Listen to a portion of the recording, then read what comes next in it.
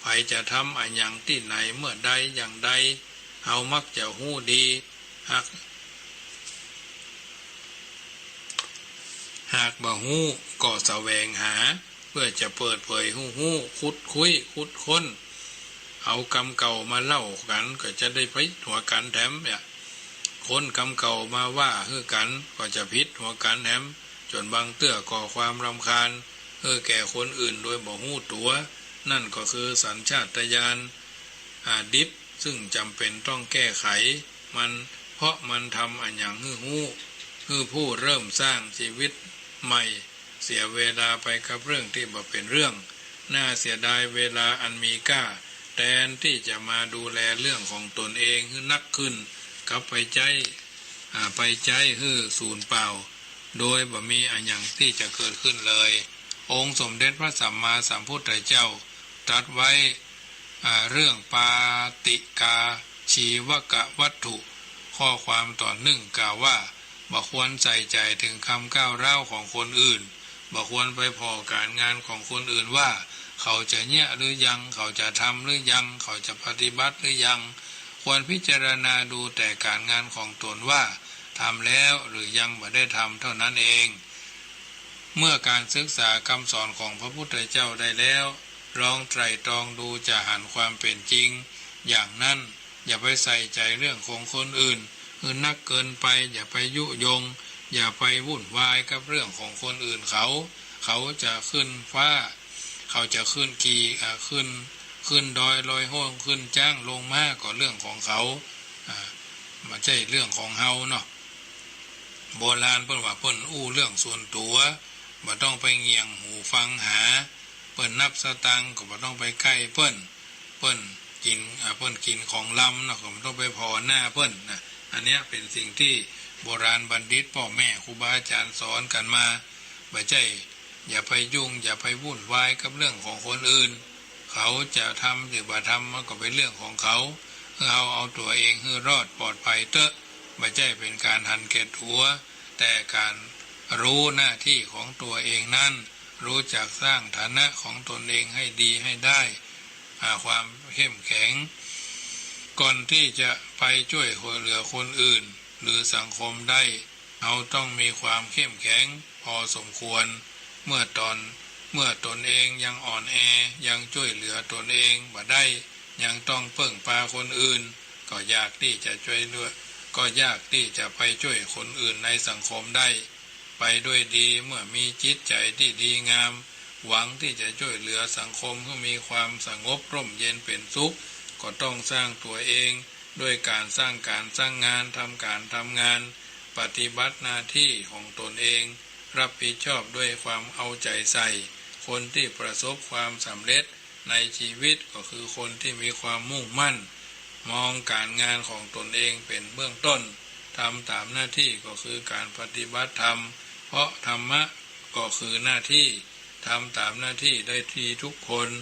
เราจึงสามารถช่วยเหลือสังคมคนส่วนรวมได้อย่างเต็มกำลังความสามารถในโอกาสต่อไปเปิ้นจึงบอกคำกรว่าเอาใจใส่การงานตนเองก่อนทุกขั้นตอนเติมเต็มให้เข้มแข็งเมื่อมั่นคงเป็นคุณหนุนเรี่ยวแรงไปเสริมแต่งสังคมอุดมดีหากอ่อนแอไว้กำลังคงหวังยากใคร่ขอฝากเพื่อตระหนักรักหน้าที่งานของเราเข้าขั้นมั่นคงดีเป็นราศีงามด้วยช่วยสังคมนะเอาใจใส่ในการงานตนเองก่อนทุกขั้นตอนเติมเต็มให้เข้มแข็งเมื่อมั่นคงเป็นคุณหนุนเรี่ยวแรงไปเสริมแต่งสังคมอุดมดีหากอ่อนแอไร้กำลังหวังยังคงหวังยากใคร่ขอฝากเพื่อตระหนักรักหน้าที่งานของเฮาเข้าขั้นเชื่อมั่นคงดีเป็นราศีงามด้วยช่วยสังคมเนี่ยน้ำธรรมคำสอนส่วนนี้เป็นสัจธรรมเน้นย้ำให้ญาติโยมได้เข้าใจที่ประการสำคัญเป็นต่อมาก็คือต้องรู้จักศึกษาเข้าใจงานการสร้างชีวิตหยุดนิ่งในความหู้บ่ได้ อย่าคิดว่าตัวเองจบการศึกษาสูงปริญญาเอกปริญญาโทปริญญาตรีหรืออื่นๆชั้นสายสามัญเนาะ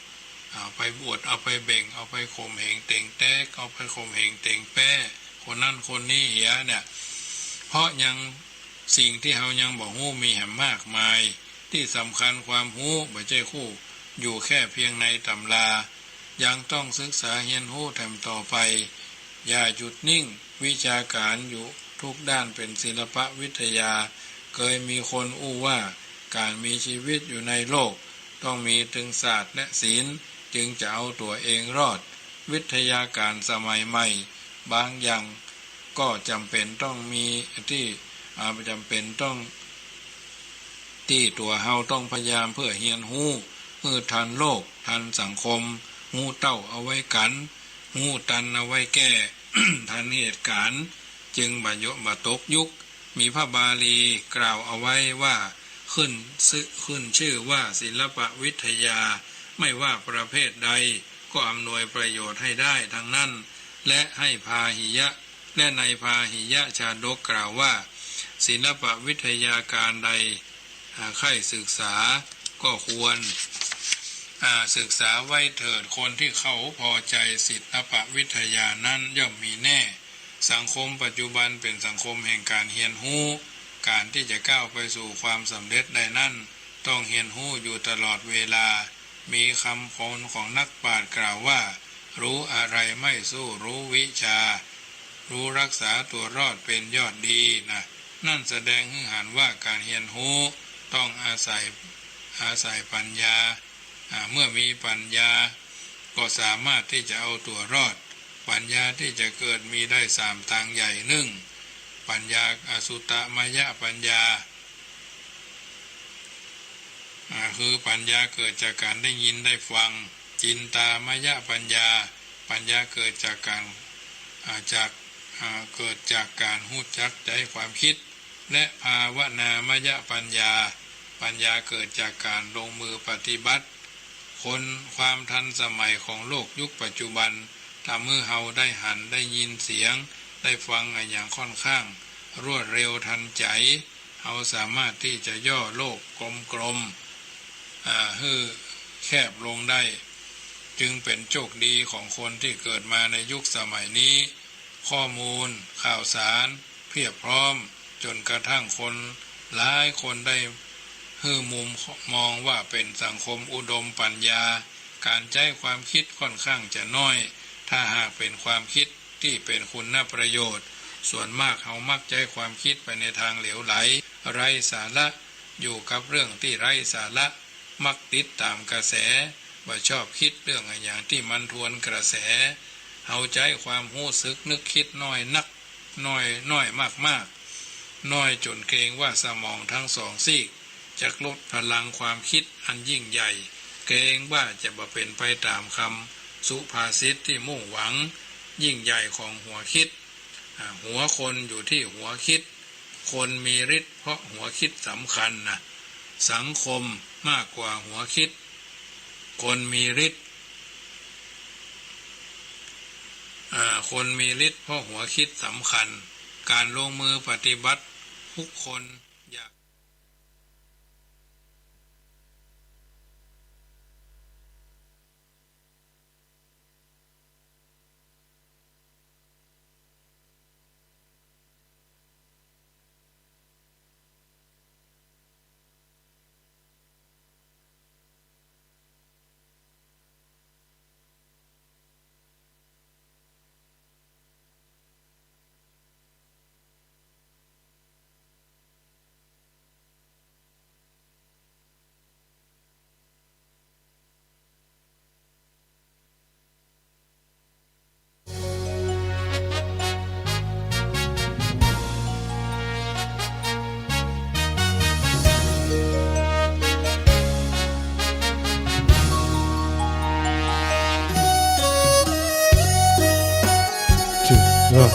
됐어.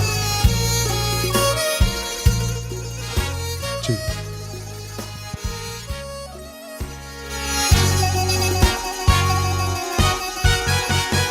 นี่คือเขตแคว้นหรินพ งดงามเลือน้ำไปไกลถิ่นงามน้ำใจเปี่ยมในเมตตารอยยิ้มพิมพ์จิตให้ความเป็นมิตรแด่ผู้เยือนมาธรรมชาติสดใสแมกไม้นานาหมู่มวลพฤกษาลานตาทั่วไปร่มเย็นอยู่ใต้บุญบารมีขององค์ปฐมกษัตริย์จามเทวีศรีหริพุนชัยกว่า1,300 ปีทรงสร้างธานีรุ่งเรืองวิไลเมื่อครั้งก่อนการตำนานบ่งไว้หริพุนชัยยิ่งใหญ่เหลือนามฟูเฟืองอักขระเด่นล้ำศิลปะงามมากมายพุทธศาสตร์เบ่งบานสานใจประเพณีสืบไว้งดงามบ่มจิตกายใจไว้ด้วยวัฒนธรรมผู้คนกล่าวขานขนานนามว่าเป็นเมืองงามหริพุนชัยจวบจนวันนี้คือเมืองลำพูนทั่วถิ่นแคว้นแสนอบอุ่นสมเป็นเมืองบุญดังนามขานให้อุดมสมบูรณ์ด้วยพืชพันธุ์ธัญญาหารทั่วไปเทิดทูนครูบาเจ้าศรีวิชัยอยู่เหนือจิตใจเราไปทั่วกาล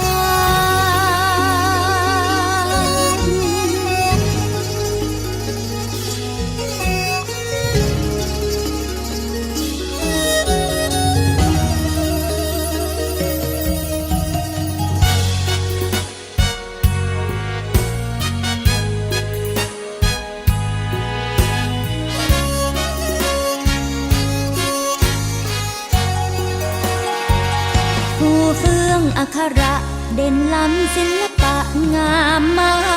กมายพุทธศาสตร์เบ่งบานสานใจประเพณีสืบไว้งดงามบ่มจิตกายใจไว้ด้วยวัฒนธรรมผู้คนกล่าวขานขนานนามว่าเป็นเมืองงามหริพุน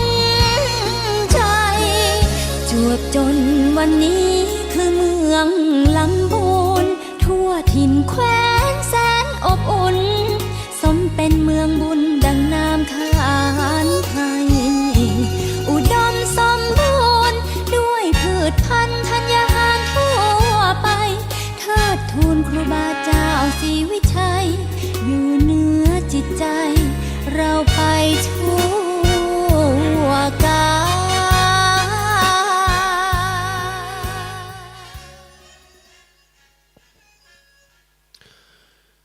สุริยาแสงพระอาทิตย์สีทองส่องฟ้าอัมไพอรุณรุ่งฟ้าเปล่งแจ้งงามใสเจิญศรัทธาไทยสีสาวเจ้าบ้านทำบุญห่วมกันกินหวานตาลต้อมด้วยใจนอบน้อมยินดีน้ำธรรมคำสอนสุนทรกล่าวจี้ขององค์ที่ไว้พุทธาได้เฮียนได้หูเก็บมาเล่ามาอู้จ๋าฮือหมู่ศรัทธาฟังกันตัวหน้าเพื่อเป็นอาภรณ์วัฏฐาแผ่นผ้า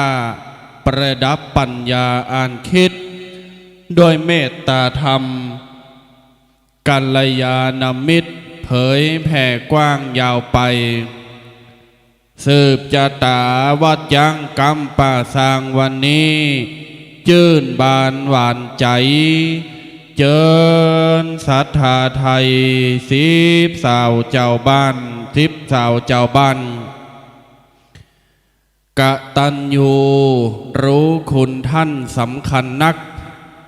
นี้เป็นหลักของคนดีมีครบถ้วน ตอบแทนท่านให้งามตามสมควรคนดีล้วนใจมั่นกตัญญูขอแตบไต้ไวสาสรีตนคำตนงาม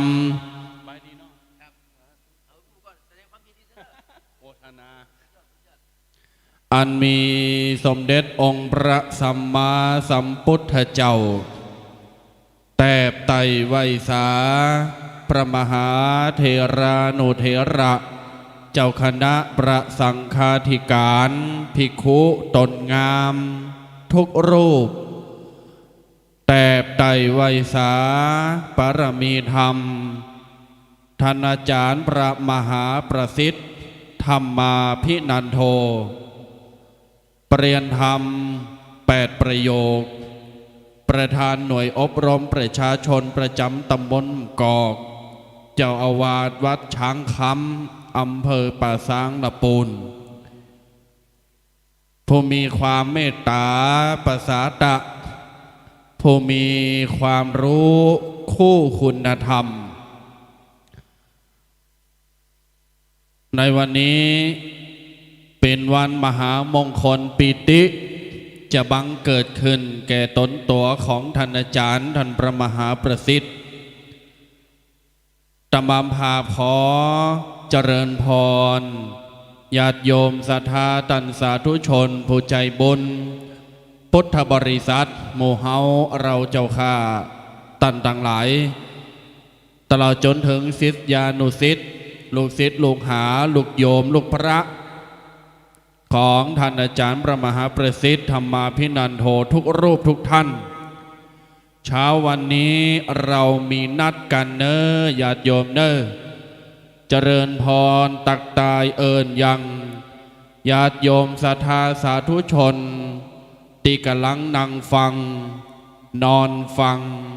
นั่งกินข้าวแล้วก็ฟังสุดแต่ถ้าเข้าห้องนอนก็ยังฟังผ่านสถานีวิทยุกระจายทั้งภาพส่งทั้งเสียงถ่ายทอดสดณขวงแก้วอารามนามว่าวัดช้างคำมงคลป่าซังผ่านทางคลื่นสถานีวิทยุ 104.5 วัดฝายหินจังหวัดเชียงใหม่โดยเมตตาอนุเคราะห์ท่านพระครูสมุวิสุวัตวรกิจโจนำทีมงานนุพระได้มาประคับประคองจะลองศรัทธาเมตตาอย่างการถ่ายทอดสดและผ่านคลื่นวิทยุดังนั้นแล้วพี่น้องศรัทธาสาธุชนต่างหลายเสียงที่ตันต่างหลายได้ยินฟังอยู่บัดเดี๋ยวนี้เป็นเสียงของลูกพระอาตมภราพ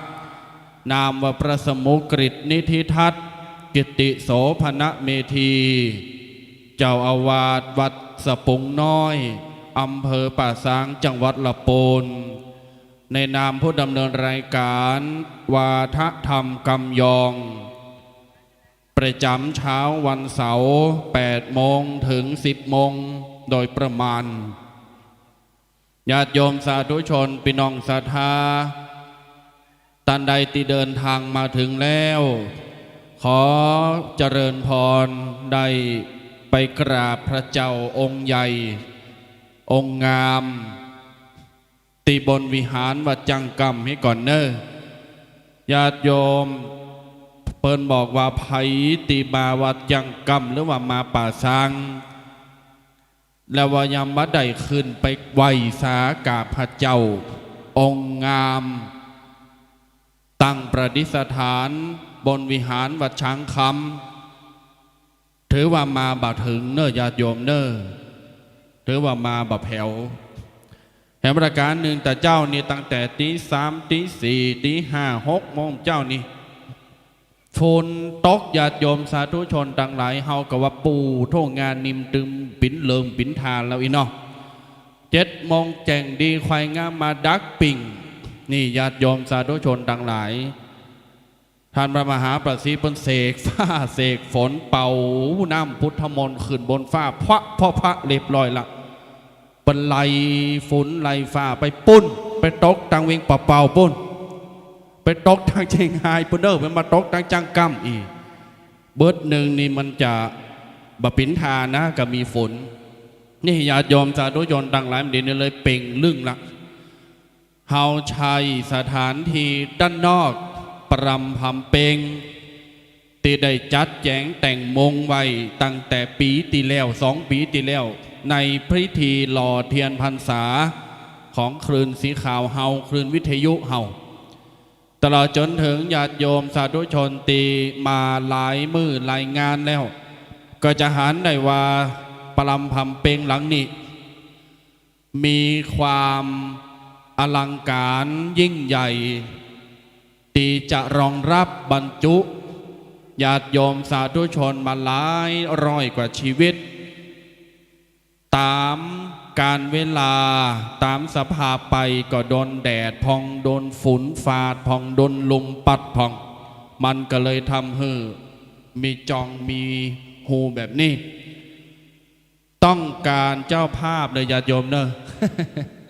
ไผติมาแล้วใครได้ห่มได้เงาใครหันปิ้นปูนเสกมงตองมงคาของมันปิ้นปูนปิ้นกระเบิงเงางามงามเจิญมารับปิ้นเจ้าภาพได้เลย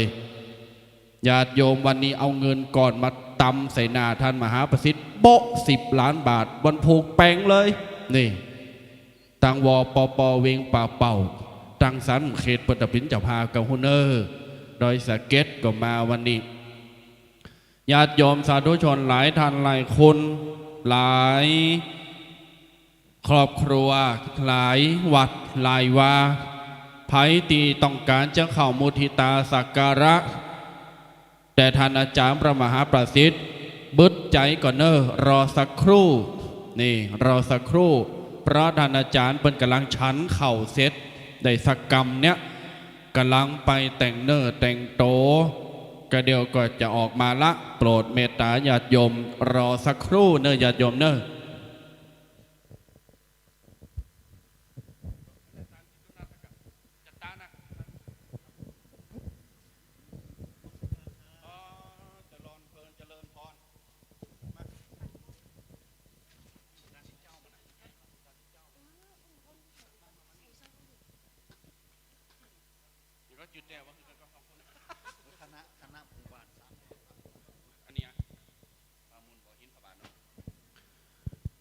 บัดนี้ขออนุญาตปิ่นโตแตนของท่านพระมหาประสิทธิ์ได้ปันปอนอนุโมทนากับญาติโยมเจ้าศรัทธาอันใหม่มีพี่น้องศรัทธาตินจองห้องวัดบ้านประมลบ้านบ่อหินบ้านประบาท3 บ้านนับได้ว่าเป็นผู้อุปถัมภ์อุปถากบำรุงอย่างวัดจังกั้มมาโดยตลอดบัดนี้เป็นการละสมสมัยได้มาถวายมุทิตาสักการะลูกพระธรรมภาพจะได้ปิ่นโตแตนในปันปอนอนุโมทนาต่อไปพี่น้องศรัทธา3 บ้านหรือว่าอยู่ตังในนี้เอาปอนด้วยกันเนอไผ่ยกมือไหว้ขอมถูกหวยเนอจะโยมเนอ เอวังหนโต สัมปติดีและอาจจะในวันนี้หากว่าเป็นมงคลหลักการงามยามดีพร้อมล้ำเลิศยิ่งกว่าวันในยามตั้งหลายบัดนี้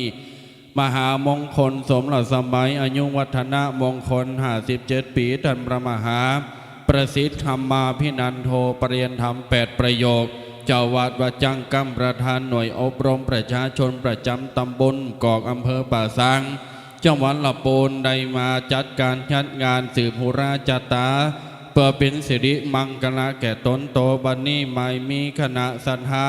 พอออกไม่ออกตายักกะตาหยิกาเฮาตั้งใน3 บ้านอันประกอบไปโดยพี่น้องศรัทธาบ้านประมลพี่น้องศรัทธาบ้านบ่อหินและพี่น้องศรัทธาบ้านประบาทตากผ้าได้มาถวายทะปันนาตั้งบ้านปิ่นจตุปัจจัยในวัดโดตานถวายปิ่นอาจาริยปูจาคุณปูจาความดีแด่ท่านอาจารย์พระมหาประสิทธิ์ธรรมาภินันโทบัดนี้ตนโตแห่งข้าพเจ้าเกล่าวกระผมขออนุญาตปองปันอนุโมทนาปันปอนบุญบารมีบุญกินบุญทานของพี่น้องศรัทธาญาติโยม3 บ้านตลอดจนถึงญาติโยมผู้มาร่วมบุญทุกท่าน มีโดยประการชันใดสามีจันตุขอจงปันอุดมขอจงสมฤทธิจุเหยิ่งจุประการตั้งแต่วันนี้ไปวันตั้งนาแม่นตั้นจักอยู่ให้มีใจจักไปไหนขอมีโจกมีลาผ่าแป้ข้าเสกสัตทรุปัทวากังวลอนตรายตั้งไหนขออย่าได้มากำกายขอตั้นตั้งหลายปันห้อมปัญหายังเคราะห์ปีเคราะห์เดือนเคราะห์วันเคราะห์ยามมันว่าเคราะห์13มันว่านาม15ขออย่าได้มาคำข้าราเวขอเคราะห์ตั้งหลายโรคภัยไข้เจ็บตกหล่นไปโดยไฟไหลไปโดยน้ำด้านทั้งหลายแม้นว่าจักผาธนาเงินขอเงินไหลมากองปรารถนาทองก็ขอเฮือทองได้ไหลหลังเข้ามาปากใส่ขากุนเฮือขากุนได้น้อมหน้าปากใส่ข้าเฮือข้ากราบไหว้สักการะบูชาคนไล่อย่าให้หนีผีไล่อย่าให้ไปทางใดอยู่กำจูยังพระพุทธศาสนาแห่งองค์พระสัมมาสัมพุทธเจ้ากำจูพระพุทธศาสนากำจูวัจจังกำจูปตามวัฏฐากแห่งพระมหาประสิทธิ์ธรรมาปินันโทไปเสียงจิระทิฏฐิการยาวนานนั้นจงจะมีเต่งแต่ดีลีกุศลานาบุญตานดังหลายจะได้ตานไปหอดไปถึงตั้งตานเจ้ากรรมนเวรเจ้าเวรในกรรมพ่อหมอนไม่หมอนผีแต่เก่าเน่าเมินผีได้ญาติขมิตรเทวบุตรเทวดาพญาอินพรหมยมยักษ์ครูดนักน้ำปรมัยไอสวนถีตั้งหลายเขาเจ้าตั้งหลายได้มาอนุโมทนาปัตตานุโมทนาใหม่ไปหอดเถิงเมื่อยามเจ้าเขาจงได้กับชายไปปิ้นดังเข้าไงเถิงยำหล่ายำควายกายไปปิ้นพื้นเสื้อพื้นผ่าเถิงเมื่อยามโลนปุ้นหล่ากายไปปิ้นเขาติบและน้ำติบสิประการปิ้นอลังการอันประเสริฐนั้นจงจะมีเต่งแต่ดีลีอิชิตังปฏิตังตุมหังคิปะเมวะสมิจันโตสัพเพปุเรนตุสังกปาจันโทปนาระโสยถามณิโจติระโสยถาภวะสัพพิติโยวิวาจันโตสัพพโรโควินาสตุมาเตภวะตวันตรโยสุขีติงคายุโกภวะอภิวาทนาสีนิสะนิจังวุธาปจายโนพุทโธบังไซธัมโมบังขวาสังโฆบังกายาอรหังบังเกสารหังพุทโธนะโมพุทธายะจัตตารโอธรรมาวัฏันติอายุวันโนสุขังภะลัง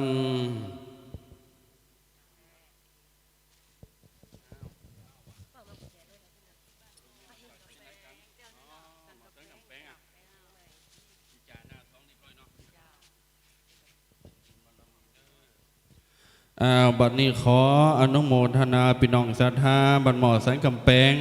แต่มาโฮมกินยอดตันถวายมุทิตาสักการะแต่ท่านอาจารย์พระมหาประสิทธิ์หาบุญด้วยกันเนอประเมศทานเนอใจยาตุเผาวางใจยาบังคลังบัดนี้ไม่มีแม่อำพันใจหาวันตลอดจนถึงนางสาวสรุตยาใจหาวันไม่มีแม่อุบลอินตาจ้อยไม่มีแม่บนยวงพวงสายใจพ่อมลูกหลานปออินทาแม่สุคำแก้วฟูไม่มีแม่น้อยพัชรีธนูจันไม่มีแม่น้อยพัชรีธนูจันพร้อมกับตังลูกเต่าเหล่าหลานในแม่อัมพาเป่งเฟยตลอดจนถึงมีลูกเต่าเหล่าหลานเลี้ยญญาติวงวานสัมพันธวงศาพ่อขาวแม่ขาวทุกท่านทุกคนปากันถวายยังสังฆทานจตุปัจจัยน้อมกินยอดทานมุทิตาสักการะแด่ท่านพระมหาประสิทธิ์วัดจังกำปะสังหลับปนในโอกาสงานราศีดีอายุวัด57 ปีนาคโอกาสกาละวันนี้โมตนาสาธุการบุญบารมีนิมากล้นด้วยประการชันได้สมิจันโตก็ขอปานุดมสมฤทธิ์จุญยังจุปาการตั้งแต่วันนี้ไปอยู่ดีมีใจไปดีมีโจบหาแป้ข้าเสกสัทธรูปัตวะกังวลนนตรายอย่าได้มากำกายขอตันดังไหลอยู่ดีมีความสุขทุกติภาราติการเจริญด้วยอายุวันนะสุขาพละปฏิภาณะอโรคยะอธิปไตยะได้อยู่กำจูปูจายังวรพุทธศาสนาไปเสียงเจราติติการยาวนานนั้นจงจะมีอิชิตังปฏิตังตุมหังคิปะเมวะสมิจันโตสัพเพปุเรนตุสังกปะจันโทปนระโสยถามณีโจติระโสยถาสัพปิติโยวิวาจันโตสัพพโรโควินาสโตมาเตภวะตวันตรโยสุขีทีคายุโกภวะอภิวาทนาสีนิสะนิจังวุธาปจายโนจัตตารโรธรรมาวัฏันติอายุวันโนสุขังภะลังโมทนาเนอพี่น้องศรัทธาบันหมอสังกำแพงเนาะโมทนาลาดโยมทุกท่านทุกคนเนอะ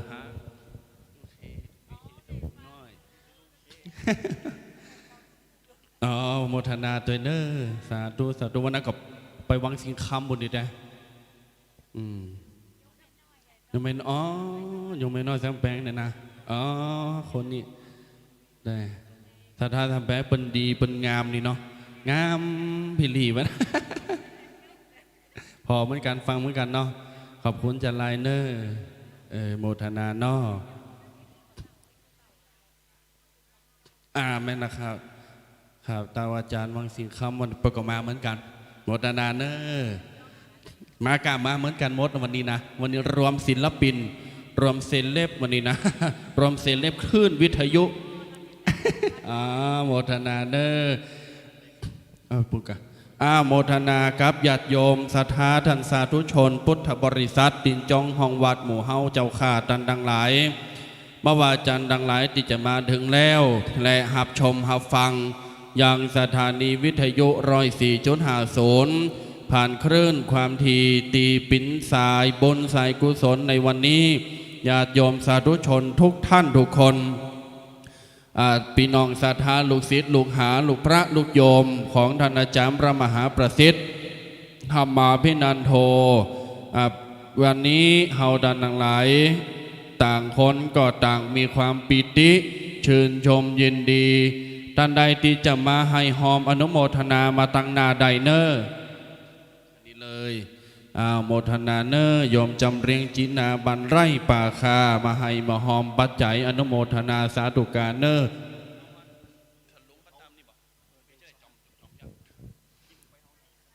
ญาติโยมให้ดีจะมาให้มาหอมมาร่วมทำบุญเกาะสักเบิดสังเมอท่านอาจารย์พระมหาประสิทธิ์เปิ้นจะได้เดินออกมาละตอนนี้กำลังแต่งเนื้อแต่งโตสักครู่หนึ่งวันนี้เป็นวันมงคล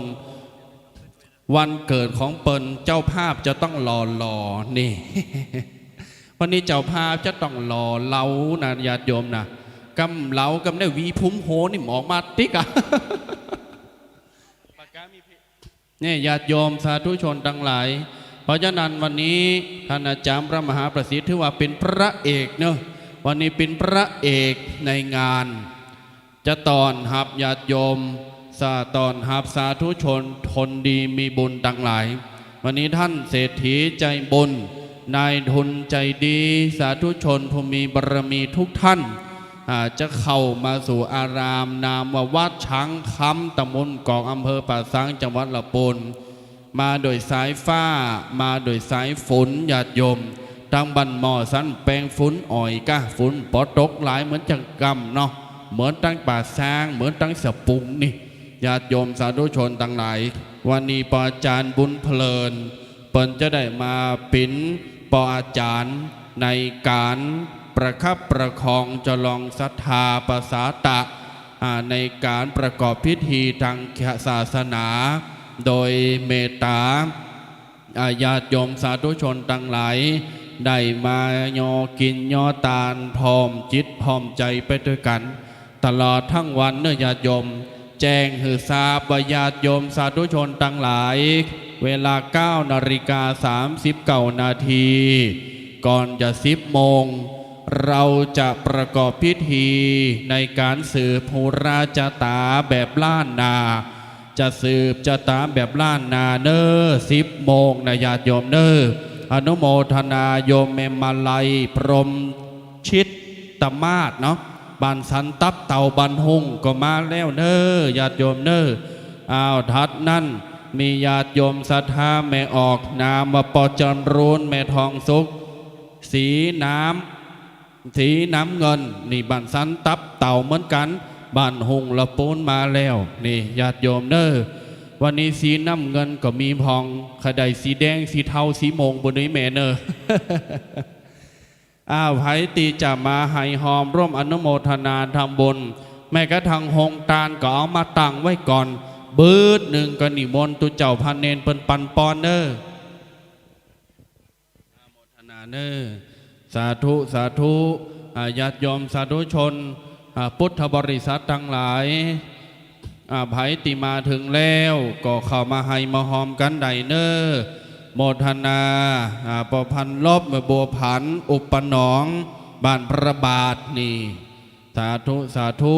ก็เดียวจะได้เป็นกะนี่ญาติโยมนี่แต่มาพาหับชงแรงไปก่อนจะเป็นกะนี่จะปิ้นไผ่คุณใดกันเดี๋ยวมาโจตนาจะมา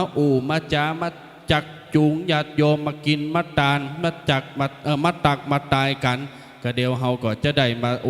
มาจากันวันนี้ดึงบอกว่ารวมศิลปินนี่รวมดาวนี่ญาติโยมเนอะเร่งใหม่ละปุ้นป่าสังมาหมดพี่น้องศรัทธาโมทนาเนอ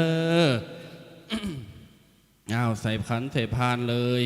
จะได้ปันปอนอนุโมทนาต่อไปเนอเอาแม่ออกตั้งหลังมาหอมบุญหอมกุศลกันเนอปัจจัยมนต์ฝูงนี้จะได้ถวายปินตามุติตาจิตแด่ท่านอาจารย์พระมหาประสิทธิ์ต่อไปอ้าวญาติโยมสาธุชนหับปอนเนอใจญาตุภวังใจญามังคลังใจญาสติภวันตโวบัดนี้ไม่มีปนานบุญมีแม่บานตาซกพร้อมครอบครัวและนายสมขีดนางใสทองการหงไม่มีนายเป่งนางสมบูรณ์กันทวงบันใบไม่มีแม่นวลชวีบ้านแม่ริมไม่มีแม่ลาโลดคำจากบันดงสันปุ่งแม่ริมไม่มีแม่จันฟองโกเมนจากบันใหม่ไม่มีแม่สังเงียมสีทองจากบันดงไต่อำเภอแม่ริมไม่มีแม่จำลาเนาะ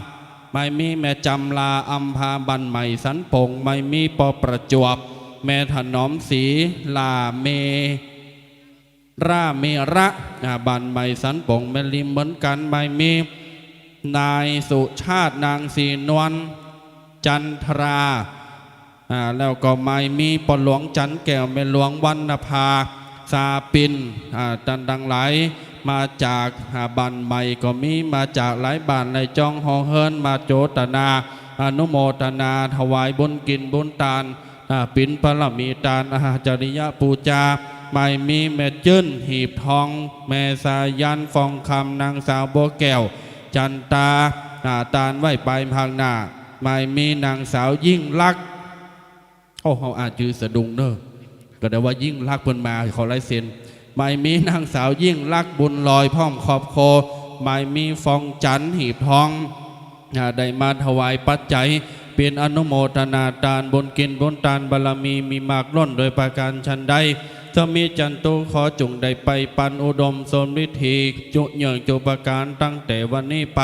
เคราะห์หามยามไร่เคราะห์13นาม15ขออย่าได้มาคำคาราวีจงได้ตกไปโดยไฟไหลไปโดยน้ำปากใส่ขกุนขกุนน้อมหน้าปากใส่ขาขอข้าได้กล่าวไว้สักการะบูชาอยู่กำโจพระพุทธศาสนาแห่งองค์พระสัมมาสัมพุทธเจ้าไปเสียงจิรติติการนั้นจุงจะมีสัพปิติโยวิวาจันตุสัพพะโรโควินัสสโตมาเตภวตวันตรโยสุขีติขายุโกภวะอภิวาทนาสีลิสะนิจจังวุธาปจายโนจัตตารโรธรรมาวัฏันติอายุวันโนสุขังภาลังโมทนาเนอศรัทธาญาติโยมกุผู้กุคนกราบถวายการต้อนรับถวายความเคารพครูบาอาจารย์พระมหาเถระพระสงฆ์พิธีตั้งในประลำพำเป้งเลยนะครับเนาะนิมนต์ทุกรูปเลยนะครับนิมนต์ตั้งในเลยครับท่านอาจารย์ครูบาอาจารย์เป็นยังเหมาซองเก่าสตังนี่เนาะปิดการเตดีแม่ อ้าวพระแม่จื้อยังต่อคำปันนายชานางยุวดีเนาะอ้าวบ้านน้องตานิ่มได้นี่ได้อ้าวโมทนาเนอสาธุการเนออ้าวญาติโยมสาธุชนตั้งหลายมาให้มาหอมกันได้เนออันนี้ไม่มีโยมแม่อุสาใจพลแล้วก็เปิ้นมาให้มาหอมกันบ้านน้องสมณะไตป่าช้างเฮานี่อ้าวไม่มีมาในสายฝนบ้านทาดอยแช่แม่อัมพรตุยกาดบันแพะยันนี่พันดาดอยแจไม่มีอาจารย์อุดมนางวันวัยใจกลางดุกไม่มีนางสายท้องจินากาศบันเหล่าหมื่นเข้าไม่มีปหลงประดิษฐ์แม่กันหาแก้วกาดบันหมื่นเข้า ไม่มีอาจารย์พงศักดิ์นางรัตดาจีรัตนาจีรัตบ้านหมื่นเข้าไม่มีปอซักคำแม่ทองศรีสถาวัฒนาดอยแจไม่มีแม่บัวตองลากาดบันน้องเพิงอันนี้จากบันทามดไม่มีแม่หลงสมเตคำกาดบันหมื่นเข้าอนุโมทนาญาติโยมสาธุชนอปอนเนอร์สัพปิติโยวิวาจันโตสัพพะโรโควินัสสโตมาเตภวะตวันตะระโยสุขีติคายุโกภวะอภิวาทนาสีดิสะนิจังวุธาปจายโนจตารโรธรรมาวัฏันติอายุวันโนสุขังปะลังญาติโยมสาธุชนกระเดียวรอสกรรมตุนติอูตุติปันปอมใจอาจารย์ประสิทธิ์นะท่านมาหาเป็นหล่อแล้วนี่กันนะ ท่านมาหาประสิทธิ์เป็นหล่อแล้วนี่กันเนอะญาติโยมเนอะกระเดียวรอสักครู่หนึ่งเนอะครูบาอาจารย์พระสงฆ์มาแล้วข้าพระเจ้าเข้ากับผมได้ไหวสารธนาได้เข้ามานั่งตังในได้นะครับแล้วก็รอถวายมุทิตาสักการะตลอดจนถึงญาติโยมสาธุชนที่จะมาให้มาหอมุทิตาสักการะก็รอสักครู่หนึ่งเนอะหรือจะมาให้มาหอมมาเอาปอนก่อนก็ได้ติดตามหามน้อยญาติโยมเนอะในโอกาสวันนี้เจอญาติโยมได้ตามอัธยาศัยให้ก่อนเนอะจะให้จะหอมจะกินจะตานไปไหวพระเจ้าตั้นใจในวัดจังกำก็มีนะไปไหวพระเจ้าองค์งามวัดจังกำนี่ตั้งประดิษฐานบนวิหารวัดช้างคำอำเภอป่าซังละปูนญาติโยมสาธุชนจะเข้าไปพอไปกอยเสนาสนะหรือไปกราบไปไหวยังประธานเจ้า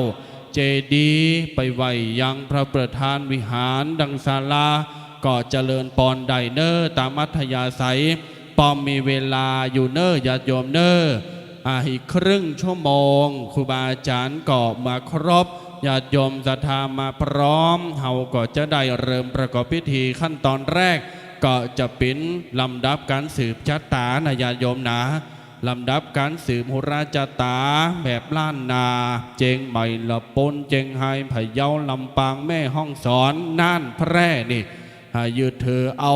ขนบธรรมเนียมเก่าล้านนาบ้านเฮาเมืองเฮาญาติโยมสาธุชนต่างหลายวันนี้หลังจากที่เฮามากินมะตาลแล้วไผ่เฝ้าปิกบ้านปิกจองปิกวัดปิกวาเบิดคำแรงเนอเจิญร่วมโครงการธรรมสัญจรเคลื่อนที่สู่ประชาชนโดยคณะสงฆ์ตำบลกอกเมตตาธรรมประเดชประคุณพระเจ้าคุณพระพุทธบาทพิทักษ์ที่ปรึกษาในหน่วยอบรมประชาชนประจำตำบลกอกและมีท่านพระมหาประสิทธิ์ธรรมาภินันโทเป็นประธานหน่วยอบรมประชาชนมีท่านพระครูกัลยาณปริยติกิจท่านเจ้าคณะตำบลกอกวัดพระบาทตากผ้าพร้อมกับคณะสงฆ์พร้อมกับคณะศรัทธาในตำบลกอกทุกหมู่บ้านจะได้มารวมกันพร้อมกับญาติโยมแฟนคลับเนอะแฟนรายการวิทยุพากันมาห่มฟังเทศน์เนอะญาติโยมวันนี้องค์เทศในโครงการธรรมสัญจรเบิดคำเบิดแรงได้รับเมตตาจากท่านอาจารย์พระครูสิริปริยัตยานุศาสตร์ด็อกเตอร์นะครับท่านรองเจ้าคณะอำเภอแม่แจ่มเจ้าวาดวัดพันแหวนจะได้มาเป็นองค์แสดงพระธรรมเทศนาคำคืนเบิดหนึ่งเบิดใจอดใจถ่าอดใจฟังอดใจรอแต่ว่าดิบเดี๋ยวนี้สักเบิดเสมอจะสืบชะตาหนาสืบชะตากรรมชะตาราศีอยู่ดีมีสุขญาติโยมบนส่วนที่สองญาติโยมจะได้นี่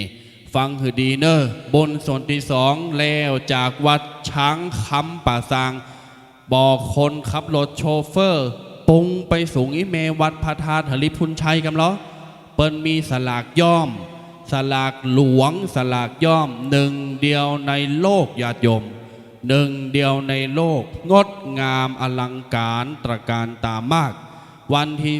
2 กันยายนเปิ้นดักกินสลากนะวันที่2 กันยานี่เปิ้นดักกินสลากเปิ้นดักต้านสลากย่อม มีตินไหนเนอะอย่ายอมจังกั้มก็มีป่าช้างก็มีเอาไว้สารนะครับครูบาอาจารย์พระสงฆ์พิธีติไดเมตตามาถึงแล้วนะครับนิมนต์ตั้งในเลยนะครับเจริญปอนเจิญญาติโยมศรัทธาเข้ามาเนอะญาติโยมเนอะ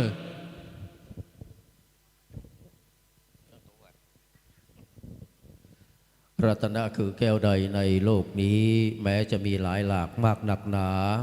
หาได้มีแก้วใดในโลกาเทียบเทียมข้าพระพุทธวิสุทธารัตนะคือแก้วใดในโลกนี้แม้จะมีหลายหลากมากหนักหนาหาได้มีแก้วใดในโลกาเทียบเทียมข้าพระธรรมพระสัมมารัตนะคือแก้วใดในโลกนี้แม้จะมีหลายหลากมากหนักหนาหาได้มีแก้วใดในโลกาเทียบเทียมข้าพระสงฆ์พงพุทธาขอนอบน้อมแด่พระพุทธผู้สูงล้ำพระธรรมอันสูงทรงพระสงฆ์ผู้ประเสริฐบังเกิดครบเป็นพระรัตนตรัยกราบนมัสการไหว้สาปุญญาบารมีในท่านพระคุณเจ้าพระมหาเถรานุเถระเจ้าคณะพระสังฆาธิการพระภิกษุสามเณรทุกๆรูปอันหมายมีท่านอาจารย์พระมหาประสิทธิ์ธรรมาภินันโทปรริยนธรรม8ประโยคเจ้าวาดวัดจังกำประธานหน่วยอบรมประชาชนประจำตำบลมะกอกนะครับป่าซางกราบและก็ขอกราบสวัสดีกับบรรดาพ่อแม่พี่น้องศรัทธาสาธุชนพุทธบริษัทผู้ใกล้ในศีลในบุญทั้งหลาย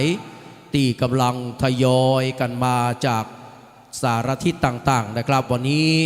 มาร่วมน้อมมุทิตาสักการะจิตนะครับในงานคล้ายวันเกิดเนาะของท่านพระคุณเจ้าท่านอาจารย์พระมหาประสิทธิ์ธรรมาภินันโทนะครับวันนี้ในช่วงเจ้าอย่างท่านพระครูสมุนะครับแต่ว่าวันซื้อนี้เพิ่งก่อนได้รับรางวัลดีเด่นนะครับต้องขอแสดงมุทิตาจิตย้อนหลังไปที่ยิงใน Facebook ได้แสดงความยินดีมุทิตากับท่านไปแล้วนะครับได้มาอุมาจากกับบรรดาพี่น้องว่าในช่วงแรกช่วงเจ้านะครับเราจะได้ทำบุญทำพิธีสืบโหราจาตาจามจารีตประเพณีแบบเบ้าโบราณก็เรียกว่าสืบนะครับอายุหูเตียงเต้าตีคาสืบเข้าของสมบัตินานาคือได้บังมูลตุ่นเต้าสืบกายะอินทรีย์ของเฮานี้เล่านะครับเพื่อมีความสุขยิ่งนานไปสืบชีวิตจิตใจคือมีความสุขนานไปยิ่งโยดคือได้โป้นจากทุกโทษกังวลอันตรายโรคาภัยพยาธิอุปัตวันตรายมีโควิดภัย19เป็นต้นนี่นะครับบ่ฮือมาเบียดเบียนบ่ฮือมาบีทาบ่ฮือมาย่ำยีบ่ฮือมาใกล้มากลายตนตัวของท่านอาจารย์พระมหาประสิทธิ์ตลอดถึงบรรดาพ่อแม่พี่น้องคณะศรัทธาสาธุชนทุกคนทุกท่านที่ได้มาร่วมงานในวันนี้กับหลังจากนั้นนะครับพระสงฆ์ข้าเจ้าจำนวน9รูปนะครับที่ได้เมตตาอังคาดอาราธนามาเจริญพระพุทธมนต์เพื่อความเป็นสิริมงคลสืบโหราจาตาวันนี้ก็จะได้เมตตาเจริญพระพุทธมนต์นะครับในช่วงบ่ายนะครับก็จะมีพิธีทำพิธีทักษิณาเนาะนะครับมาติกาบังสุกุลนะครับแล้วก็ในช่วงเย็นนะครับก็จะได้ฟังเทศน์วันนี้นี่มี3รายการ3เขาเรียกว่า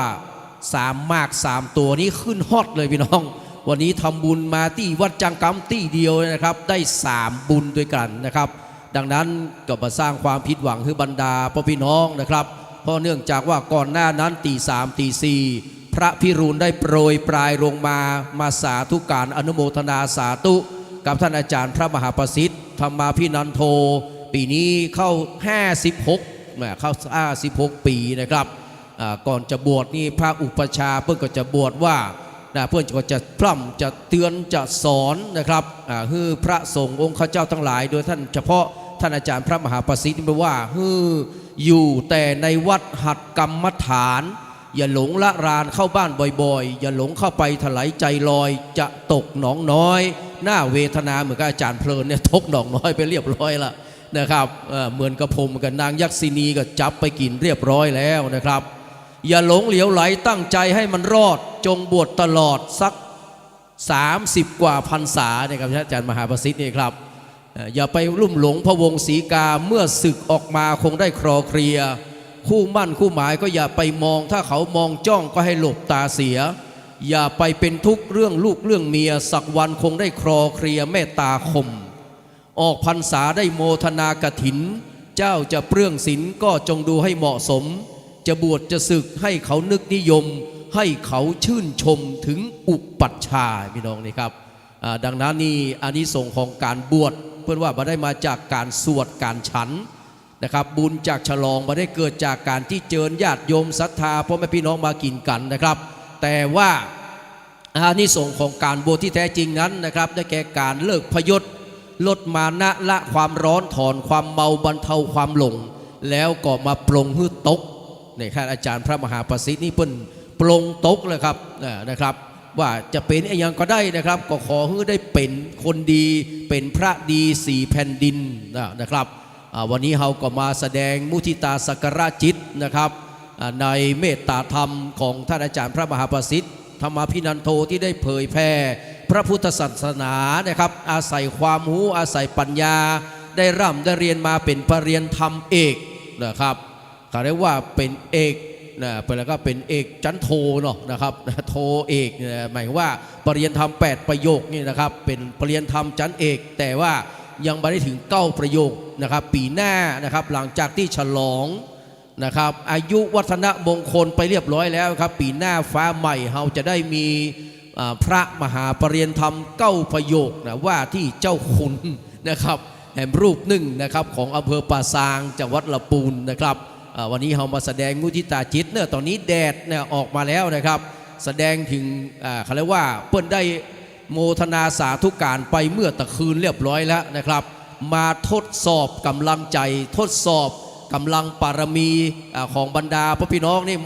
มาหลายที่หลายต่างแฟนนานุแฟนนะครับจากคลื่นวิทยุต่างๆบอกว่าคลื่น96ก็ดีนะครับคลื่น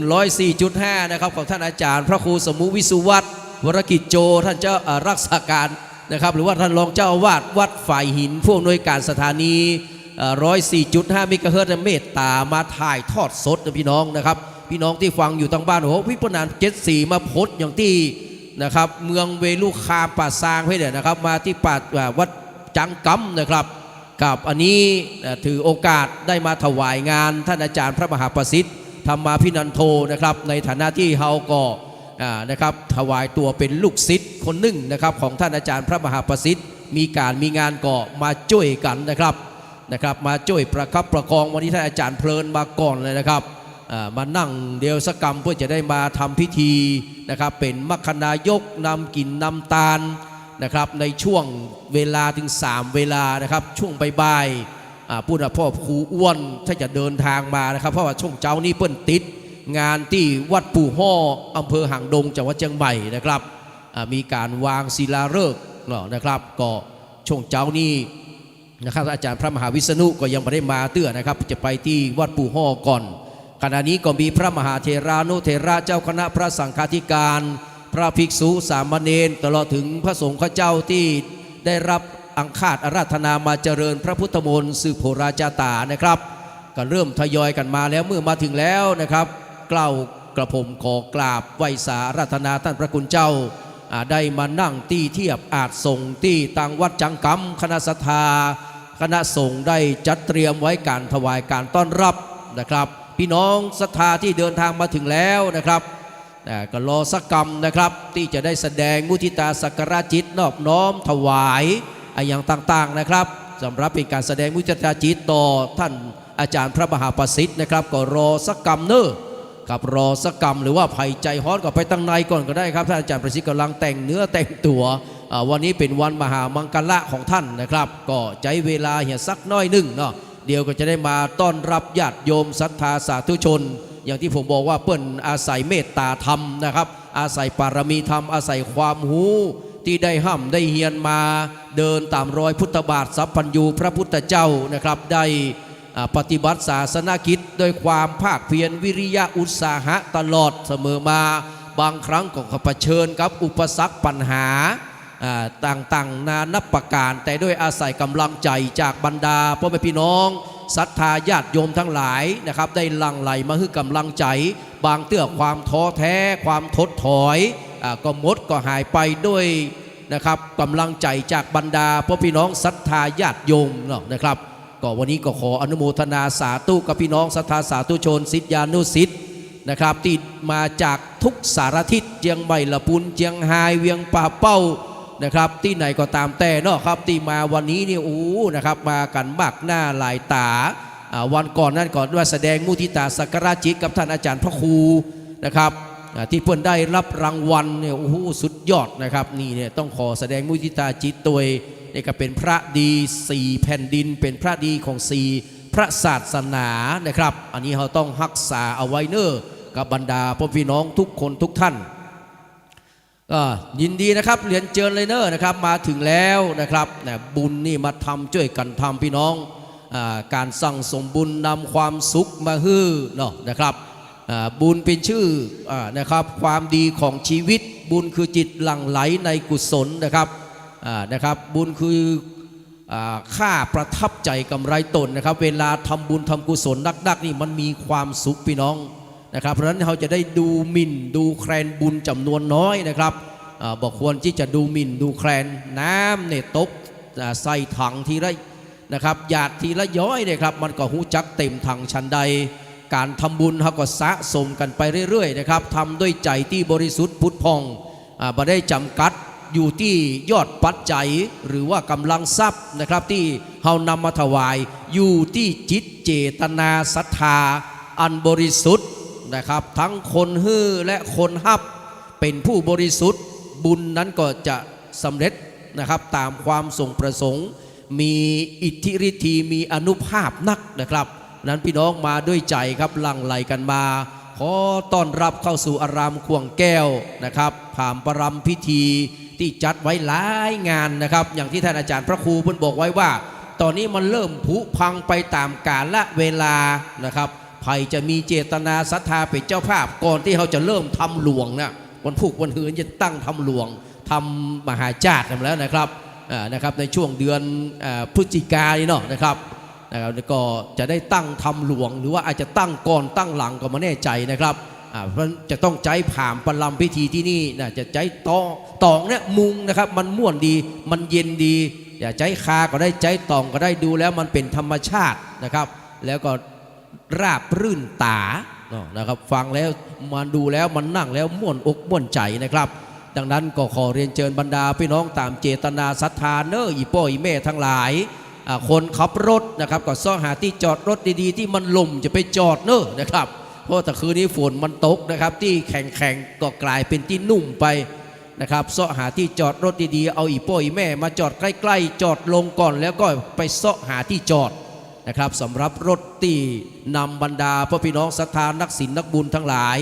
มาสู่วัดจังกำอำเภอป่าซางวันนี้นะครับนั้นขอเรียนเชิญนะครับเข้ามาตั้งในวันนี้ก็จะได้พระสงฆ์พระเจ้าที่เป็นนักจัดรายการคนบ้านที่เป็นนักจัดรายการนะครับจากสถานีคลื่นวิทยุนะครับโดยเฉพาะคลื่น 104.50 เมกะเฮิรตซ์นะครับเปิ้นมีการถ่ายทอดไปตั้งบ้านตัวพี่น้องได้ฟังตั้งหลายจังหวัดนะครับท่านพระคุณเจ้าหลายองค์ที่เป็นนักเทศนะครับแจ้งเกิดที่ 104.5 ต้องกราบนมัสการขอบพระคุณในเมตตาธรรมของท่านพระครูสมุวิสุวัตรวรกิจโจนะครับที่ได้ช่วยกันเนาะประคับประคองเผยแผ่ธรรมะคือพุทธศาสนาได้อยู่ยั่งยืนถาวรจีรังนะครับ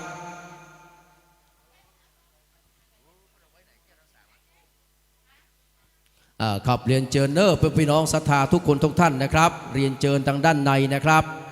กับอีพ่ออีแม่ที่เดินมาแล้วก็ระวังด้วยนะครับมันอาจจะมีใครคู่นะพันเลิศนะระวังด้วยนะครับ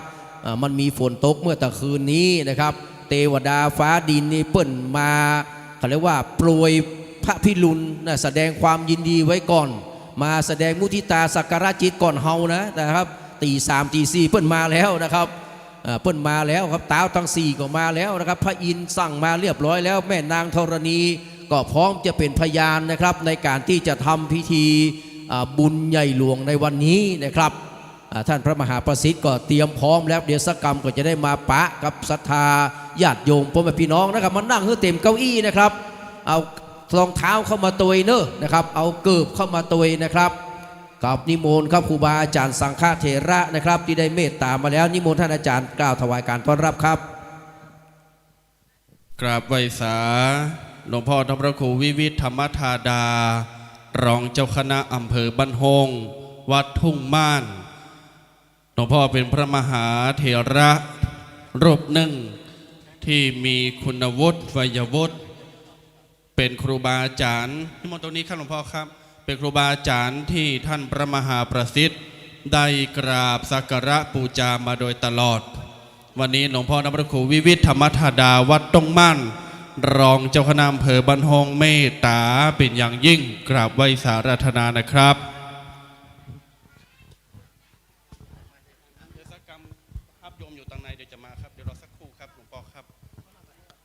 10 นิ้วนอบน้อมบังคมกราบนบไว้ตีเคารพแก้ว3 ประการสมเด็จพุทธพระตนศักดิ์สวรรค์พระธรรมบาลกำสอนตั้นเจ้าสังฆพระสงฆ์ตนสืบเก้าเงาศาสนาเฮาพุทธปิตามารดาอาจาริยะผู้เป็นครูแก้วสอนดีตัวข้า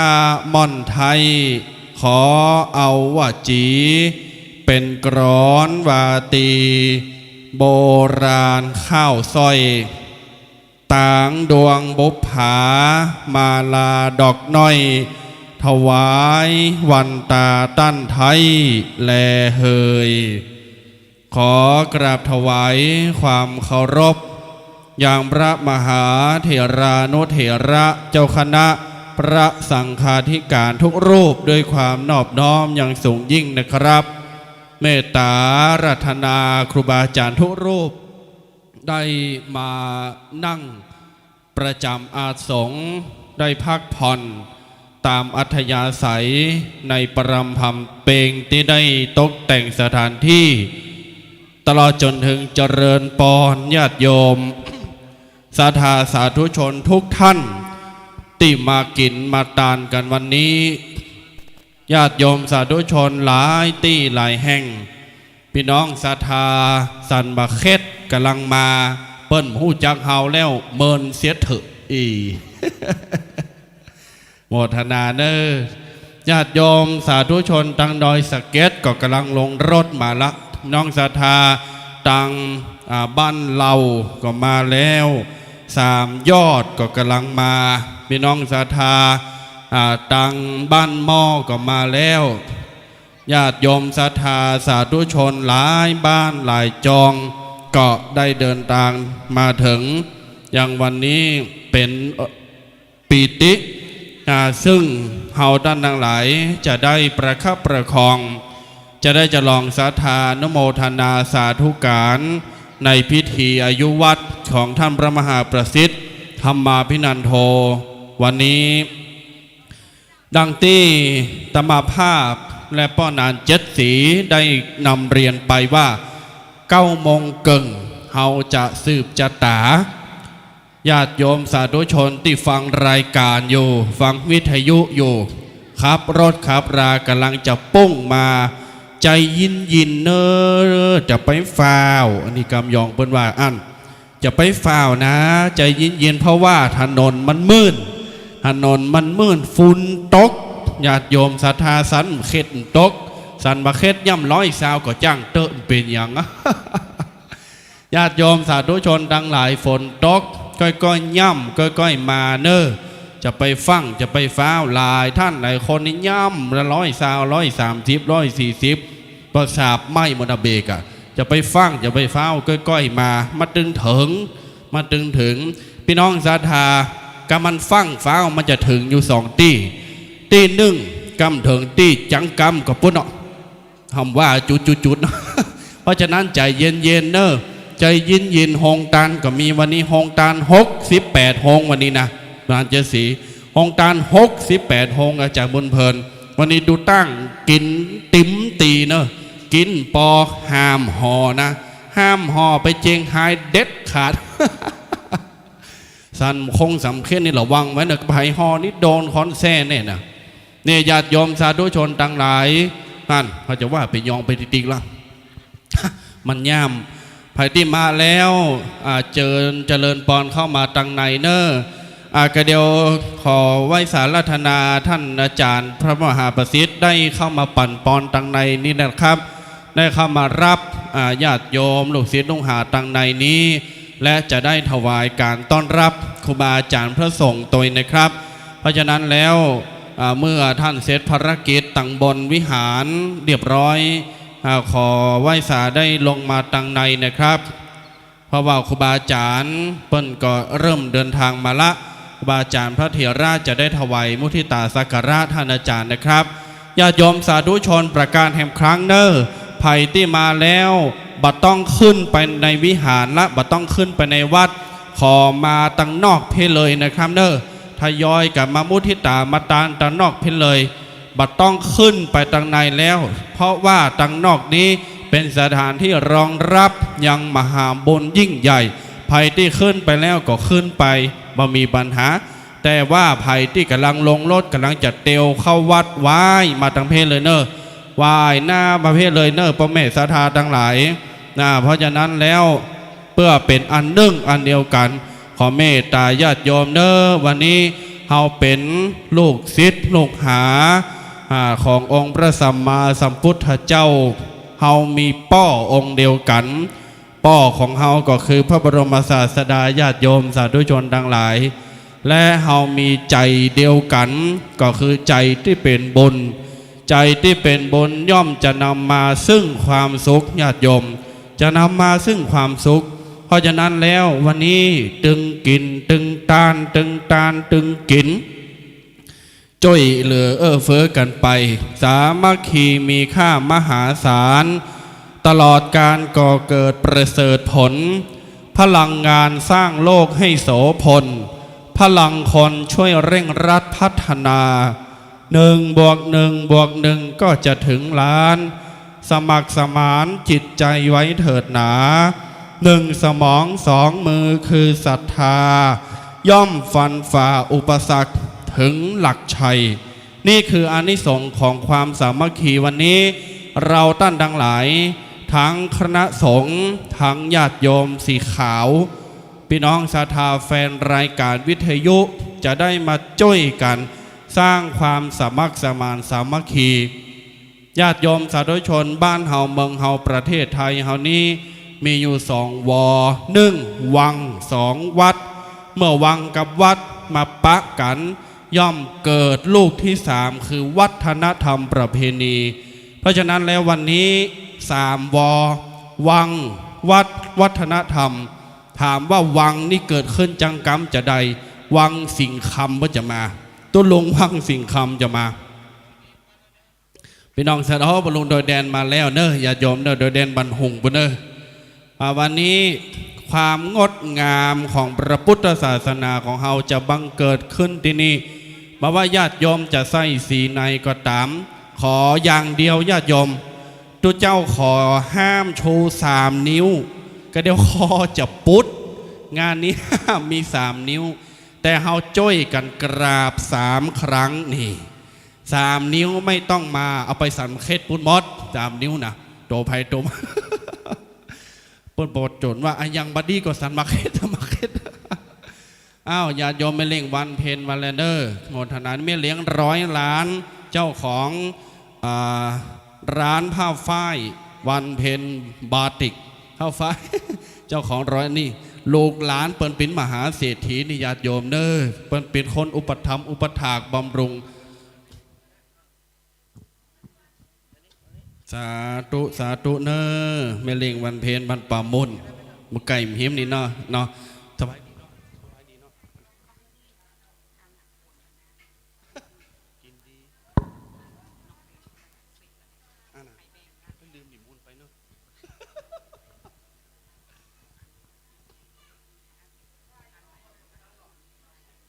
มีอย่างการหลายรับผิดชอบเยอะปีนี้โมทนาได้โมทนาเนอแม่ลิงประเพณ บันปามุนเนอะโมทนาญาติโยมสาธุชนต่างหลาย10 เหลี่ยมเสาเหลี่ยมเต้าเหลี่ยมใบแขม10 เหลี่ยมเสาเหลี่ยมตำเหลี่ยมใบเข่า10 เหล่าสาวหลอมเต่าเหล่าเดินเก่ง10 เสียงเสาเสียงเต่าเสียงตุเคสปุงน้อยจบข่าว เขาถึงโอดตัวเก่าอยู่เดียวเนี่ยท่านหามาเตือดูตังคายโค ปนาจะสีรอกำเดียวสต็อปก่อน จานบุญเพลินกดใจยินก่อนเด้อเขาขายตัวเฮาไว้ก่อนเด้อเดี๋ยวมีไพ่หูจักขึ้นมาพิดีดูตัวเก่า ญาติโยมสาธุชนดังหลายเจริญสุขสวัสดีญาติโยมน้องพี่ทุกท่วนหน้านางไหวสาปนมมือแฮมเบิร์ตจะได้ฟังตุเจ้าเตตุเจ้าสูตรแล้วบัดนี้ขอกล่าวคำว่าสวัสดีได้ปะนากันก็หันว่าโอ้สุขสันต์หันษาติตันดังหลายได้มาจังกั้มประสังในวันนี้ไผตีนังลมพิธีวันนี้จนสุดซ้อยขอให้โชคดีโชคดีโชคดีแต่นี่แต่ถ้าไผลุกหนีปิกหนีขอให้ผีตยไปเด้อ มันขู่ไว้ก่อนน้ำดีนี่นะห้ามปิกห้ามลักปิกจุนกว่าหงตาล68 หงมันจะเสียงมันสิ่งก็ขนปิกจุนเสียงเนี่ยญาติโยม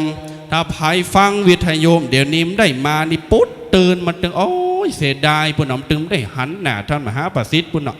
ก็เดียวฮัตตะเปรบเทวตุเจ้าสปุงน้อยก็ตุเจ้าจังกำไผ่ดันรอแล้วไผ่นะนี่ ญาติโยมวันนี้ท่านอาจารย์พระมหาประสิทธิ์เปิ้นจะเป็นพระเอกในงานเปิ้นจะมาเป็นพระเอกในงานเพราะวันคล้ายวันเกิดอุ่นไงถ้าเป็นภาษาเจ้าบ้านเฮาสิริอายุวัฒนมงคลญาติโยมสาธุชนทั้งหลายเฮาไม่ใช่ว่าจะสืบชะตาเฉพาะท่านอาจารย์พระมหาประสิทธิ์รูปเดียวเท่านั้นจะสืบชะตาแผ่บารมีแผ่ชะตาราศีไปให้กับญาติโยมศรัทธาสาธุชนหมดเลยไผติมาวันนี้แม่กระทางวาญาติโยมติบ่ได้มาแต่ฟังวิทยุ104อยู่สืบชะตากาพุทธคุณธรรมคุณสังฆคุณกรรมสูตรกรรมเตศกาถาต่างๆจะตกไหลตามสินไหมไหลตามสินใดปลายปอจะไหลออกจากมือถือเฟซบุ๊กไหลออกจาก YouTube ไหลออกจาก TikTok ไหลออกจากไลน์ไหลจากคลื่นวิทยุไปสู่บ้านสู่จองมดเพราะฉะนั้นแล้วต้องโกอยู่ไหนก็ได้บุญเหมือนกันพี่น้องศรัทธาจะมาให้มาหอมก็รอสักครู่หนึ่งเนอะก็เดียวท่านอาจารย์มาเฮาก็จะได้ถวายมุทิตาสักการะนี่ญาติโยมสาธุชนต่างหลายวันนี้ปนานสีไว้เมมาลีนอพอพอน้ำเพอะพระบันหงเปิ้นก็เอาหงตาลมาป้ายพอเอาก๋วยสังฆตาลมาแล้วก็เอาน้ำส้มเกล็ดหิมะมาแล้วก็ญาติโยมสาธุชนแถมหลายต่อหลายท่านหลายต่อหลายคนวันนี้เฮาจะเบิกใบสีด้วยกันวันนี้เฮาจะมาสืบชะตาด้วยกันวันนี้เฮาจะมารวมฟังเทศด้วยกันแล้วก็วันนี้เฮาจะมากินห้องตาลด้วยกันเนอะญาติโยมเนอะเฮาอยู่กันเหมือนพี่ดีกันเหมือนน้องปรองดองเสมือนญาติวันนี้นะเพราะเรามีพ่อองค์เดียวกันปอของเฮาก็คือองค์พระสัมมาสัมพุทธเจ้าดังนั้นญาติโยมท่านสาธุชนพุทธบริษัทต่างหลายไผที่มาถึงแล้วก็มานั่งตั้งในไดเนอร์หามานั่งตั้งในไดเนอร์ญาติโยมเนอ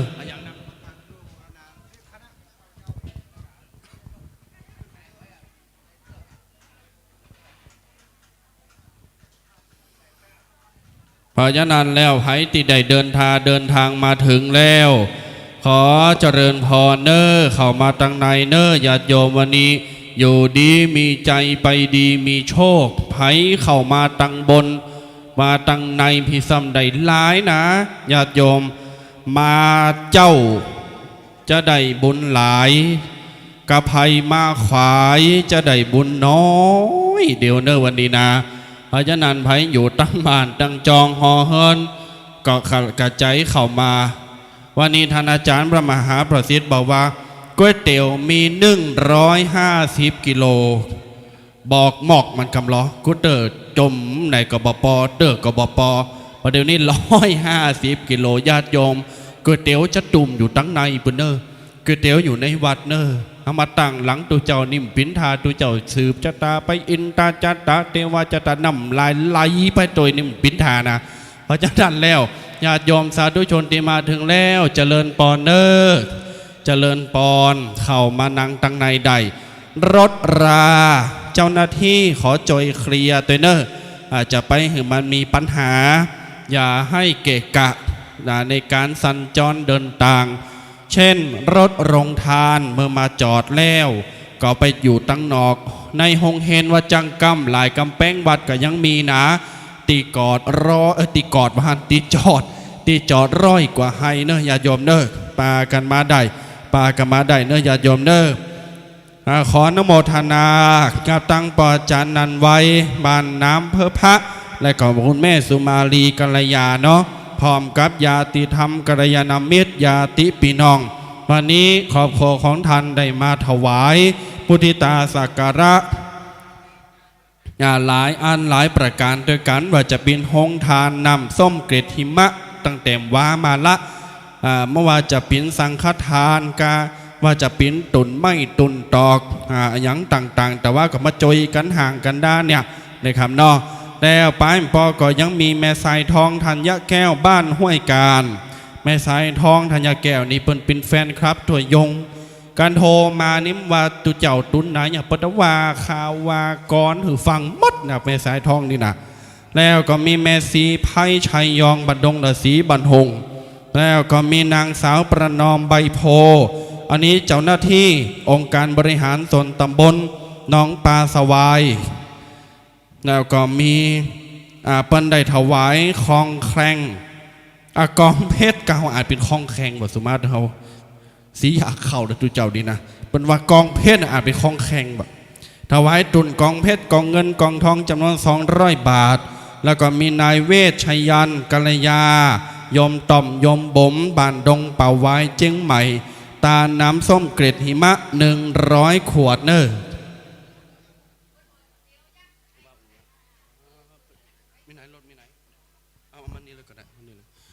ญาติโยมสาธุชนทั้งหลายบัดนี้หลวงปู่ครูบาอุ่นได้เมตตาเดินทางมาครูบาอุ่นนี่อยู่วัดไหนสักคนถามอยู่วัดฮงโงญาติโยมพระหลวงปู่ดำรัสครูอัฏฐกิจครับเอารถมาจอดพี่เลยก็ได้แล้วจะเที่ยวไกลกันจอดหน้าพี่เลยก็ได้หลวงปู่ครูบาอุ่นหรือว่าดำรัสครูอัฏฐกิจจาธร94ญาติโยม94 100 ปียอม6นี่ยอม6 ปี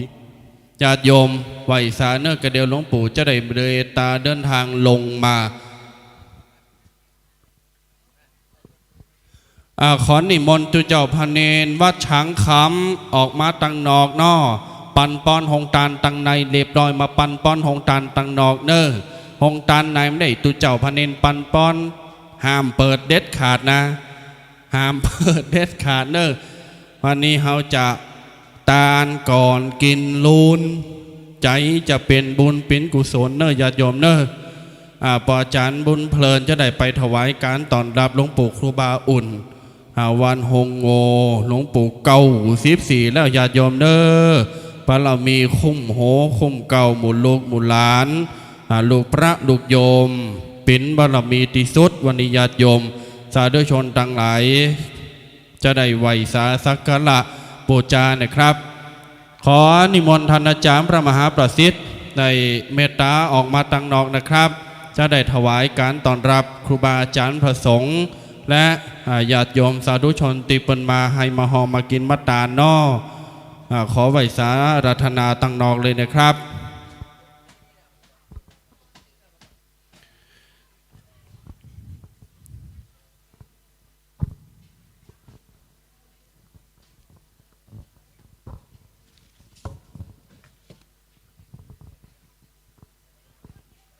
เจ๊แม่หน่อยเนอะหลวงปอนะครับเนาะขอสุมาอภัย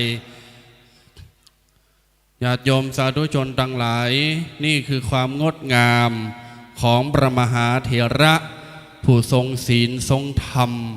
นามว่าท่านพระครูอัฏฐกิจจาธรแม่ว่าหลวงปู่จะเก่า14แล้วญาติโยมหลวงปู่ก็ยังมีเมตตามาปันปอนเอาโจกเอาใจคือกับท่านอาจารย์พระมหาประสิทธิ์กุปีบักขาดสายญาติโยมสาธุชนไหวสาหลวงปู่ครูบาพร้อมกันเนอสาธุสาธุสาธุพี่น้องศรัทธาภายในไหวสาหลวงปู่แล้วจะได้มีอายุยืนนาน94โคบเข้าพี่น้องศรัทธาสาธุชนทั้งหลายจะได้กราบไหวสาสักการะบูชาหลวงพ่อดำรงครูวิวิทธรรมธาดา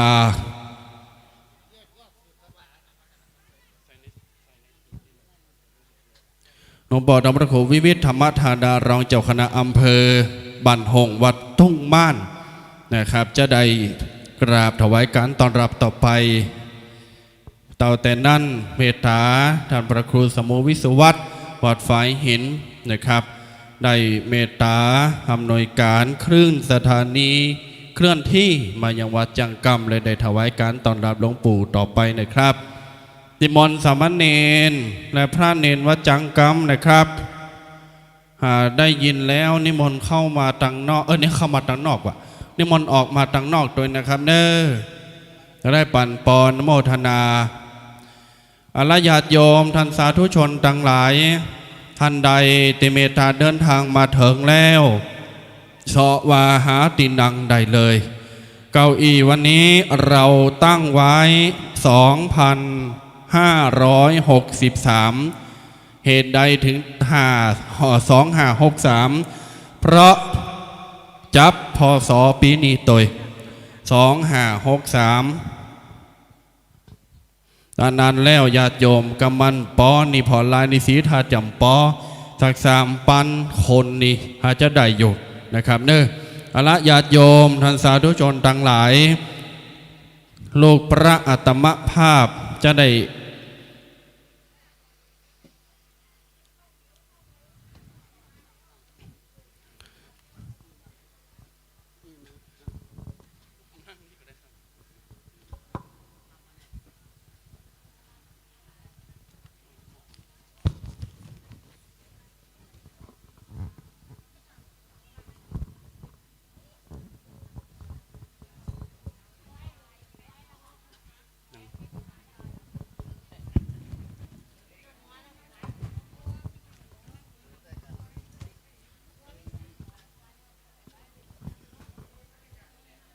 รายนามของพระมหาเถระครูบาอาจารย์จำนวน12 รูป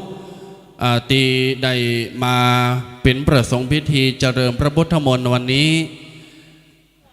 นิสธาไม่ออกปออก3 ยอดนี่มาแล้วเจริญปอนตันหับเนอเชิญตั้งหน้าเลยเนอแม่เนอโมทนาโดยนามครูบาอาจารย์12 รูปอันประกอบไปด้วยรูปแรกหลวงปู่ดำรงครูอัฏฐกิจจาธรหลวงปู่ครูบาอุ่นเจ้าวาดวัดรงวัวสันปัดตองเจียงใหม่รูปที่2หลวงพ่อดำรงครูธรรมาพิรมที่ปรึกษาเจ้าคณะเพอสันปัดตองเจ้าวาดวัดน้ำบ่อหลวงสันปัดตองเจียงใหม่รูปที่3หลวงพ่อดำรงครูวรธรรมาพิรมที่ปรึกษาเจ้าคณะตำบลแล้วก็เจ้าวาดวัดศรีเมืองโยรูปที่4หลวงพ่อดำรงครูโกศลธรรมวิจัยเจ้าคณะอำเภอสันทรายวัดเขาแตนหลงสันทรายเจียงใหม่รูปที่5หลวงพ่อดำรงครูประภัทรธรรมรังสีเจ้าคณะตำบลสีโพมวัดกู่เต่ารูปที่6หลวงพ่อดำรงครูสุตตสารประสิทธิ์เลขานุการรองเจ้าคณะจังหวัดละปูนวัดดอยแตเมืองละปูนรูปที่7หลวงพ่อดำรงครูวินัยสารโสพิษเจ้าคณะตำบลสันพระเนตรวัดสันสลีเจียงใหม่รูปที่8หลวงพ่อดำรงครูวิวิทธรรมธาดารองเจ้าคณะอำเภอบ้านห้องวัดทุ่งม่านบ้านหงละปูนรูปที่9หลวงพ่อดำรงครูรัตนวันสาธรหรือว่าท่านอาจารย์ไกรราช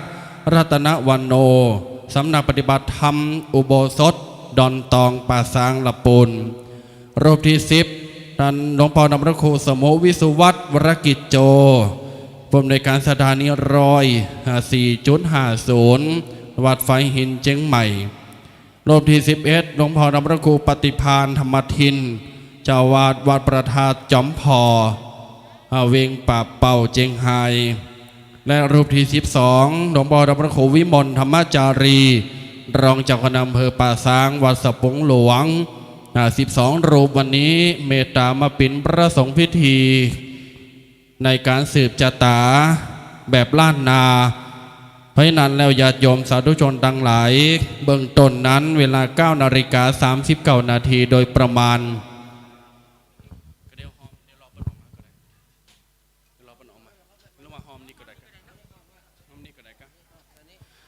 มีปอชัยวัฒน์เมษาวณีใจเมืองนี่จากสปน.สปุงน้อยหรือว่าสปุงจูเนียนี่มาอนุโมทนาโดยเพราะนั้นแล้วญาติโยมศรัทธาสาธุชนทุกท่าน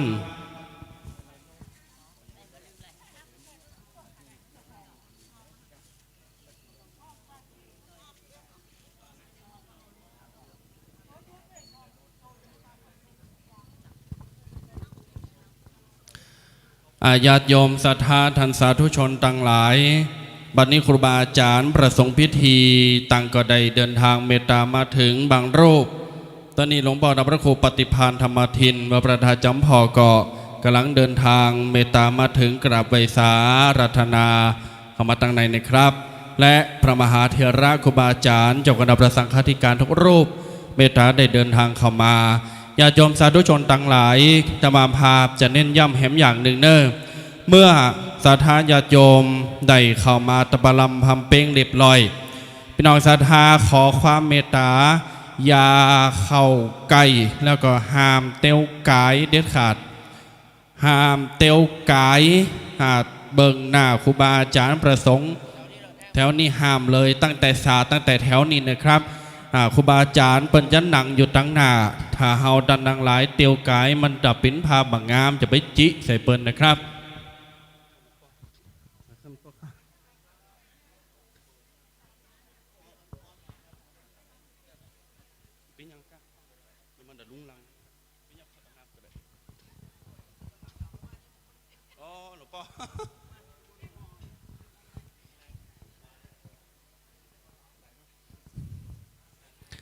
นานๆขอชี้แจงกับญาติโยมพระเมศรัทธาอย่างอีเนอร์นานๆไผตีนิมนต์สามเณรBMมาปันปอนหงตาลกำเนอร์นิมนต์เลยญาติโยมศรัทธาสาธุชนตั้งหลายก็เดี๋ยวจะขอเปลี่ยนเวอร์ชั่นเป็นภาษาเมืองเนาะเป็นภาษาเมืองญาติโยมสาธุชนตีได้เมตตาเดินทางมาไผตีได้เดินทางมาแล้วก็เข้ามานั่งตั้งในใดนะครับเนอเก้าอี้ก็ยังมีหลายร้อยอยู่นะครับเก้าอี้ก็ยังมีหลายร้อยอยู่ญาติโยมศรัทธาสาธุชนทั้งหลายตะกี้ประกาศบัดจบเนอญาติโยมพี่น้องศรัทธาดงป่าไหวปนันน้ำส้มเกร็ดหิมะ100 ขวด100 แก้วเอามาโดยปลายปอมีแม่แสงดากุณนาพร้อมกับนายมานะนางวรรณาพร้อมลูกเต้าเหล่าหลานร้านแสวงขนมสินนี่ร้านแสวงขนมเส้นหรือว่าเจ๊แดงกาดนัดวันพุธนี่บ้านไหลแก้วอันนี้เอาขนมเส้นมา10 กิโลให้ดำปอก็ฮะ10 กิโลปอแหละตัวเจ้าสปุงน้อยก็พี่3 กิโลไปเนี่ยมักขนมสิน แม่สายทองธัญแก้วแม่มาลีปนันไว้นอพอน้ำเพอพระส้มตำ1 หม้อใหญ่นี่ส้มตำสุ่มตำเมืองเขานี่นะ1 หม้อใหญ่แล้วก็เอาอาหารเพลขึ้นโต๊ะถวายครูบาอาจารย์เป็นลูกส้มของหวานตลอดจนถึงมีต้นโกโก้ญาติโยมศรัทธาถามว่าต้นโกโก้ปิ้นจะได้เปิ้นจะเอามาวางที่ข้างต้นสืบชะตาอยู่ตั้งหน้าพินเนอร์ต้นโกโก้นี่พร้อมอย่างเพราะว่าเปิ้นหันว่าเวลาปลูกแฮมหน่อยท่านมหาประสิทธิ์เปิ้นจะเอาหน่อยไปบดปิ้งกาแฟเพราะท่านอาจารย์เปิ้นหมักกาแฟชงกับน้ำผึ้งนี่ญาติโยมท่านอาจารย์เปิ้นจำใส่นมจำใส่น้ำตาลใส่อย่างสักอย่าง จะชงกาแฟผสมใส่น้ำอุ่นแล้วก็บีบน้ำใส่แล้วก็เอาน้ำผึ้งใส่นี่คืออายุวัดของท่านอาจารย์พระมหาประสิทธิ์ญาติโยมศรัทธาสาธุชนทั้งหลายไผตีจะเอาเคล็ดลับของท่านอาจารย์ไปครูพักลักจำนี่นะเอาไปใจก็ได้เนอะญาติโยมเนอะพี่น้องศรัทธาสาธุชนทั้งหลายมีเมล็งวันเพ็ญกัดนาดบรรลัยแก้วบรรทงแหมก็เอาผลไม้ชุดใหญ่มาถวายอีก1 ชุดนั้นขอสาธุอนุโมทนามาณโอกาสนี้โดยเนอพี่น้องศรัทธาท่านสาธุชนตีอยู่ตั้งในวัดในวาเรียบร้อยสมควรแก่การถวายมุทิตาสักการะขอเจริญพรเชิญเขาออกมาตั้งหน้าเนอออกมาตั้งนอกเนอครูบาอาจารย์พระสงฆ์พิธี12 รูปนะครับตอนเจ้าวันนี้10 จตาก็เดียวก็จะได้ไวสารัธนาขึ้นตั้งบนอาสงเลยนะครับ12 รูปตีได้เมตตามาตลอดจนถึงญาติโยมศรัทธาสาธุชนตีได้เมตตามากับครูบาอาจารย์โหวัดแต่ละวัดก็ได้เข้ามาตั้งในไดเนอร์ตามสะดวกสบายมันจะปินน้ำพองเนอญาติโยมเนอมันดัดเจะจะแม่ไปกลมปียังวันนี้มันจุมมันยินมันจุมมันยินโดยนะครับพี่น้องศรัทธาที่ไผเอาพัดลมโซนโตมาอย่างตูเจ้าสปุงน้อยนี่ก็หลอดไปเดี๋ยวนี้ฮ้อนมาแล้วเอาพัดลมโซนโตมาเนออย่าชมเนออากาศก็อบอ้าวพอสมควรตอนมีคุณมันก็ลงจะดีพอมาปะคนในอุณหภูมิมันร้อนอย่าโยมศรัทธาเบิดซ้ำจะฮ้อนวุ่นวายพร้อมอย่างเพราะว่ากินข่าวตอนกันลังแล้วใหม่หงตาลเปิดพี่น้องศรัทธากินข่าวแล้ววุ่นปุโธซ้ำจะฮ้อนให้นันญาติโยมศรัทธาสาธุชนที่ได้เดินทางมาจะให้จะหอมในส่วนไหนก็สามารถจะมาให้มาหอมกันได้เนอญาติโยมสาธุชนตีเมตตาเดินทางมาแล้วก็อยู่ในวัดในวาออกมาตั้งนอกใดญาติโยมตีกำลังเดินทางมาบ่ว่าจะเป็นรถส่วนตัวรถตู้นั่งเครื่องบินกะนั่งรถไฟกะจัดเต้วกับปั่นรถถีบกะขอเมตตาค่อยๆเนอค่อยๆเดินทางเพราะว่าบางท่านบางคนได้ยินเสียงตูเจ้าเปิ้นประกาศได้ยินเสียงโคศกเปิ้นประกาศว่าเปิ้นจะเริ่มพิธีแล้วเนอเจิญเนอจะไปเฝ้านะญาติโยมเนอวันนี้9:39หรือว่า10 โมงโดยประมาณเฮาจะรอครูบาอาจารย์มาพร้อมแล้วก็รอญาติโยมศรัทธาสาธุชนมาพร้อมเฮาก็จะได้เริ่มประกอบพิธีวันนี้มาอำเภอป่าซางละปูนญาติโยมอำเภอป่าซางละปูนนี้ถิ่นฐานชาวยองล้านนา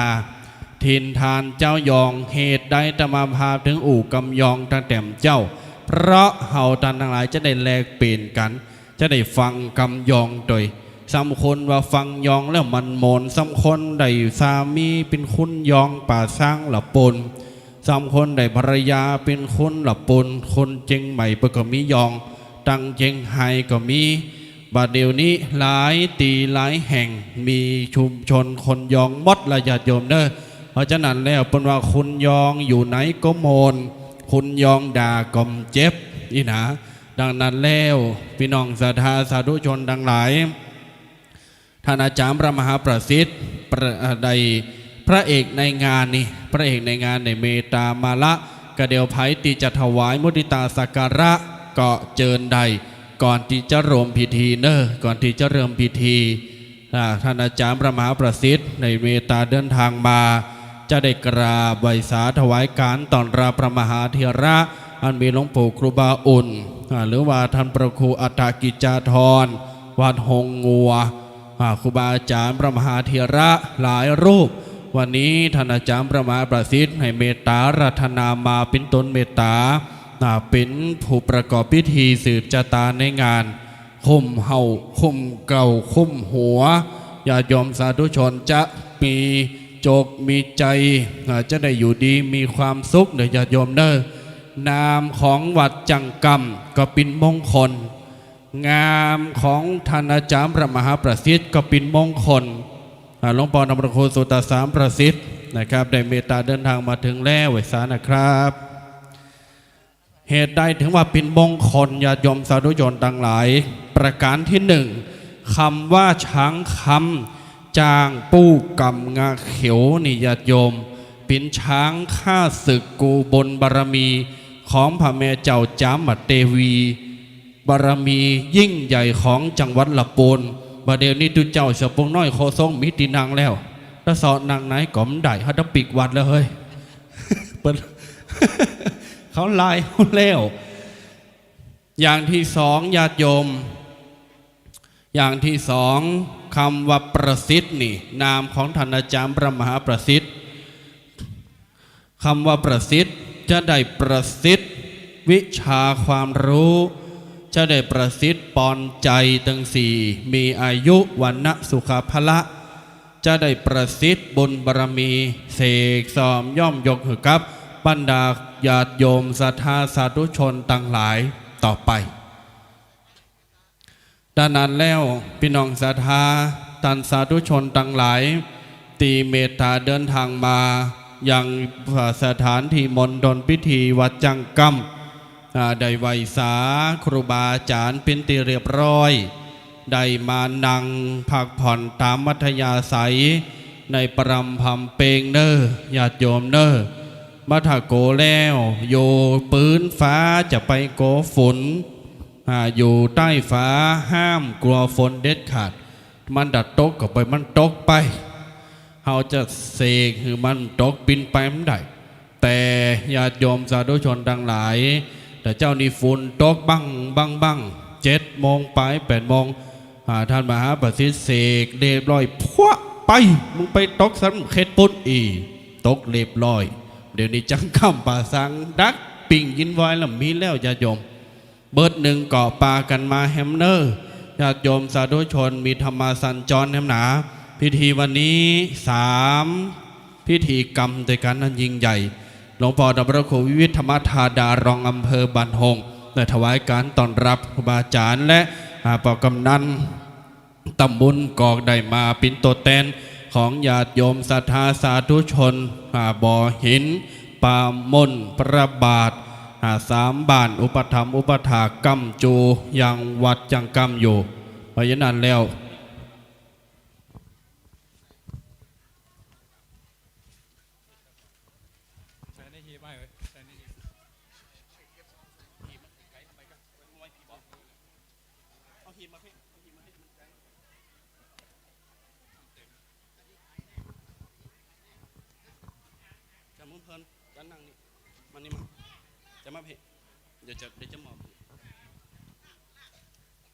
ไวสารัธนาประสงค์พิธีครูบาอาจารย์ทั้ง12 รูปหรือตีใดเดินทางมาถึงแล้วในเวลานี้ได้ขึ้นอาสงฆ์สักครู่หนึ่งเราจะได้ประกอบพิธีทางศาสนาตมภาพจะได้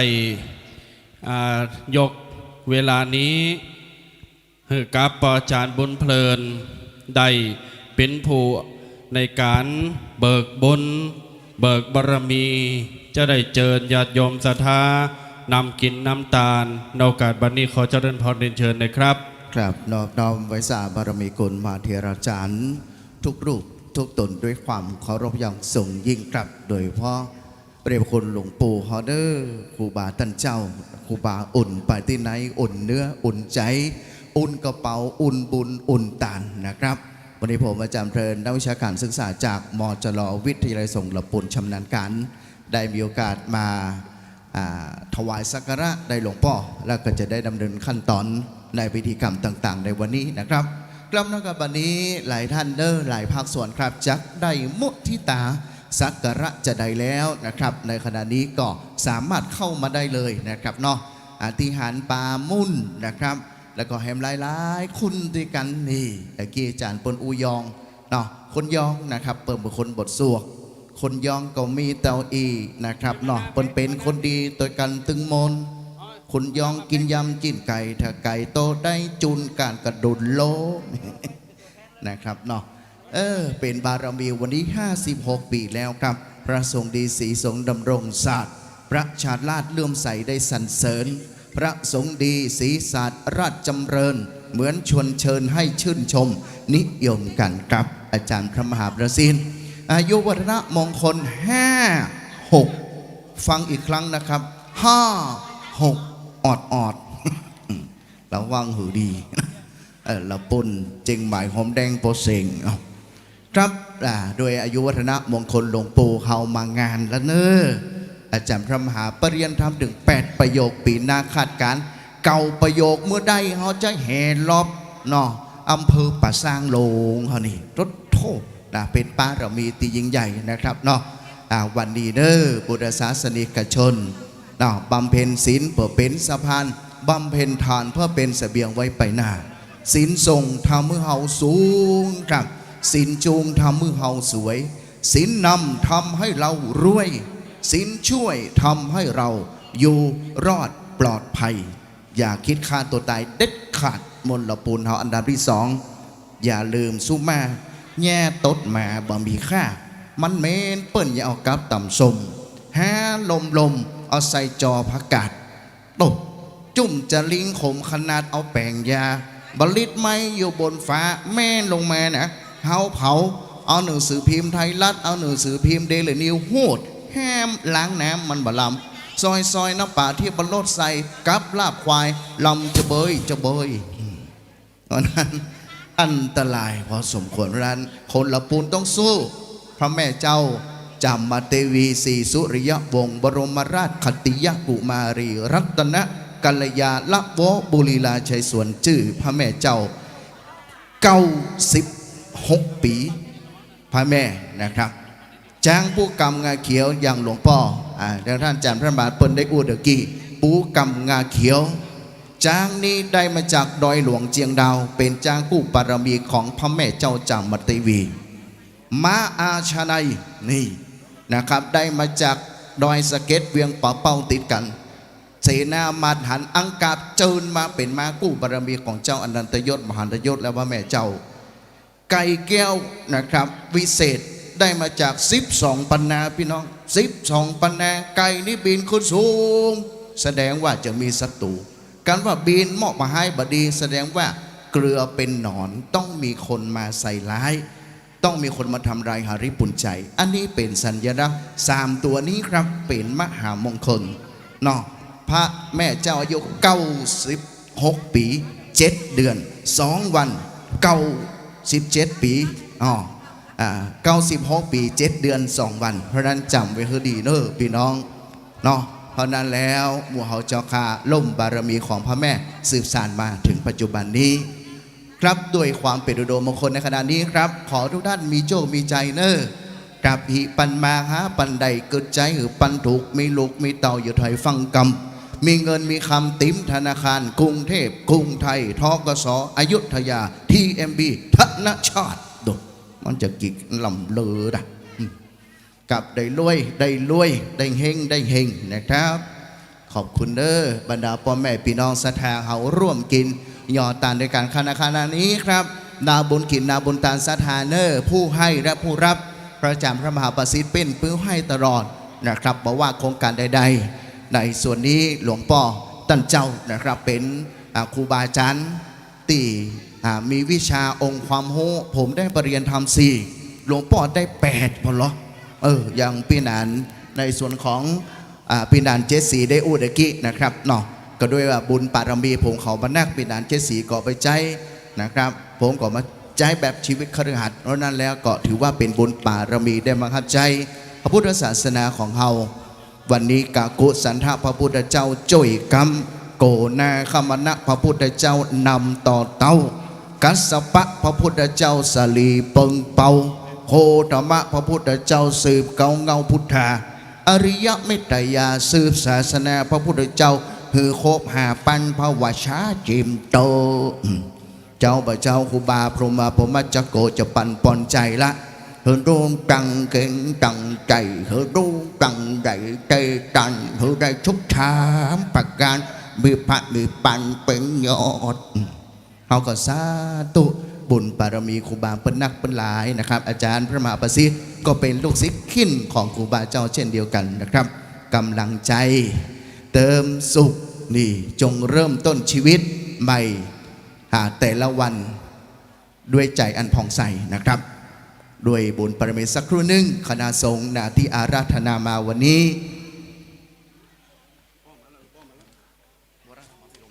ครับใบสาบารมีเนอครูบาเจ้าสารีเมืองอยู่ครูบาไปที่ไหนครูบาเจ้าเว่ายองอู่ยองเป็นเอกลักษณ์อัตลักษณ์วิเศษไปแล้วนะครับใบสาบารมีครูบาท่านพระครูวรธรรมาภิรมย์ครูบาเมืองอินเมืองพระอินทร์นะครับเป็นชื่อเก่าชื่อเดิมของครูบามีปารมีตียิ่งใหญ่เป็นตุนเมตตา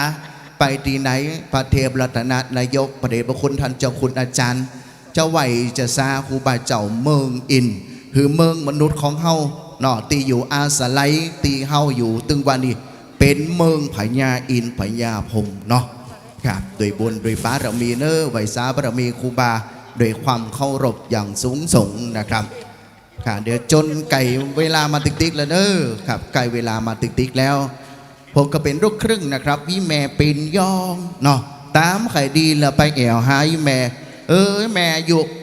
80ผมถามว่าวิแม่เป็นได้พองอันนอกนี่เขาเอาแบ่งลอยคือกล่อมหันใบมช้างเนี่ยว่าเอาแบ่ง500คือ500เนาะแม่ใบมช้างอีเมมหันนะเอาแบ่งปลา1-3ใบหันจัดถีนี่ขณะอีแม่ตาเปิ้นหันกับแบ่งปั่นเนาะสุขใจครับผมไปไหวมาได้กับห้องมาหาติ๊กๆเนาะซึกออกไปก็มาหาก็เป็นบุญเป็นปารมีเนอะครับวันนี้ได้มาหับใจคณะสงฆ์หันสังฆะเนาะอยู่พร้อมเพลงเร่งใจกันนะครับพระพุทธศาสนาสืบยาวสาวกว่างอยู่ไปนานต่อเต้าอายุของตุนว่าอันแต่เล่ามอเผือพระแก้วเจ้า3โดงสละชีวิตสละใหญ่หลงเบิ้นดังกระพงมาลาดอกแก้วมาลาดอกแก้วนะครับชีวิตเฮาเร่งทำความดีเนอะพี่น้อง10 ปีแปะแนมยามหนาว20 ปีจีบสาวตั้งเฟซบุ๊ก30 ปีตุกพยาการ40 ปีแนนยังโสด50 ปีโปรดยะเล็กว่าลุง60 ปีเอาถุงไปใส่เบยังชีบดุ70 ปีหีบน้ำแกงดัง80 ปีชอบฟังสุนทราภรณ์90 ปีหือนอนพักผ่อน100 ปีถึง120 ปีนอนบนกองป้อนกุศลาธรรมมาอกุศลาธรรมมามีไพลอตนะครับกลับเนากับบันนี้ได้เวลาเป็นมงคลแล้วนะครับกล่าวขอไหวสาบารมีพระเดชพระคุณนะครับเนาะครูบาอาจารย์อาจารย์พระมหาประสิทธิ์ธรรมาภินันโทปรริยนธรรม8 ประโยคนะครับได้เป็นผู้เป็นประธานในการจุดธูปเทียนบูชาพระรัตนตรัยขอผู้มีบุญติอยู่ในบริเวณเขตนี้ได้ยกมือสาบามือไหวนะครับจุดธูปบูชาคุณพระกาลุนโลกนาถเต้นเปรปัญโยพาดบูชาธรรมประศาสดาดอกไม้บูชาสงฆ์ผู้ดำรงศาสนา3 สิ่งนี้บูชาพระศรีรัตนตรัยนะครับกับพระอาจารย์พระมหาประสิทธิ์นะครับเป็นพระเถระผู้ใหญ่แห่งรูปหนึ่งใจดีมีบารมีที่ยิ่งใหญ่มีวิสัยทัศน์อันกว้างไกลเหตุผลนี้ไงครับอำเภอป่าสังเจริญรุ่งเรืองโดยพ่อไผ่มาจ้างกำพญาเจ้าจ้างนะผู้กำงาเขียวจะกำจะตาท่านจะกำหนุนสตังนะครับในกระเป๋าของท่านทวีคูณเพิ่มพูน100 เท่า100,000 เท่านะครับด้วยบุญด้วยบารมีเนอะครับอาจารย์ไอไวยสาไหวพระสัมมาสัมพุทธเจ้าสาธิตเกล้าการลนเป็นปฐมห้องใสบริสุทธิ์เอกอุดมเป็นพรหมเวทีคัมภีรญาณนะครับจากนั้นรอสักครู่นะครับอาจารย์จะได้จุดเต็นบาทน้ำมนต์นะครับสำหรับผู้ที่ได้นำพุทธิตามาเดี๋ยวสกรรมปอนใจเขาจะทีหลังเนาะครับผมนี่ครับครอบครัวตัวอย่างมีพ่อมีแม่มีลูกเนาะครับโดยบุญโดยบารมีที่ยิ่งใหญ่กล่าวขออนุญาตดำเนินในส่วนมคณายกนะครับเขาจะไหว้พระสมทานเบญจศีลพร้อมเพียงเรียงใจกันไผว่าใดคือว่าเสียงของท่านที่ดังก้องไปถึงปืนปัตภีไปถึงมเหสวนนะไปถึงสวรรค์คาไลเทวบุตรเทวดาสัมภเวสีเจ้าทั้งหลายคือได้อามนิสงส์นี้เนอ อิมินาสังฆาเลนะพุทธังปูเชมิอิมินาสังฆาเลนะธัมมังปูเชมิอิมินาสังฆาเลนะสังฆังปูเชมิอะระหังสัมมาสัมพุทโธภควาพุทธังภวันตังอภิวาเทมิสวากขาโตภควตาธัมโมธัมมังนามัสสามิสุปฏิปันโนภควโตสาวกสังโฆสังฆังนามามิหากอยู่ไกลหันได้ประเคนขันดอกไม้ขันขอสินกำเนิดครับอยู่ตั้งบนอยู่ตั้งบนนะครับขับบาลาดอกไม้เปรียบเสมือนปูจาคณะสงฆ์พระสงฆ์ครับครูบาเจ้าอุ่นจือศิลป์คือปอนบุเฮาเจ้าคาเนอมะยังพันเตวิสุงวิสุงรักขันนัทธายาติสลาเนนะสหปัญจศีรานิยาจามาโดติยัมปิมะยังพันเตวิสุงรักขันนัทธายาติสราเนนะสังหาปัญจศีลานิยาจามาตาติยัมปิมะยังพันเตวิสุงรังคานัทธายาติสราเนนะสังหาปัญจศีลานิยาจามานะโมตัสสะภะคะวะโตอะระหะโตสัมมาสัมพุทธัสสะนะโมตัสสะภะคะวะโตอะระหะโตสัมมาสัมพุทธัสสะนะโมตัสสะภะคะวะโตอะระหะโตสัมมาสัมพุทธัสสะนะโมตัสสะภะคะวะโตอะระหะโตสัมมาสัมพุทธัสสะนะโมตัสสะภะคะวะโตอะระหะโตสัมมาสัมพุทธัสสะนะโมตัสสะภะคะวะโตอะระหะโตสัมมาสัมพุทธัสสะพุทธังจารนังกัจฉามิพุทธังสรณังคัจฉามิธัมมังจารนังกัจฉามิธัมมังสรณังคัจฉา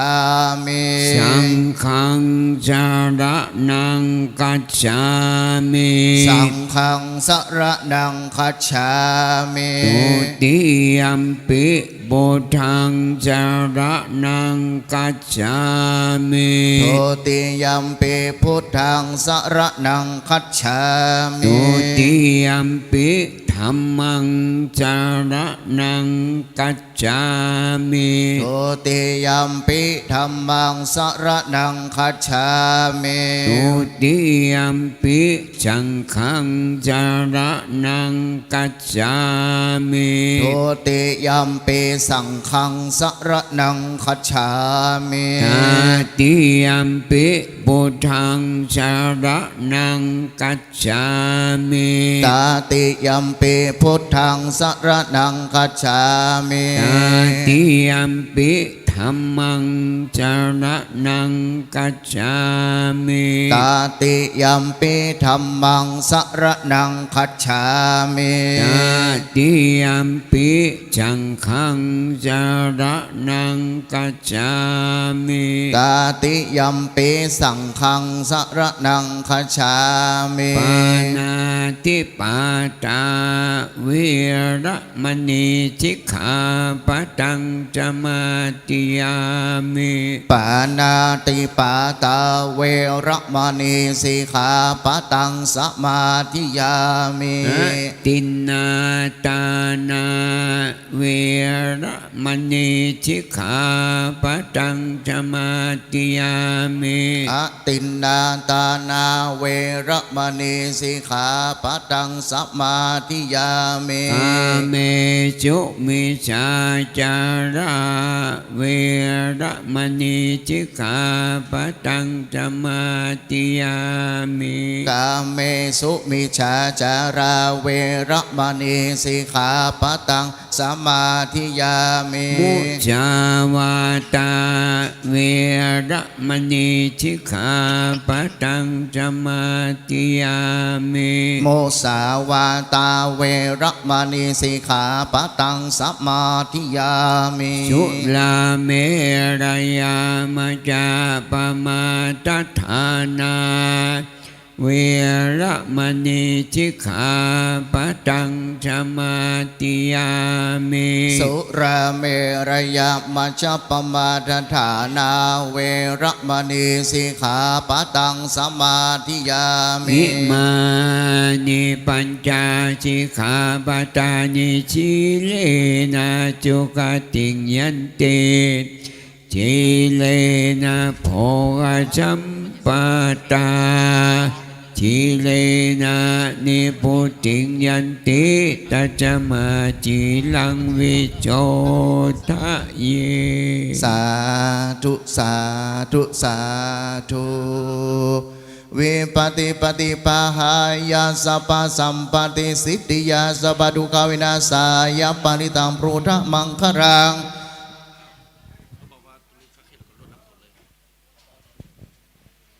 วิปติปฏิปหายาสัพพสัมปติสิทธิยาสัพพปยาวินาศายาปริตังโพธมังครังวิปติปฏิปหายาสัพพสัมปติสิทธิยาสัพพะโรวินาศายาปริตังโพธมังคลัง ปริตวานเมตังสเมตตาปะทันตาอเวกิตาจิตาปริตังปะนันตุสักเคกะเมจโรเปกิเลสิกรตาเตยันตลิเกวิมาเนทิเประเตจักาเมตลวานาคาเนเคอวัตุมมิเกเตปุมมาจยันตุเทวาจารตะระวิสเมยักขกันตปนาคาติทันตาสันติกิยังมุนิวรวจนังสัทโวเมสุนันตุธรรมสวนาการโรอายัมปัตตันตาธรรมสวนาการโรอายัมปัตตันตาธรรมสวนาการโรอายัมปัตตันตานะโมตัสสะภะคะวะโตอะระหะโตสัมมาสัมพุทธัสสะนะโมตัสสะภะคะวะโตอะระหะโตสัมมาสัมพุทธัสสะนะโมตัสสะภะคะวะโตอะระหะโตสัมมาสัมพุทธัสสะพุทธังสรณังกัจฉามิธัมมังสรณังกัจฉามิสังฆังสรณังกัจฉามิตุติยัมปิพุทธังสรณังกัจฉามิตุติยัมปิธัมมังสรณังกัจฉามิตุติยัมปิสังฆังสรณังกัจฉามิตติยัมปิพุทธังสรณังกัจฉามิตติยัมปิธัมมังสรณังกัจฉามิตติยัมปิสังฆังละนังกัจฉามิสรณกัมมนังนะโมเมสัมปะพุทธานังตวติงสาวระละกันโนตันหังกันโลมังหาวิโลเมตังกันโลมังหายาโสนังกันโลโลกาหิโตติปังกันโลจุตินดันโลกนดัญโย ปาโมกโขมังกัลโลปุริสาสัพโพสุมันโนสุมันโน ติโลเล วันโตลันเทวตันโนสุบินโตคุณาสัมปันโนอันโนมัตตสีนุต ตัมโมปะโตโมโลกปัจโจโตนารัตโตวัลลาสาลติ ปะตุ มุตตะโลสัตตาสะโลสุเมโตอากาภุกะโลสุจาโต สัพพะโล กะโกปิยันตาสีนาราสัพโพอันตันตาสีกาโรนิโกธัมมาตาสีตะโมนุตโต ติทัตโตอาสัมโมโลเกติสโส จาวาตะตวังวะโลปุโสจาวาลาโตพุตโตวิปัสสิจาอนุปโมสิกิ ปะหิ โตสัตตเวสะโพสุกตายาโกกากุสันโดสัตตวาโหโกนาคัมมโน จะ โอกัสสะโพสิลิสัมปันโนโกตโมสักกายาปุงกะโวอัตถวิสติ สังคัตตา หิเมพุทธามาหิติกากรุณาคุณาสัมปันนาสัพพะโรกาภิปุจิตา เตตะ สัพพะลาพุทธาหุตตมังกาภุกะลาเตปิสังฆคุณาสุภิติเย มัตตัง ปัตตาเอเตพุทธาติตาจมังกราโอนติสัพพะตาตาเว ติเม พุทเตอาหังวันตามิสัพพะตาติสัญญาเนนะสิเลนะกันติเมตตาภเรนะจา เตปินโนอนุรักขันตุ กาโลกเยนะสุเกนะจาอัตตวิสันติเมพุทเตโยนะโรกาโตกะปานิสัตตสังอาสานิตุกติโสนะกัสสันติอัตตเว สติพุทธะ ปาริตังเอวะเมสุตังเอกังสัมมายัง ภะคะวะ ปาลานาสิยังวิหารติอิสิปัตตเน มิกะตะ เอตาลาโคมะกาวาปัญจวัคคีเยภิกขุอามันติสิตเวเมวิกเว อัน เตปะปะจิเตนะนะเสวิตาปโยจายังกะเมสุกามาสุขันเล กานุโยโคหิ โนกัมโมโพโตจานิโกอานาริโยอานาดาสันนิโต โยจะยังอัตตะกิลละ มาตาโนโยโกตุโขอานาริโยอานาดาสันนิโตโยจะยังอัต เอ ต เตเตภิกข กเวอุโพอันเตอนุปกรรมมัชฌิมาปฏิปตาตถากเตนะภิสัมพุทธา ภูกะ ลานิยานาการณิอุปสัมมายาปิญญายา สัมโป กายานิปานายาสังวัตติกัตตมาจัสสาภิกขเว ชิมา ปฏิปตาตถากเตนะภิสัมพุทธาจักขุการณิยานาการณิ อุปสัม มายาปิญญายาสัมโพธายานิปานายาสังวัตติอายะเมวะหริโย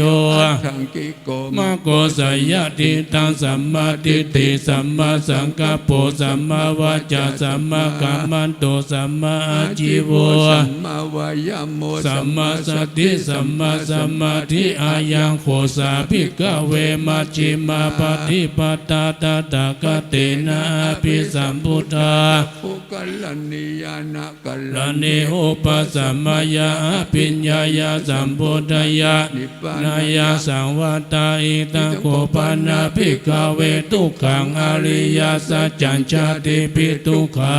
ราปิ ทุกขามาลานาปิทุกขังโสกาปริเทวะทุกขโทมนัสสุปายาสาปิทุกขาอภิเยหิ สัมปะโยโค ทุกโขปิเยหิวิปโยโกทุกโขยัมปิสันนาราปฏิตัมปิทุกขังสังกิเตน นะปัญจุปทาขันธทุกขาอิตังโขปันนาภิกขเวทุกขสมุทัยโยอริยสัจจังยายันตัณหาปุโน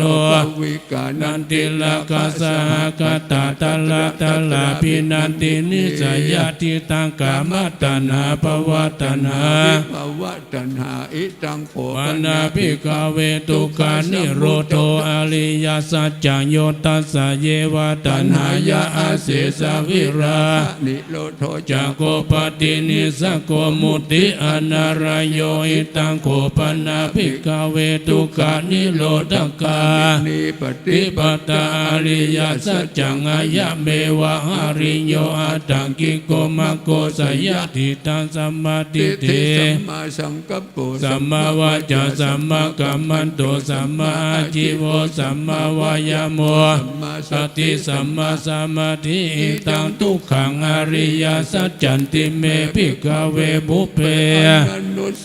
สุตเมสุจักขุงอุตตปาทิญาณังอุตตปาทิปัญญาอุตตปาทิวิจจาอุตตปาทิอโรโกตังโภปันนิตังทุกขังอริยสัจจังปริยายันติเมภิกขเวบุพเพอานันโนสุเตสุตัมเมอุตตปาทิญาณังอุตตปาทิปัญญาอุตตปาทิวิจจาอุตตปาทิอโรโกปันนิตังทุกขังอริยสัจจังปริยาตันติเมภิกขเวบุพเพอานันโนสุเตสุตัมเมอุตตปาทิญาณังอุตตปาทิปัญญาอุตตปาทิวิจจาอุตตปาทิอโรโกติอิตังทุกขสมุทัยโยอริยสัจจันติเมภิกขเวบุพเพอานันโนสุเตสุตัมเมญาณังอุตตปาทิปัญญาอุตตปาทิวิจจาอุตตปาทิอโรโกติตังโขปานิตังทุกขสมุทัยโยอริยสัจจังปหาทัปปันติเมภิกขเวบุพเพสุตเมสุจักขุงอุตตปาทิญาณังอุตตปาทิปัญญาอุตตปาทิวิจจาอุตตปาทิอโรโก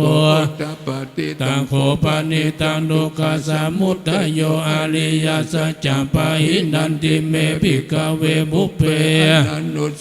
สุตเมสุจักขุงอุตตปาทิญาณังอุตตปาทิปัญญาอุตตปาทิวิจจาอุตตปาทิอโรโกอิตังทุกขานิโรโธอริยสัจจันติเมภิกขเวบุพเพอานันโนสุเตสุตัมเมสุจักขุง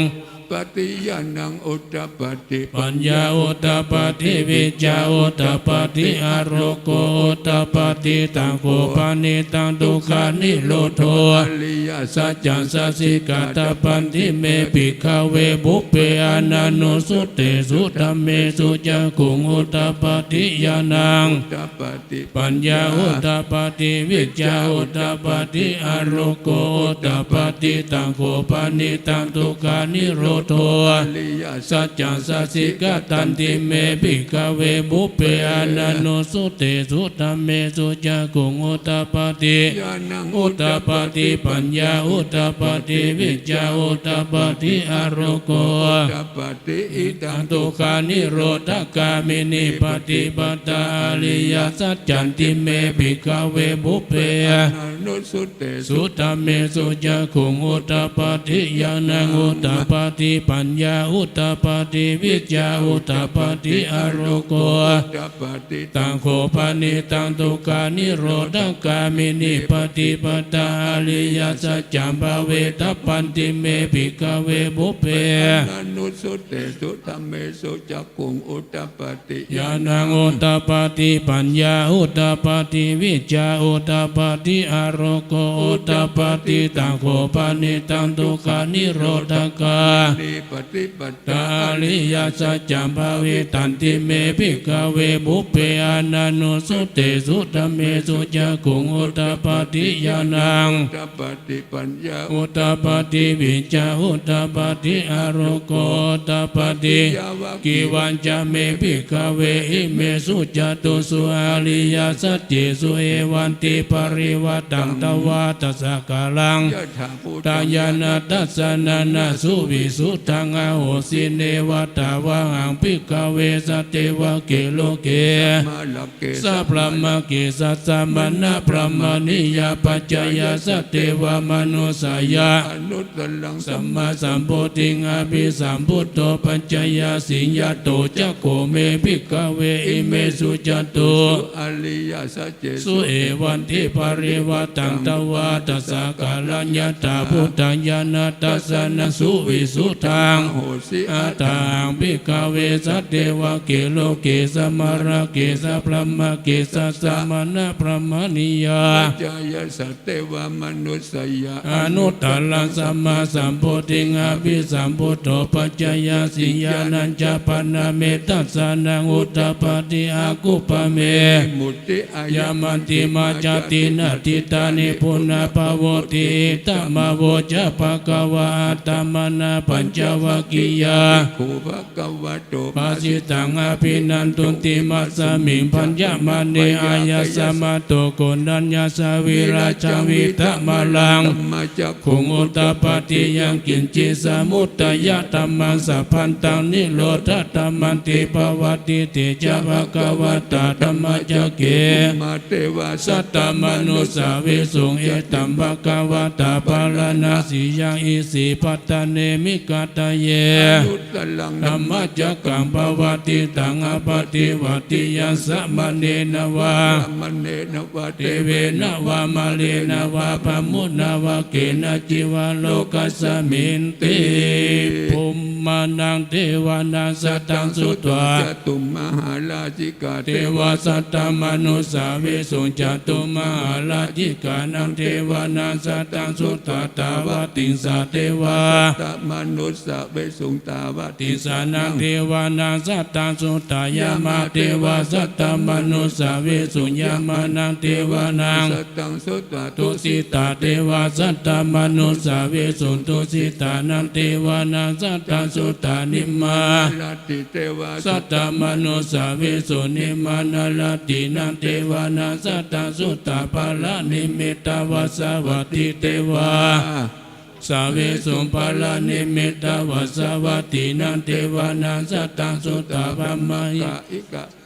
ธรรมภายิกาเทวาสัตตมนุสาวิสุงเอตัมภะคะวะตาปาลานาสิยังอิสิปัตตเน กัตตะเย อนุตตรังธรรมจักกังปวัติตังอปฏิวัติยังสัมมเนนวาพระมเนนวาเทเว วามาเรนวาพระมุ นาวเกนะจิวาโลกัสสมินติหิติหะเตนะคันเนนะเตนะมหุเตนะยาวะพระมโลกัสสะโท ภูขัดชิ อายัญจตัสสะสหสิโลกาตาตุสังกัมปิสัมปะกัมปิสัมภเวทิอาปามโนจะโอละโล พาโสโล เกปตุลาโหสิอาติกัมเมวะเทวานังเทวานุภาวังอัตตังโขภะคะวะอุตตานังอุตตานิสี อัญญสิ วัตตโมโกนัญโยอัญญาสิวัตตโมโกนัญโยติอิติหิตังอายาสมาโตโกนัญญาสะ อัญญากล นัญโยเทวานามังอาโหสิตินามาจักกัปปวัตนาสุตังคังปฏิโยวะโปมานาโมจาสะเจเอเตปัญจมหาธิราวากิติวุจาเลอาเสวนาจะปาลานังปันดิตานันจะเสวนา ปูจาจะ ปูจานิยานาเอตัมมังคลามุตตามังปฏิรูปเตสวาสุจามุเพจักตา ยัตตา อัตตสัมมาปณินิจาเอตัมมังคลามุตตามาปะหุสัจจัญจสิปัญจวินัยโยจะสุสิกิโต ปาสิตาจะยะวาจาเอตั ตั ม มมังคลามุตตามามาตาปิ ตุอุปทานาพุทธตาราสาสังฆโหอนาคุลาจกัมมันตา ธัมมังกล มุตตามันตานัญจะธรรมจาริยจยตกานัญจะสังฆโหอนาวัจจานิกัมมเนตัมมัง กลมุต ตัมมังอรติวิรติปปามัจจปนาจสัญญโมหะปะมะโต เมสุ อิตัมมังกลามุตตมังกลาโวจานิวัตโตจะสันตุติจักตัญยุตกาเลนะ ธัมมัสสะ วานาเอตัมมังกลามุตตมังขันติจะโสวัจจะสัตตสัมมานานัจจตัสสนัง กะเลนะ ธัมมาสกจาเอตัมมังกลามุตตมัตตโพจะพระมจาริยจาริยสัจจานัตตัสสนัง นิพพานาสัส สิกิริยจาเอตัมมังกลามุตตมังพุทธัสสะโรกตเมจิตตัญญสนะกัมปติ สุกัง วิลาจังเขมาเอตัมมังกลามุตตมาเอตติสานิกัตวานัสสะปทา ปลาจิตตาสัพพะทัส สุติกาสันติตันติสัมมังกลามุตตมันติมหามังกลาสุตังยังกินชีวิตตังอิตวา สักเก สุวายารัตนาปานิตานาโนสัมมังอทิตตตากเตนะเอตัมเบพุทเทรัตนัง นิตัง เอเตนะสัจเจนะสุวัติโอนโตคายังวิรากังอมตังปณิตัญญาดัสสกาสกยมุนี มาหิต โตนะเตนะตัมเมนะสัมมาดิกินจิตัมปิตัมเมรัตนัง นิตัง เอเตนะสัจเจนะสุวัติโอนโตยัมพุทธเสโตปริวันนายิสุจิงสมาธิมา ตาริกัญญา มาหุสมาธินาเตนะสัมโมนาวิจติตัมปิตัมเมรัตนาปานิตังเอเตนะสัจเจนะ สุบัติ โอนโตเยภุกลาตัสสะตัมปัสสะตะจัตตาลิเอตานิยุกานิโหติเตตะกินายาสุขตัสสะ กา เอเตสุตินานิมหาปรานิเอตัมมิสังเกรัตนัง นิตัง เอเตนะสัจเจนะสุวัติโอนโตเยสุปยุตตามานัสสะตัลละเยนะนิกามิโน ธรรมสาสนัมหิเตปฏิปตา อามาตาวิกหาลตามุตตานิโพติบุญญามานาเอตัมมิสังเกรัตนัง ตัง เอเตนะสัจเจนะสุวัติโอนโต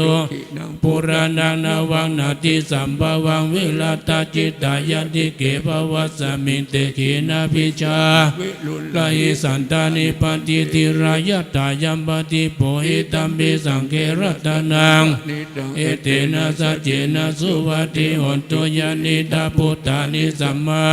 นิ ภุมมานิวายานิวะอันตลิเกตตากตังเทวมนุสัมพุจิตังพุทธังนามัสสามา สุบัติ โอนโตยานิดาพุทธานิสัมมากตานิภุมมานิวายานิวะอันตลิเกตตากตัง เทวมนุส สัมโพธิตังธรรมังนามัสสามาสุวัติโอนโตยานิดาพุทธานิสัมมากตานิภุมมา วายานิวะ อันตลิเกตตากตังเทวมนุสัมโพธิตังสังฆัง ธรรมสามา สุ สุ วั วั ติ ติ โอนโตรัตนะสุตาเมตตัญจะสัพพโลกัสสมิมานาสัมภาวะเย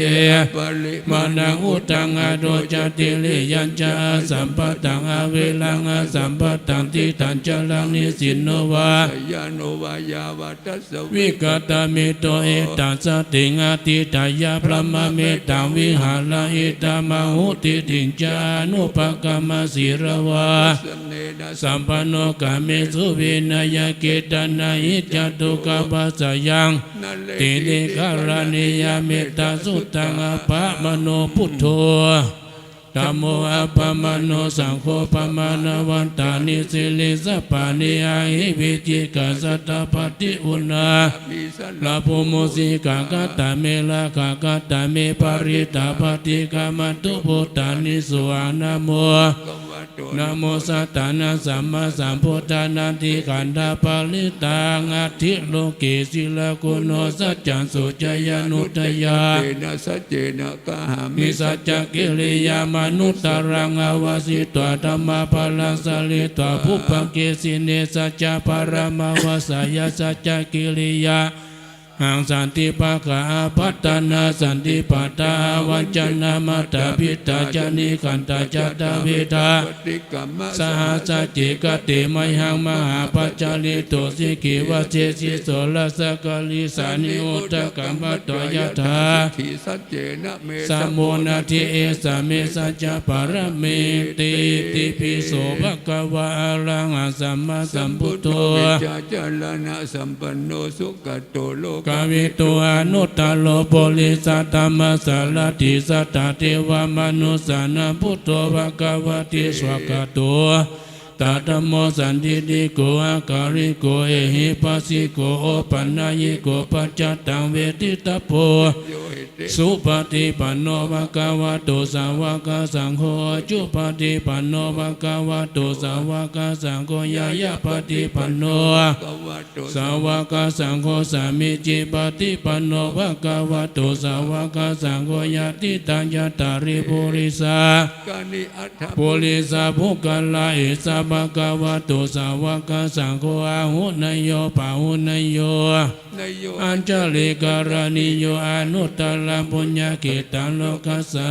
ติเอวังพุทธังสลันตานังธัมมังสังฆัจจา ขโบ วายังวาสัมพิตตังวะโลมหาสุวาโสนาเอสติติสัตตาสุเขนรากันตุ ตาสันติ กาลาตุวะเตหิตังละกิโตสันโตโมโตสัพพะพะเยนะจัสสัพพะโลกวินิโมโตสัพพะสันตาภวจิตโต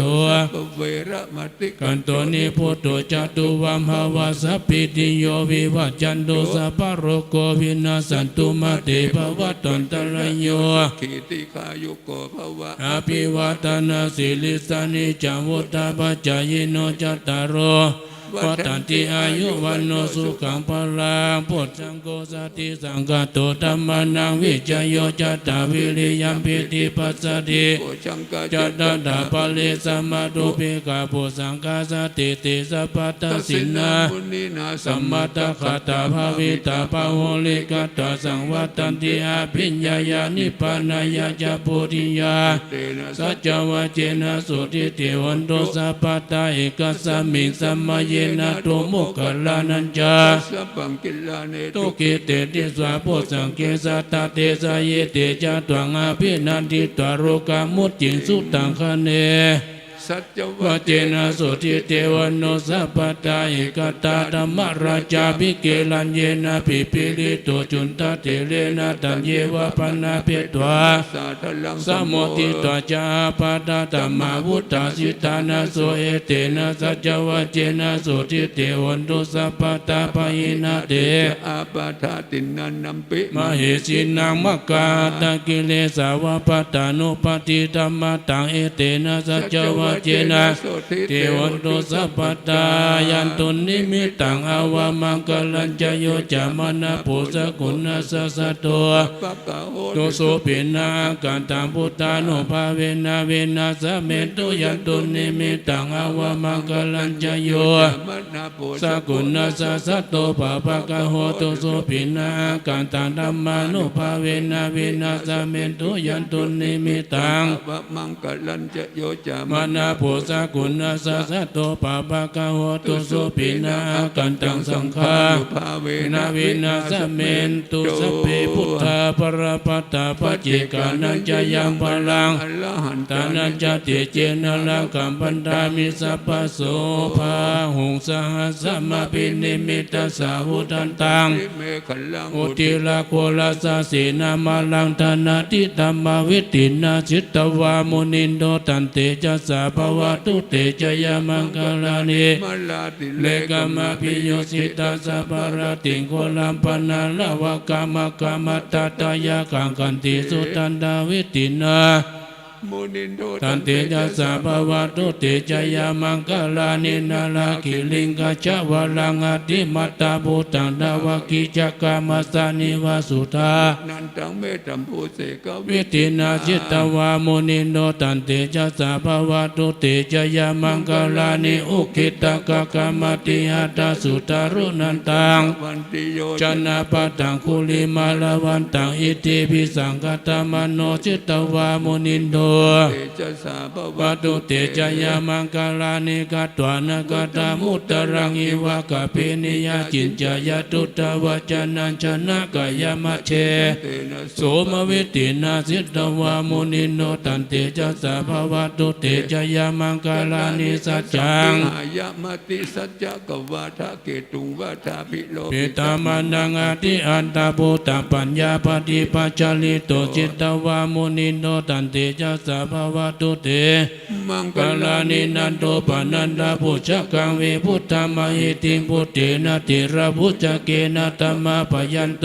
โตปเทส วิตินาจิตตวามุนิโนตันเตจะสาภวะตุเตจยามังกาลานิทุกขาติติพุชเกนะสุตตาตัมละมัง เมสุทธิ สุนิมิติภกาพิตานัญญาณกเตนะวิตินาจิตตวามุนิโน เตจะสา ภวะตุเตจยามังกาลานิเอตปิพุทธจยามังกระอัตตกตโยวจโน นาทิเน สารเตมาตันติตวานานิกาวิวิตานิจุปัตตวานิโมขัง อาทิ กามายานโลสัพพัญโยมหากรุณิโกนะโตหิตายะสัพพปานินาง สุเรตวปาระ มิสัพพะปะโตสัมโพธิมุตตมะเอเตนะสัจจวัจเจนะวันตุเตจยามังคลัญจยันโตโพธิยา เลสักยา นันนันติวัตโนเอวะตววิจโยโหหิจยาสุจยามังคเลอปลาจิตตาปัลลังกิสีเสปัตวิบุคเล พิเศษเกสัพพะบุตธานัง อากาปะโตปะโมตติสุนัขตังสุมังคลังสุปะปะสังสุโหติตังสุขโนสุมาโหตุจาสุเยตัมพระมัจจาริสุ ปัตตคินัง กายกรรมังวาจากรรมังปัตตกินังปัตตกินังมโนกรรมังปณิติเตปัตตกินา ปัตตคินานิ นิกตานาลาปันตติปัตตกินเนเตอัฏฐลัทธาสุขิตาวิรุลหาพุทธศาสเน โลกาสุกิตา โอตัสสะสัพเพยติปิสักตาพุทธรัตนังโอสัตตังอุตตมวะลาหิตันเทวมนุสสานัง ทัตเตเจ นาสุตินานาสันโดปัตตวาสัพเพทุกขาวุปัสสะเมนโตเตสักตาธรรมรัตนังวาลาปาลิลาหูปัสสะมานันมติเจนะสุตินานาสันโดปัตตวาสัพเพปยาวุปัสสะเมนโตเตสักตวา รัตนังโอสัตตังอุตตมัง วาลังอาหุนายังปะหุนายังสังฆติเจนะสุตินานาสันโดปัตตวา เปโล กาโวปัสสะเมนตุเตนัตถิเมสารนังอัญญังพุทโธเมสารนังวาลาเอเตนะสัจจวัจเจ โอตุเต จายามังคลานัตถิเมสารนังอัญญังธัมโมเมสารนังวาลาเอเตนะสัจจวัจเจนะโหนตุเตจายามัง ลังนัต ติเมสารนังอัญญังสังโฆเมสารนังวาลาเอเตนะเจนะโหนตุเตจายามังคลังยังกินเจรัตนาโลเกวิสัตติวิวิตัมพุทธรัตนัง พุทธสมัง นาทิตัสสะมาสุติภาวันตุเตยังกินเจรัตนังโลเกวิสัตติวิวิตัง ตุรัตนัง ธรรมะสัมมานาทิตัสสะมาสุติภาวันตุเตยังกินเจรัตนังโลเกวิสัตติ วิธัง พุทโธรัตนังสังฆัสสะมานาทิตัสสะมาสุติภาวันตุเตพุทโธมังคลาสัมพุทโธสัมพุทโธ ปตุตตมโมพุทธมังคละ มะกัมมาสัพพะตุขาปะมุญจเลธัมโมมังคลาสัมพุทโธกัมมิโลทุตตสุอานุธัมมะมังคลามะกัมมา ปะพยะ ปะมุญจเลสังโฆมังคลาสัมพุทโธตะกินโยอนุตตโร ปะมัง กลามะกัมมาสัพพะโลกาปะมุญจเลอินตจัตตาเทวจัตตาพระมจัตตามหาพระมจัตตาอิสิ ตามหา อิสิจัตตามุนีจัตตามหามุนีจัตตาโพลิสัจจัตตามหาโพลิสัจจัตตาจักรวติอาจักรวติจัตตาพุทธจัตตาปัจเจกพุทธจัตตาอรหันตจัตตาสัพพสิทธิวิจัตตารนัญจัตตา ปะโลกาจริยานังจัตตา สัพพโลกาธิปติยานัญจัตตาเอเตนะสัจจวัจเจนะตุยังสุวัติโหนตุตุยังสวหายะนะโมพุทธัสสะธัมมัสสะนะโมสังฆัสสะสยะทิตังโหโลสวหายะอินตจัตตาเทวะ จัตตาพระม จัตตามหา พระมจัตตาอิสิจัตตามหาอิสิจัตตามุนิจัตตามหามุนิจัตตาปุริสาหาปุริสจัตตาจักรวัติจัตตามหาจักรวัติจัตตาพุทธจัตตาปัจเจกพุทธจัตตา อันตจัตตา สัพพสิทธิวิจตลานันจัตตาสัพพโลกาจาริยานันจัตตาสัพพโลกาธิปติยานันจัตตาเอเตนะเจนะตุยังสุวัติโหตุตุยังสวหายะนะโมพุทธัสสะนะโม ปัสสะนะโมสังฆัสสะ สายาติตังโหโลสวหายาอินทจัตตาเทวจัตตาพระมจัตตามหาพระมจัตตาอิสิจัตตา อิสิจัตตามุนิจัตตาม หาโมนิจัตตาโพลิสัจจัตตามหาโพลิสัจจัตตาจักรวัติปัจจัตตามหาจักรวัติจัตตาพุทธจัตตา เจตบุตร จัตตาอรหันตจัตตาสัพพสิทธิวิจัตตลานันจัตตาสัพพโลกาจาริยานันจัตตาสัพพโลกา ปฏิยานังจัตตา สัพพโลกาธิปติยานันเอเตนะจัจจวาเจนะตุยังสุวัติโหตุตุยังสวหายะนะโมพุทธัสสะ นะโมธรรมัสสะ นะโมสังฆัสสะสยะทิตังโหโลสวหายะอาทิปุณสสวิจโย ธัมโมโลเกอนุต ตา ต โล โล สัพพสัตตาหิตตายะตังตังกานาหิเตวติปริวัจเจละจัตตันเดอามนุเสหิภวะเกภยเก เกวิ เสพุติอากาลมาลเนนะจัสสะปัสสะมามรณามุตโตทะเปตวกาลมาลิกันตเสวะ อนุภาเวนะ โหตุเทวสุขิสัตตาสุทธสีลังสมาตายะตัมมังสุจาริตังจาริตเสวะอนุภาเวนะโหตุเทวสุขิสัตตา วิคิตังจิตติตัง ปุจจันทาลนังวาจานังกาลุงปาลิสันเทสนังสุตตตัสสะอายุภวัตติอาทิอุณสสวิจโย โมโลเก อนุตตโลสัพพสัตตาหิตตายะตังตวังคณะหิเทวติปริวัจเจละจัตตันเดอมนุเสหิภวะเก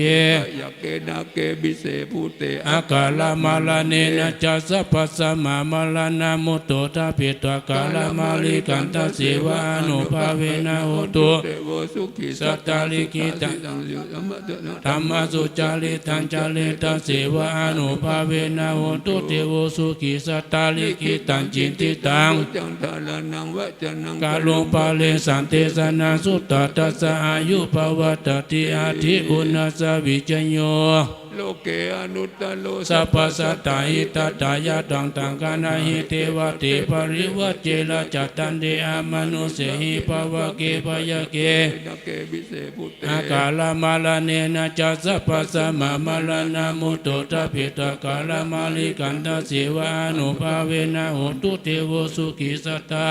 สีลัง สมาตายะธรรมสุจาริตัญจาริตเสวะอนุภาเวนะโหตุเทวสุขิสัตตาลิขิตัง ติตังปูจัง กาลนังวาจานังกะลุงปาลิสันเตสนัง สุตตัสสะ อายุภวัตติอายุวัตโกธนาวัตโกสิริวัตโกยสวัตโกภรวัตโกวันนวัตโก สุขวัตโก โหตุสัพพตาทุกขโลกาปัญญาเวลาสุขสัตตุจุปัตตวะอเนกอันตรายาปิวินาสันตุจติสัสสะ ยสิทธิ ตานังลาภังสุติภากายังสุขังบาลังสิริอายุจาวโนจะภูกังอุทิจยาสวะ ตบัสสะ จะอายุจะสิวสิทธิภวันตุเตตุขปัตตาจนิทุขปัญญาปัตตาจนิปัญญาสุขปัตตาจนิสุขหุนตุ เปปิปานิโนเอ ตาวตาจามิสัมปะตะมุญญาสัมปะนังสัพเพเทวานุโมทันโนสัพพะสัมปติสิทธิยาตานัง ตันตุ สัตตายาสีลาลกันโนสัพพทาภาวนาภิรตาหุนตุกัจจโนเทวตากตาสัพเพพุทธา ลัปปตา ปัจจิกานัญจายาภละอรหันตานัญจานาลกัมปันตามิสัพพโสสุโขพุทธานังอุปโตสุขัสสะธัมมเทศนา ขาสังฆาสสะ สามัคคีสัมมกานันตาโพสุโขกติโยเสตุจเนตัสสะมิญเยโกตปาติสาลิโนวิจจาสัมปโนโสเสตุเทวามโนเสติวาตาปาติอาทิโจลติมาปาติจันติมา นาโท อติโยตาปาติสายตาปาติพระมโนอาภาโหราตัง พุทโธตาปฏิเตจัสสะโรกายาปรมาราปาสันตุติงปรมังวิสาสังปรมายาตินิพพานังปรมังสุขัง สาธุสาธุสาธุครับพระสงฆ์ทั้งมวลนั้นมีครูบาอุ่นเป็นต้นเป็นประธานได้เมตตาเจริญพระพุทธมนต์สืบพระราชาตาเป็นที่เรียบร้อยแล้วครับลำดับต่อไปท่านอาจารย์บุญเพลินหรือว่าอาจารย์พาเพลินนะครับจะได้สุมาโคตานโอกาสเวนตาลตามกาละเวลาอันเหมาะสมรักษาจารีตที่หอยประเพณีของล้านนาไทยเป็นลำดับต่อไปขอเรียนเชิญพ่ออาจารย์ครับ โยขันกันเนอวันตาเมสาปวัตุตานาสาปเมโตสังฆมัตเมพันเตข้าแด่สาปยื่งขึ้นตายตานต่างหลายมวลมากอันศรัทธาผู้ข้าทั้งหลายงานตกแต่งมากนานามร้อนว่าบ่ได้แยงยามด้วยกายวาจีมโนกำปังอันสัตตาภูคาทั้งหลายก็เป็นบาปโตสาตินสรงคงควายต้องแต่งแปลงพร้อมน้อมนำมายังทูปะบุภาราชาดวงดอกเขาตอกดอกไม้และน้ำเขามินสมปล่อยอันมีโลดหอมจืนจ้อยสุกันดาเพื่อว่าจักมาขอสู่มายังเครื่องตนาแห่งเจ้าขออดโทษโทสาขอเป็นอุตมะตานาในภาวะจัดนี่แหละภาวะจัดนาตลาบต่อเต้ายอดอมตะมหาเนรปันเจ้านั้นจงจักมีเตียงแต่ดีลีดาบุคาเจ้าขอสุมาตามมกระภาษาบาลีวากายะตัวเลวจีตัวเลมโนโตเลสันจิจาโตสังอสัจจิจาโตสังปมาทะโตสังอปมาทะโตสังอาติตะโตสังปัจจุปนะโตสังสัพพังโตสังขมัตโตโนสุนันโตปนโตเทวสังขายโยข้าแด่มวลเทพเต้าพรหมพฤกษ์มเหสักกาในอากาศาและยานน้ำทุกเดือนทำประพัตราพระอินทราธิราชเจ้าขออัญเชิญเข้ามาสู่สมาคมวัดจังกรรมแห่งนี้เพื่อเป็นสักขีสมศักดิ์สวัสดิ์ยามที่ผู้ข้าจักโอกาสยอถ้าไหวตานั้นจงจักมีเตียงแต่ดีลีโยสันนิสิโนวลาปอที่โมเลมาลังสาเสนังบังหันติงมาลวิจัยโยสัมโพธิมากันจิวานันตัญญาโนโยโรกุตตโมตังปนามามิพุทธังตังปนามามิธัมมังตังปนามามิสังฆังอาหารว่าข้าพเจ้าขอขับไว้อภิวัตวันตาปะแก้วเจ้าอาจอุตตมาคือพระพุทธต้นผ่านเผา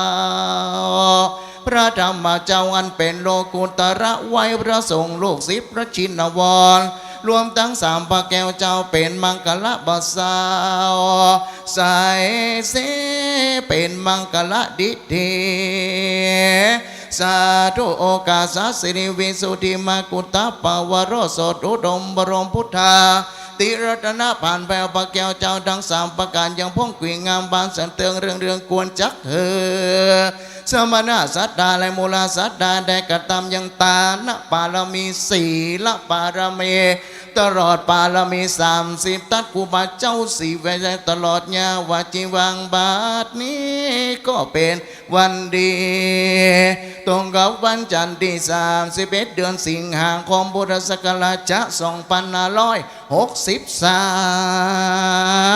เป็นวันดียิ่งกว่าวันและยำทั้งหลายบัดนี้ไม่มีคณะสัตยาจังกำพระบาทประมลและบ่อหินก็เป็นเก้าพร้อมด้วยญาติกาวงศาได้จัดงานพิธีทำบุญอายุวัฒนมงคลอาจารย์พระมหาประสิทธิ์ธรรมาภินันโดปาเรียนทำ8ประโยชน์เจ้าวัดจังกำประธานหน่วยอบรมอบต.ตำบลบางกอกแห่งนี้คือมีอายุวัฒนมงคลจึงอาราธนาพระสังฆเจ้ามาโมทนาญาติน้ำขออธิษฐานบนตันข้าวน้ำและสิ่งก่อสร้างนานา ขออุทิศกุศลไปหายังเทวดาจันฟ้าตั้งเก่าตั้งคุณอินตาเทวราชเจ้าจงลงมาพระมูขอบุญกุศลบันดลส่งโยถึงเทพเจ้าทุกองค์อันอยู่หอมฟ้าโลกลาตั้งกลมถึงพญาพรหมสุทธวัดห้องขอเวทสุกรรมนำเอาข่าวนี้ไปบอกเจ้าราชาเวทสุวรรณเต้าดันดาวเวงหากับตังราชาทีลาสีเจ้ารัตลัทโถตนเป็นเก้าเงาแห่งกันตะปาเขตค่ายเต้ากุเวโลใหญ่กว่ายักษ์ไล่หนเหนื่อยห้องอนากับต่างตานเต้าวิลุลลางหาอันเป็นพญากุมพันใจกาอันอยู่หักษาในของโลกลาหนทักษินาจืดติดวิรูปักโคตนมีเดชฤทธิ์อันได้เป็นเจ้านากางฝูงนาคอยู่น้ำจุงมาเลงหานโมตนาตานใจบานบ่อเศร้าตั้งแต่นี้ไปนาท่านพระอาจารย์พระมหาปสิธรรมาปินันบ่อพร้อมด้วยมหาบุรสัตดาผู้ขาตั้งหลายป้นเสียงเยาปรวักกังบนอนทลายตั้งลายป้นเสียงยังข้อปีข้อเดือนข้อวันข้อมารับมาเตือนยืนยังเตี้ยวละเหลียวพอข้อตั้งนานและตั้งหลังข้อมาคืนบางอันข้อเมื่อวันบ่หูข้อมาอูมาจาข้อนาต่างๆจงกลับกลายเป็นโสมาต่อได้เป็นโสมาแล้วจงนำมายังจบปีจบเดือนจบวันอายุปีอายุเดือนอายุยานั้นจงจักมีแต่งแต่ดีลีตั้งแต่นี้ไปนาผู้ข้าเจ้าตั้งหลายดูตั้งกินตั้งใจดูตั้งใดเตตานสุขสามภาการมีพระนิพพานเป็นยอดเตอเราจะนอบน้อมกล่าวคำถวายเนื้อนะโมดังๆ3 รอบเนาะ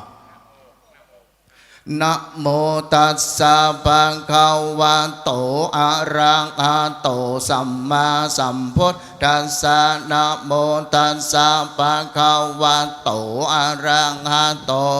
มาสัมพุทธัสสะโมตัสสะภะคะวะโตอะระหะโตสัมมาสัมพุทธัสสะอิมานิมายังพันเตภัตตานิสัปปะริวารานิภิกขุสังคัสสะโอโนชยามาสาธุโนพันเตภิกขุสังโฆอิมานิภัตตานิสัปปะริวารานิ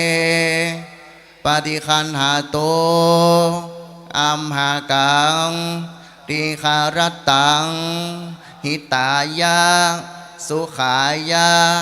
ข้าแด่พระสงฆ์ผู้เจริญข้าพระเจ้าทั้งหลาย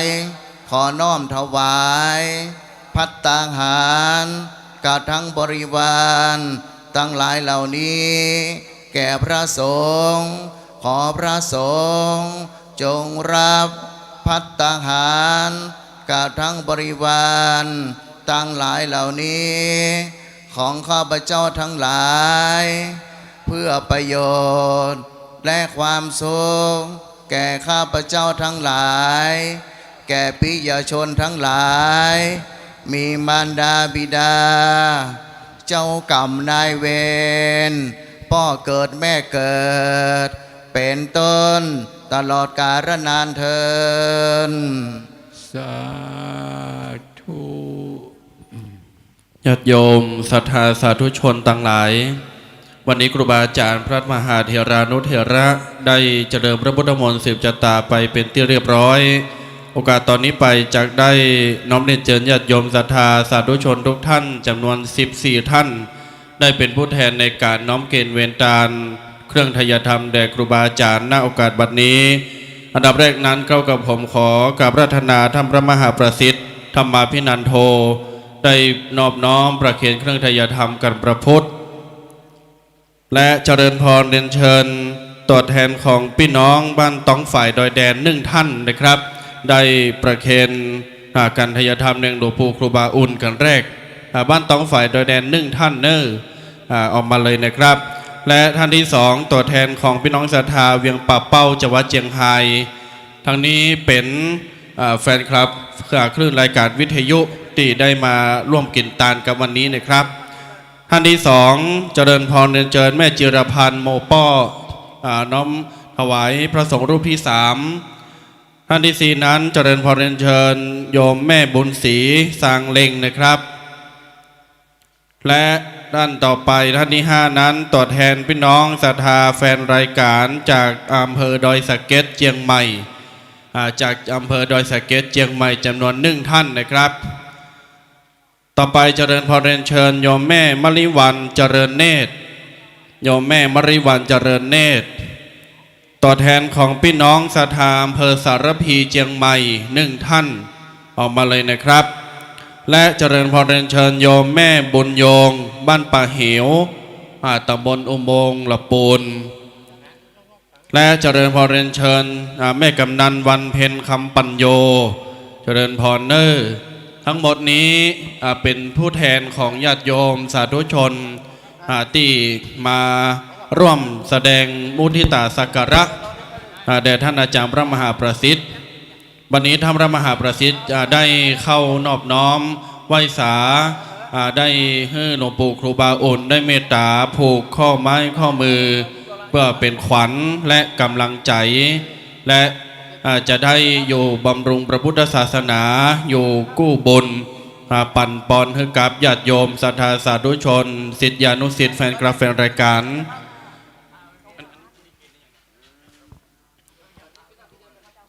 พี่น้องศรัทธาดอยสะเก็ดตัวแทน1ท่านมาหรือยังครับ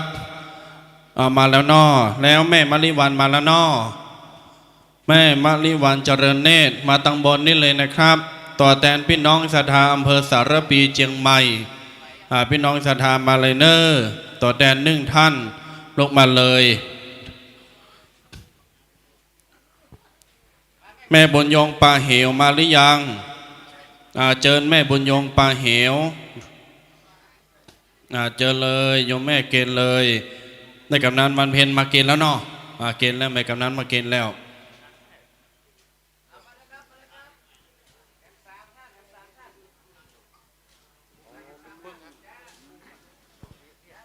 ข้างแหม3ท่านเจอพระนานสิไวมาเลยเนอะ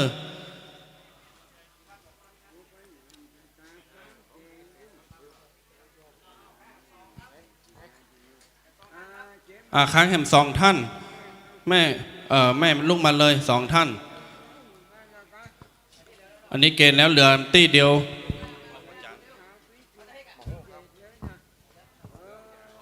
ครูบาอาจารย์พระเถระที่เป็นผู้เมตตาวันนี้ปัดเคราะห์เลาะนามเมตตาผูกข้อไม้ผูกข้อมือและประพรมน้ำทิพย์น้ำพุทธมนต์ที่ได้เจริญพระพุทธมนต์ไปเมื่อสักครู่นี้ถวายแก่ท่านอาจารย์พระมหาประสิทธิ์หลังจากนั้น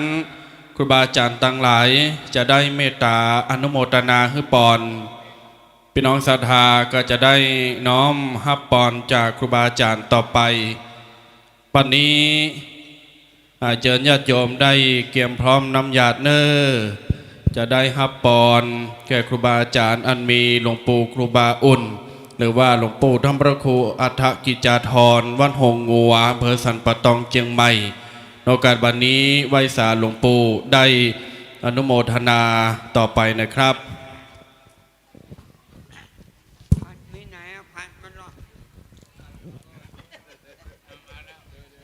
ประธาน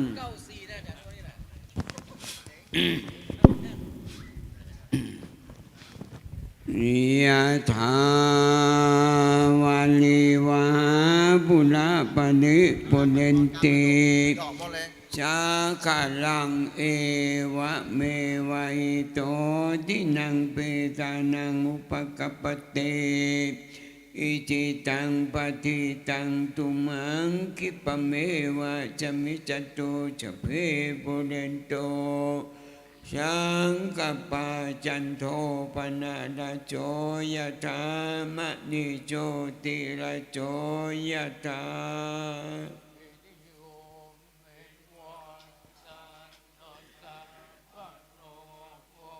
วินาศนุมาเตภาวะตันดารายโยจุเก กายุโกภวจามิติโยวิวาจันตุจามโควินาจนุมาเตภวันตันตรายโยเตกายุโกภวจามิติโยปัลโลโควินาจตุมาเตภวันตันตรายโยเตกายุโกภวะอภิวาทนาเจริจเนจังปัจจายโนจัตตาโลธรรมานิอายุวันโนจุขังพลังธรรมโพธานุภาเวนะนุภาเวนะสัมมาสังฆานุภาเวนะรัตนังธรรมรัตนังสังฆรัตนังเดนังรัตนานังเวนะจตุนายิติจาจัตตามะขันธานุภาเวนะนุภาเวนะอาวกานุภาเวนะเตโลกาจาเมเตปยาจัตเตอันตรายาจัมเมเตตวาจัมเมเตนิเมตาจัมเมเตอาวมังคารายันโยจะเตตะโกตะนาวาตะโกเจริวาตะโกปราวาตะโกวันนาวาตะโกโยกวัน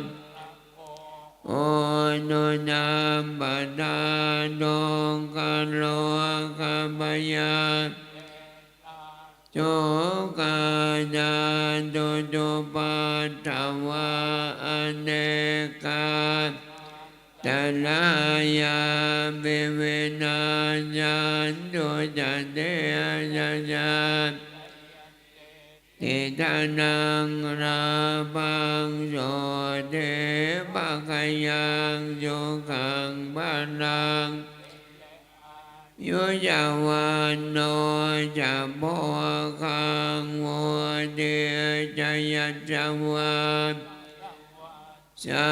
จะอายุจะเทวเจเตปวันตุเตปะมังกาลังรังกันตุจัปปะเทวตาสัมมโพธาเวนะจัตตาโจเตปวันตุเตปวันตุจัปพลังรังกันตุสัมปะเทวตาสัมปะนุภาเวนะจัตตาโสเตปวันตุเตปมังคะลังรังกันตุสัมปะเทวตาสัมปะสังฆานุภาเวนะจัตตาโสเตภวันตุเต สาธุสาธุสาธุอาจารย์เอาปอนกับพ่ออาจารย์นะครับ เพราะว่าอภิวาทนาสีริสานิจังบุตตาปจายโนจัตตารโอธรรมาวันติอายุวันโนสุขังปะลัง ญาติโยมศรัทธาต่อไปเฮาจะอิตังยังกินจิญาติน้ำแต่เฮายังวันตาหลวงเตือนนะครับจากนั้นเฮาจะวันตาน้อยสุมากะละวะครูบาอาจารย์ในโอกาสบัดนี้หิตังตานากัมมังเนปานาปัญจโยโหนโตโนนิจจังหิตังศีลากัมมังเนปานาปัญจโยโหนโตโนหิตังภาวนากัมมังเนปานาปัญจโยโหนโตโนนิจจังยังกินเจโกจาลังตาปังกัมมังสัมเปเหการเตเหการตังปุญญังโนอะโนโมทันโตโสนันโตพนโตเยเตวาอัสสมิงทาเนกาตานเทงคาโยกาสันตาหอนโตสัมปันสันตานังโสขีอันตานังปะเรหารันโตมันตาโสเขตาหอนโตโตขาปาโมจจันโตสัมเปญาตากาโสเขตาหอนโตปะโมจจันโตสัมเปอะญาตากาโสเขตาโตคามปะโมจจันโตสัมเพปิสาสัพเพญาคาสัพเพเปตาโสเขตาหอนโตปะโมจจันโตสัมเปนักขันตาโสเขตาหอนโตโตคามปะโมจจันโตสัมเปเตวาโสเขตาหอนโตปะโมจจันโตสัมเปอาจาริโยปัญจญาโสเขตาหอนโตโตคาปะโมจจันโตสัมปันสัมปตินังสมิจจันโตโววันตาเมพันเตสัมปังอาปาราทังคามาธาเมพันเตมัญญากตังปุญญังอนุโมเตตัมปังสามินากตังปุญญังไมหังทาตปังสาโทสาธุอนุโมตามิโอทารักษาธัมมังรักษาสังฆังรักษาโยมากาลาวตานังนิพพานังปรมังโชคาสาธุสาธุสาธุญาติโยมศรัทธาพระเมตศรัทธาสาธุชนทั้งหลายได้ฮับปอนอันเป็นมงคลเป็นทิพย์จากครูบาอาจารย์พระมหาเถรานุเถระไปเป็นที่เรียบร้อยขโยมคนขับรถในมาเก็บสังฆทานครูบาอาจารย์นิมนต์ครูบาอาจารย์พระสงฆ์ทุกรูปได้ขึ้นฉันเพลด้านบนนะครับตั้งในวัดตั้งไม่บ้านเกียมเนอร์กับเข้ากระปากหงตาลกระเดียวรอครูบาอาจารย์เตียวไปในวัดก่อนเนอร์พ่อแม่ศรัทธาจะไปฟังลูกเตื้อรอครูบาอาจารย์ได้เข้าไปในวัดไปเป็นที่เรียบร้อยแล้วใจน้องศรัทธาก็ลุกมากินหงตาลมาฮับหงตาลเนอร์เพราะว่ามันจะจนกับครูบาอาจารย์เนาะเฮาได้เว้นหนทางให้กับครูบาอาจารย์ได้เตียวเหี่ยก่อนเนอร์ญาติโยมศรัทธามีโต๊ะจีนเนอะวันนี้โต๊ะยองโต๊ะป่าซางเนอะกินแบบหงตาลเนอะประเมศรัทธาเนอะ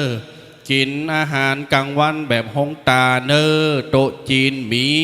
โต๊ะไทยมีกระโต๊ะยองนี่วันนี้นะโต๊ะยองโต๊ะคุณเมืองป่าสร้างเฮาตำบุญโต๊ะแบบหงตาลตั้งในก็มีเนอญาติโยมก๋วยเตี๋ยวนี่ตั้ง24 ชั่วโมงเนอหอเต่าปุ่นเนาะธรรมสัญจรปุ่นเนอญาติโยมเนอพระดักกินก๋วยเตี๋ยวให้มาก๋วยเตี๋ยวก็ได้ให้มาก๋วยเตี๋ยวก็ได้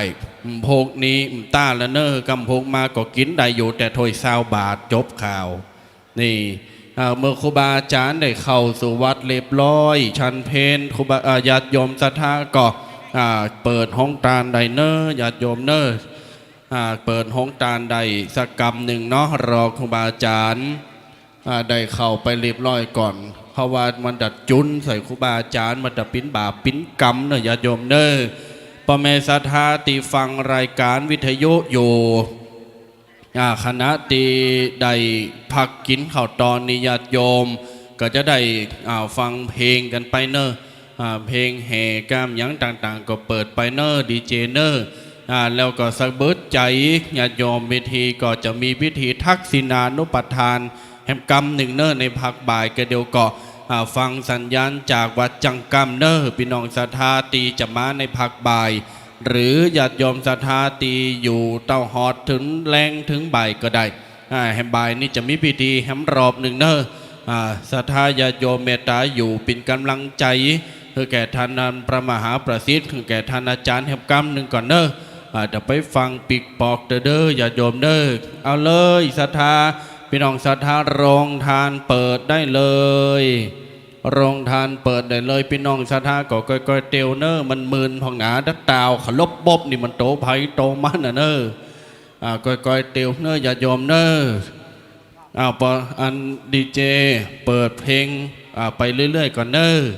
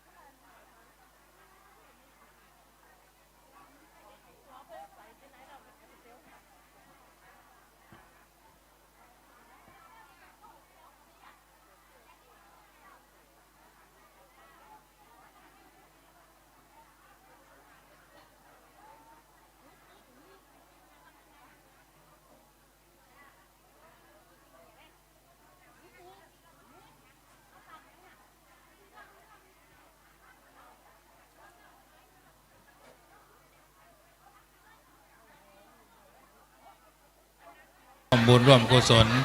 พี่น้องที่เดินทางมาด้วยกันกี่คนอ่ะมาด้วยกันกี่คน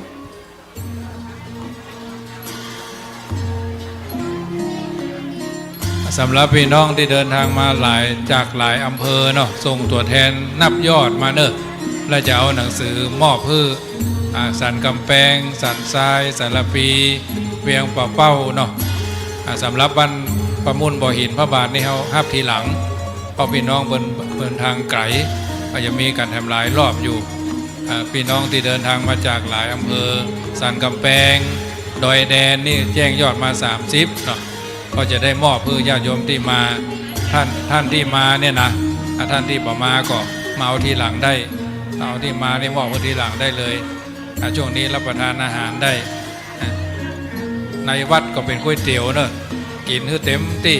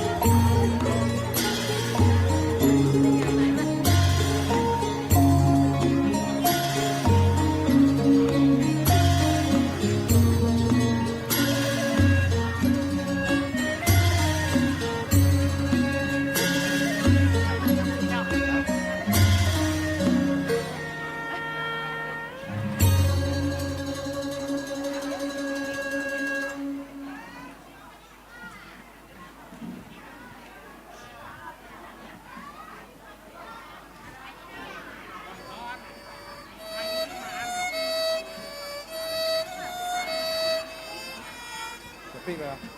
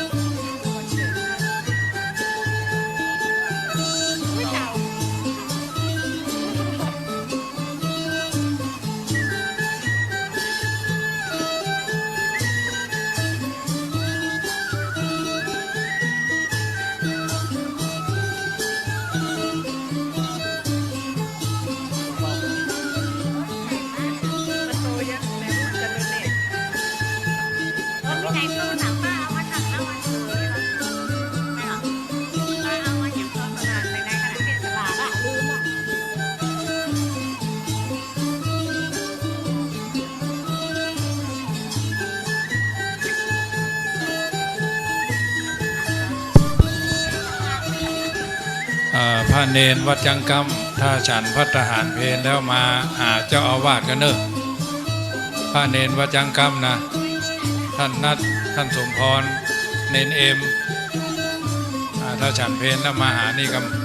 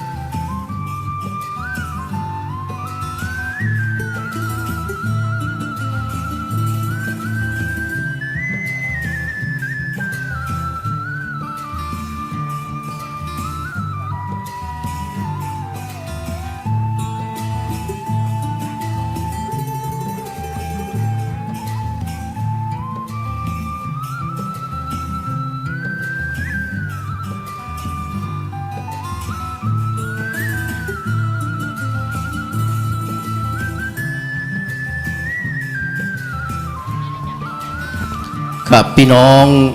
นะครับที่มาจากที่ต่างๆนะครับส่งตัวแทนไปฮับนะครับหนังสือนะครับที่หน้าพิพิธภัณฑ์นะครับตั้งในวัดนะครับครับทุกท่านนะครับที่มาร่วมงานในวันนี้ครับส่งตัวแทนเข้าไปฮับหนังสือเนอะนะครับที่หน้าพิพิธภัณฑ์นะครับท่านพระคุณเจ้ารออยู่ตรงนั้นนะครับพี่น้องที่มาจากมาโดยรถครับส่งตัวแทนเข้าไป1 คนนะครับแต่ละท่านเนาะแต่ละกลุ่มนะครับส่งตัวแทนเข้าไปรับหนังสือนะครับหนังสืองานทำบุญอายุวัฒนมงคลนะครับครับพี่น้องเวียงป่าเป้าเนอะกับเวียงป่าเป้าสันกำแพงนะครับเชียงใหม่สระปีแล้วก็พี่น้องป่าซางเฮาก็ดีนะครับแล้วก็พี่น้องตังละปูนเนาะนะครับบ้านห้องโอ้มาหลายที่หลายตังครับเอามาที่ไหนก็ตามแต่นะครับนะครับส่งตัวแทนเนอะนะครับส่งตัวแทนเข้าไปรับหนังสือที่พิพิธภัณฑ์นะครับหน้าพิพิธภัณฑ์ท่านพระคุณเจ้ารออยู่ตรงนั้นนะครับกับต้องขออนุโมทนาสาธุนะครับกับบรรดาพ่อพี่น้องทุกคนทุกท่านนะครับในนามของท่านอาจารย์พระมหาประสิทธิ์ธรรมาภินันโทและกับคณะสัทธานะครับวัดจังกำเนยกิจกรรมยังบัดจบด้วยนะครับในรอบบ่ายนะครับเวลาบ่าย 4 โมงนะครับจะได้ทำพิธีทักษิณานุปทานนะครับจะได้สวดนะครับมาติกาพิจารณาผ้าบังสุกุลนะครับอุทิศแก่นะครับบรรพชนนะครับบรรพบุรุษอดีตเจ้าอาวาสนะครับอดีตศรัทธาครุปถากที่บำรุงวัดวาศาสนาหน้าที่วัดจังกำของเขานะครับ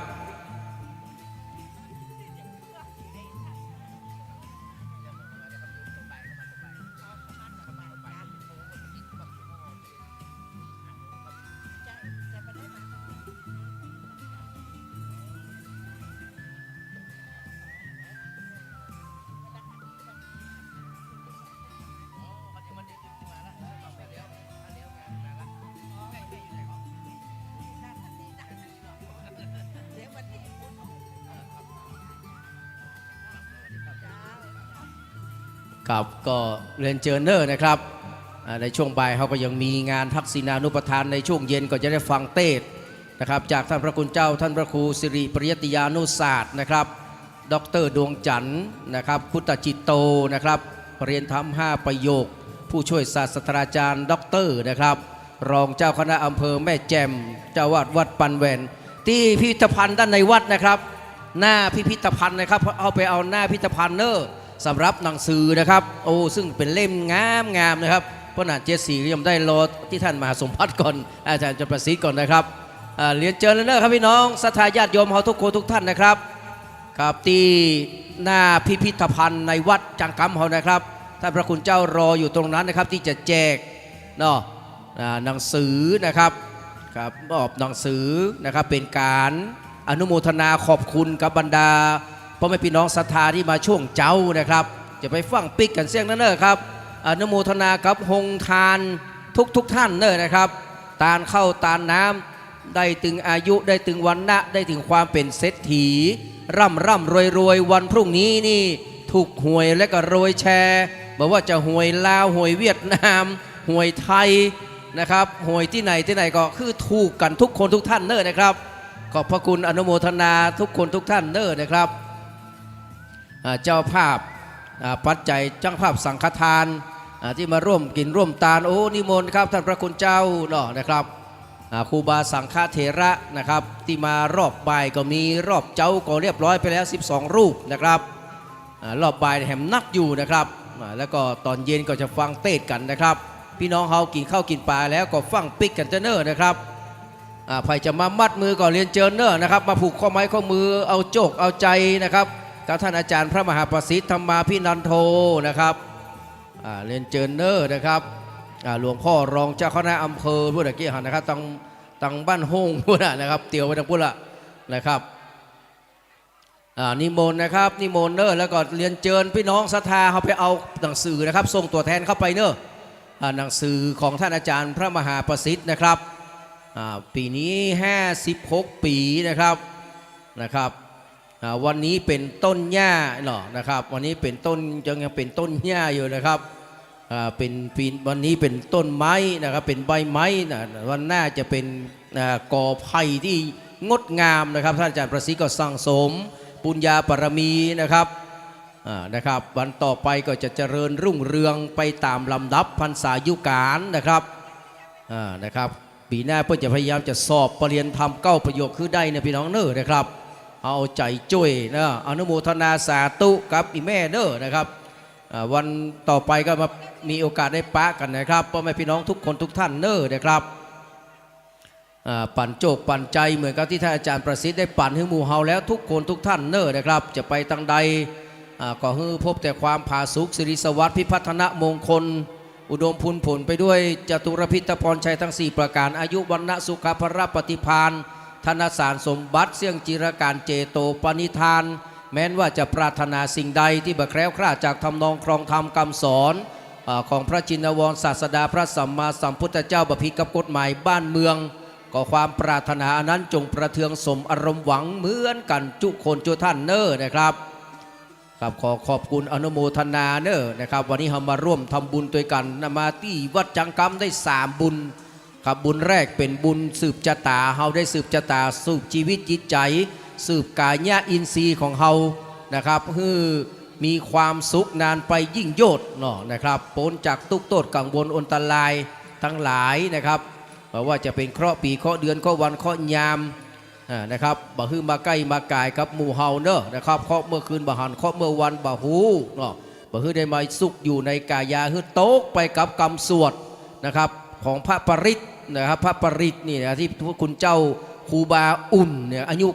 94ปีพี่น้องเลข94ไปพอกี่บะหมี่สักใบแล้วอะ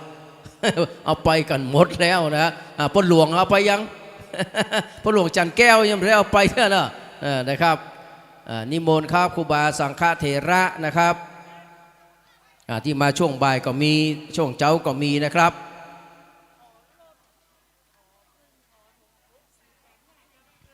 รถพอพึ่งทอทง648จังหวัดไหนแม่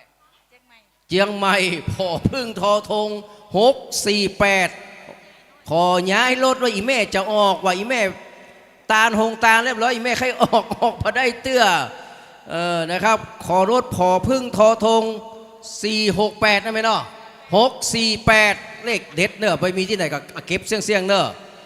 648นะฮะแต่ถ้าเป็น6CLตัวไผ่ตัวมันเนอะครับ648ครับ648นะครับถ้า6CLนี่ก็11ไฮโลตัวไผ่ตัวมันบะเกี่ยวกับรถนี่นะฮะนะครับพอพึ่งทอทง648นะครับขับไปย้ายรถตัวนะครับขอบพระคุณนะครับอีแม่เปิ้ลจะออกละนะครับเปิ้ลจะไปที่อื่นอยู่เนาะขอบพระคุณอนุโมทนาสาธุเนอะท่านรู้ตัวว่าจอดรถขวางทางหน้าเปิ้ลออกมาได้นะพี่น้องนะครับกินข้าวกินปลาแล้วนะครับไปพอไปกอยเยี่ยมรถเปิ้ลกำเนิดนะครับบางคนเพื่อเกรงใจนะครับว่าจะใครไปฟังไปนะครับเอาเปิ้ลใจเปิ้ลมาใส่ใจตัวเฮาเนอร์นะครับเราต้องขออนุโมทนาสาธุกับทุกคนทุกท่านเนอร์นะครับกับขอบคุณทุกท่านผ่านทางเสียงส่งสำเนียงแซ่สองทุกน้องพี่นะครับท่านอาจารย์มหาประสิทธิ์นี่ทราบซึ้งตรึงใจในมิตรไมตรีนะขอความดีคุ้มครองท่านนิรันดร์การแม้ว่าหน้ามีการงานน้อยใหญ่เชิญท่านได้ไขกล่าวบอกข่าวสารหรือมีกิจให้เทศ เชิญไหว้วานพร้อมสนองพระคุณท่านทุกงานไปขอเดชะพระพุทธรัตน์ขจัดทุกข์มีแต่สุขสมหวังดังฝันใฝ่ขอเดชะพระธรรมรัตน์ขจัดภัยอันตรายใดๆอย่าแผ่วพานขอเดชะพระสังฆรัตน์ขจัดโรคหมดทุกโศกมีโชคชัยยิ่งไพศาล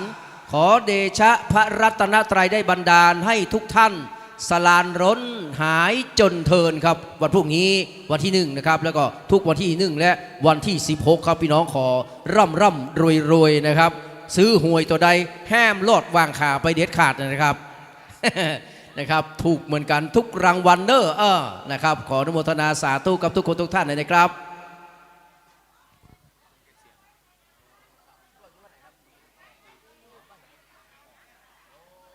พี่น้องตั้งหนองแฝกก็มาเนาะนะครับหนองแฝกของหลวงพ่อพระครูบุญชมนี่เนาะพระครูสุจิตบุญญาพรอดีตนะครับรองเจ้าคณะอำเภอ วันนี้ก็80 ปลายแก่ๆแล้วเนาะนะครับฮู้จักพระคุณกันอย่างดีนะครับวัดหนองแฝกนะครับ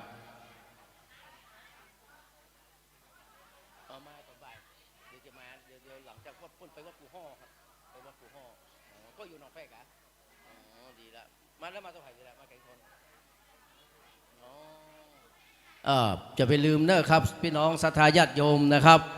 ที่มานะครับมาจากที่ต่างๆเนาะตัวแทนแต่ละที่นะครับตั้งแต่เวียงป่าเป้าเจียงฮงเจียงไฮ้ละปูนนะครับแพร่น่านแม่ห้องสอนเนอะนะครับสารปีก็ดีนะครับไปฮับหนังสือนะครับที่หน้าพิพิธภัณฑ์นะครับในวัดจังกำนะครับกับอนุโมทนาสาธุเนอนะครับกับทุกคนทุกท่านนะครับเดินทางโดยสวัสดิภาพและปลอดภัยโชคดีมีใจนะครับมีต่างใจเหมือนกันทุกคนทุกท่านนะครับห่างไกลจากโควิด-19นะครับมาใกล้มาไกลเงินคำไหลมาเทมาเนอนะครับขออันนี้ส่งผลบุญส่งตรงให้พี่น้องได้มีความสุขขอความทุกข์ที่พัดผ่านจงจางหายนะครับขอพระธรรมนำสว่างส่องทางใจนะครับขอทุกคนพ้นโผยภัยที่หมายมานะครับครับขอกุศลที่ทำคุณดีที่ทำหนุนนำจิตนะครับเทวดาทั่วทุกทิศเฝ้ารักษานะครับขอโชคลาภสดับนับคณานะครับทั้งเงินทองไหลเทมาสมปรารถนาทุกคนทุกท่านเนอนะครับอนุโมทนาสาธุได้ไหมเนอครับผมป้านาน74หรือว่าอาจารย์อินสมหรือว่ามหาอินสมนะคนเดียวกันนะครับนะครับจาก 92.5 ครับถ้าบอกว่าชู3นิ้วนี่แม่แน่เพราะว่าเก่งใจท่านมหาประสิทธิ์ก็เลยบอกว่าเอา4นิ้ว5นิ้วก่อนนะครับเพื่อจะมาถ่ายกับดาราคนดังนะสัมผัสอะไรกับคนดังแต่ถ้าเอาM16กับหน้าโอคนดังนี่บอกเอาเนอะนะครับถ้าถ่ายนี่เอาอยู่ มาถ่ายรูปด้วยกันเนาะนะครับ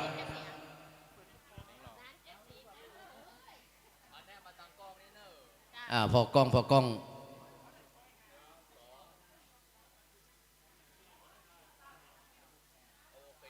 ขอบคุณพี่นานแก้วเนอะ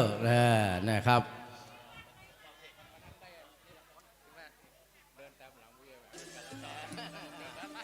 เพื่อนจดไว้นะครับเดินตามหลังผู้ใหญ่หมาไม่กัดแต่อย่าพานขัดใจท่านให้พานหมองนี่นะครับนะครับเพราะว่าคนไทยนี่มักจะเอาประโยคเดียวนะที่จริงมีประโยคตัวหลังมานะครับอนุโมทนาสาธุเด้อกับพี่น้องศรัทธาญาติโยมทุกคนทุกท่านนะครับไผ่มัดมือผูกข้อไม้ข้อมือให้เรียบร้อยเนอนะครับเคาะตังหลังอย่าได้ไปมาท่าเคาะตังหน้าอย่าได้ไปมาติดเคาะความผิดเป็นโทษเคาะไร้โฉดชะการเคาะปันอันหลายสิ่งจงดับมวยมิ่งกลาไกลฮื้อตกไปกับเส้นใหม่ฮื้อไหลไปตัวเส้นได้ให้นั่งยังไงไปปันเคาะปันอันพร่ำพร้อมอันแวดล้อมกายา เคาะโรกาเมื่อยไข้เคาะขี้ไร้กังวลจะมาโดนถูกต้องเคราะห์อันเกิดแต่พี่น้องวงศานะครับสัพพะโรคาอุบาทเคราะห์นพฆาตตัวจนเคาะลมฝนปิวเป่าเคาะไม่เก่านานวันเคาะเมื่อคืนบ่หันเคาะเมื่อวันบ่หูจงอย่าได้มาซุกอยู่ในกายาท่านอาจารย์พระมหาประสิทธิ์จักปัดเคาะนาลายหลากฮื้อพัดภาคจากตนตัวของท่านเจ้าทั้งหลายพร่ำว่าดังเอาน้ำกลิ้งกรอกออกจากใบบอนใบบัวนะครับบ่ฮื้อเหลือแล้วเนาะน้ำนี่มันกลิ้งจากใบบอนนี่มันเหลือสักอย่างนะไม่เนาะแล้วบัวบอลก็บ่เปียบัวก็บ่เปียนะครับดังนั้นวันจังกรรมวันนี้นี่ปัดเคาะปัดภัยอันตรายทั้งหลายบรรเลือแล้วถูกหวยอย่างเดียววันพรุ่งนี้นะเมาถึงแผงนี้ก็ได้ถูกหมดละนะครับพ่อหลวงจันแก้วนี่ก็เขาว่าถูกหวยเลืองนะแบ่งให้พ่อนาน74พังเนอนะครับสันกำแพงปิกแล้วเนอะนะครับโมทนาเนอะสันกำแพงเนอะนะครับเขาเรียกว่าสันกำแพงกลางจ้องถ้าสันปะตองนี่ชอบกลางเต็นท์ในสมัยแต่ก่อนนี่แหละขออนุโมทนากับพี่น้องนะไม่พินว่าใด3 นิ้ว สู้เนาะเนี่ยอันนี้เทรนเนี่ยเป็นละอ่อนกำลังอยู่ป.2 อยู่คนนี้นะครับ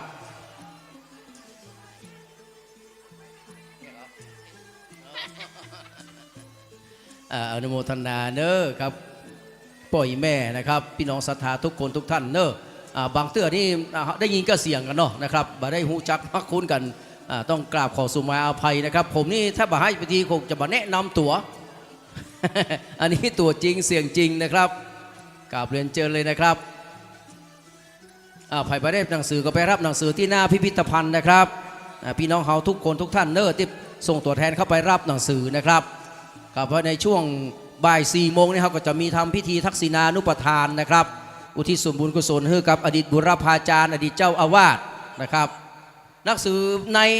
ในที่พิพิธภัณฑ์ตั้งในวัดครับผมอันนี้ไปมัดมือก็ได้อยู่ไปเถอะเอาเถอะไป พี่น้องที่อยู่ตั้งใกล้ๆก็ไปเอาที่วัดนะครับไปเอาที่ในวัดนะครับที่พิพิธภัณฑ์นะครับ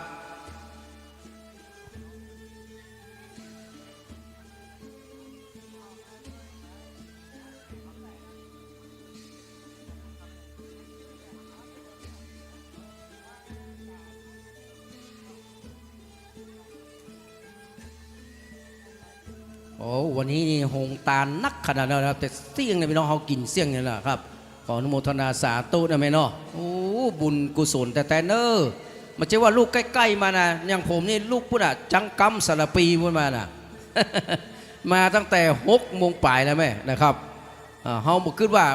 ฝนจะไม่จะตกหรอมันตกว่ะนะครับตกตั้งตี 3 ตี 4แล้วท่านคุณเจ้าว่านะครับอันนี้ตกเพิ่นเมื่อตกอนุโมทนาแล้วเดี๋ยวพวกก็ย่างเงือเฮาทำบุญนะแม่ล่ะนี่บุญแต่เนี่ยว่าคนบุญมาปะกันเลยนะครับบุญเป็นชื่อความดีของชีวิตนะครับบุญคือจิตน้อมไปในกุศลบุญคือความหลั่งไหลในใจตนบุญคือผลกรรมดีที่ทำมานะครับแม่นละกับบุญคือแหล่งความหวังพลังจิตนะครับบุญคือมิตรเคียงคู่สู่พบหน้านะครับบุญคือแหล่งความสุขทุกเวลาบุญคือค่าประทับใจกำไรตนพี่น้อง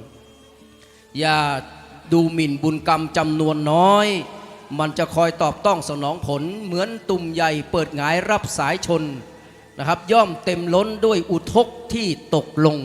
กับสาธุชนสั่งสมบ่มบุญบ่อยทีละน้อยปล่อยใจมิไหลหลงบุญนั้นย่อมเต็มพรันด้วยมั่นคงกุศลส่ง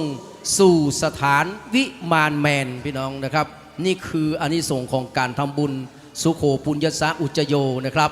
การสั่งสมบุญนำความสุขนำความเจริญนำความสบายใจมาให้ทุกคนทุกท่านนะครับอนุโมทนาสาธุกับเศรษฐีใจบุญนายทุนใจดีทุกคนทุกท่านนะครับที่มาร่วมการร่วมงานในวันนี้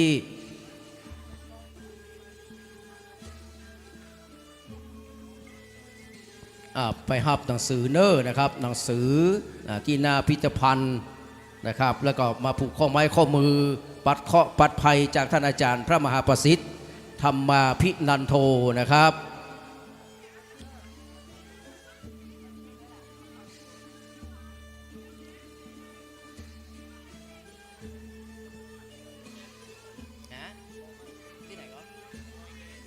พี่น้องดอยแดนเนาะนะครับพ่อดูนบอกว่าไปปะกันที่โลดเนอร์เนาะนะครับจะปิกแล้วเนาะอนุโมทนากับพ่อดูนเลยเนาะกับอนุโมทนาสาธุนะครับอายุมั่นขวัญยืน100 ปีร้อยปีนะครับแต่ขอฮื้อเตียวได้เนี่ยถ้า100 ปีแล้วเตียวบ่ได้การโก้การก้มก็บ่ไหวเนอะอันนี้เป็นอย่างลูกโอ้ได้เลขตัวกะโอ้พ่อเลขตัวเนาะนะครับเพิ่นฮื้อเลขตัวโอ้ยดีแต่ว่านะครับพอเนอะไผ่เลขเองก็ไปซื้อเอาตามตัวเก่าเลยนะครับคะแนนจะไปขายให้ขายนาเถอะเอาหมอกให้พอดีเนี่ยเนอะห้ามขายดอยมาซื้อเนอะนะครับเอาหมอกม่วนเนี่ยเนอะนะครับบทสนับสนุนเรื่องการพนันนะแต่ว่ามันเป็นกำลังใจอย่างหนึ่งความหวังอย่างหนึ่งเนาะนะครับเป็นเรื่องธรรมดาของคนปฏิเสธมาได้นะครับสิ่งเหล่านี้แม่เรียนเจอนะครับแม่ครับกับเรียนเจอเลยเนอะเรียนเจอเลยเนอะหลวงพ่อหลวงพี่ถวายมุทิตายังครับเรียบร้อยแล้วเนาะนะครับรอแป๊บหนึ่งนะครับใครมาได้มาผูกข้อไม้ข้อมือเนอะมาผูกข้อไม้ข้อมือเหี่ยเนอะนะครับก่อนจะปิกบ้านเอาจกเอาใจนะครับสัพพะประสิทธิโวนะครับถ้าประสิทธิเมนี่ก็คือตัวเก่าถ้าประสิทธิโวนี่คือท่านทั้งหลายหมดเลยนะครับตู้เจ้าว่าอย่าบรรทุกนะประสิทธิเมว่าคือตัวเก่าเนี่ยต้องบอกว่าประสิทธิโวนะครับสำเร็จแก่ทุกคนทุกท่านนะครับสิทธิกิจจังสิทธิกัมมังสิทธิลาพัง สิทธิการิยตถาคโตสิทธิลาโภชโยนิจังสิทธิลาโภนิรันตรังสัพพะสิทธิปสิทธิโวนะครับอ้าวจะมาถวายเรียนเชิญทางนี้เนอะเนาะนะครับมาเลี้ยงมาทางนี้เนอะนะครับยกมาถวายท่านอาจารย์เลยนะครับรวดผูกข้อไม้ข้อมือให้เรียบร้อยเนอะแม่เนอะแม่ปีนี้อายุเท่าไหร่แล้วแม่75อยู่แหม25 ปีก็พอแล้วแม่ไม่ต้องอยู่นักครับ สาธุสาธุสาธุนะครับนี่แม่75แม่เขาอยู่แหม25 ปีถ้าอันน่ะเนาะมาเมินไอ้แม่ว่านะครับเรียนเชิญเลยนะครับมาเลี้ยงเจเนอร์นะครับ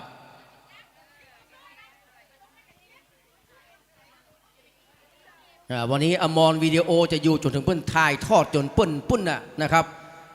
เซตธรรมะเรียบร้อยเนาะนะครับตลอดถึงนะครับเมตตาธรรมในท่านพระคุณเจ้าท่านพระครูสมุวิสุวัตวรกิจโจนะครับผู้อำนวยการสถานีวิทยุ FM นะครับ 104.50 เมกะเฮิรตซ์นะครับที่วัดฝ่ายหินนะครับจะได้เมตตาถ่ายทอดสดเช่นนี้ก็ยังถ่ายทอดอยู่นะครับมาแน่ใจว่ายังถ่ายทอดอยู่ก่อนเนาะนะครับนี่ต้องกราบนมัสการขอบพระคุณทรงพี่นานคำมูลทรงท่านพระคุณเจ้านะครับมาพอมากอยนี่นะครับอันนี้ก็ช่วยกันเผยแพร่พระศาสนานะครับเป็นกิจของพระสงฆ์องค์ข้าเจ้าเช่นเดียวกันนะครับ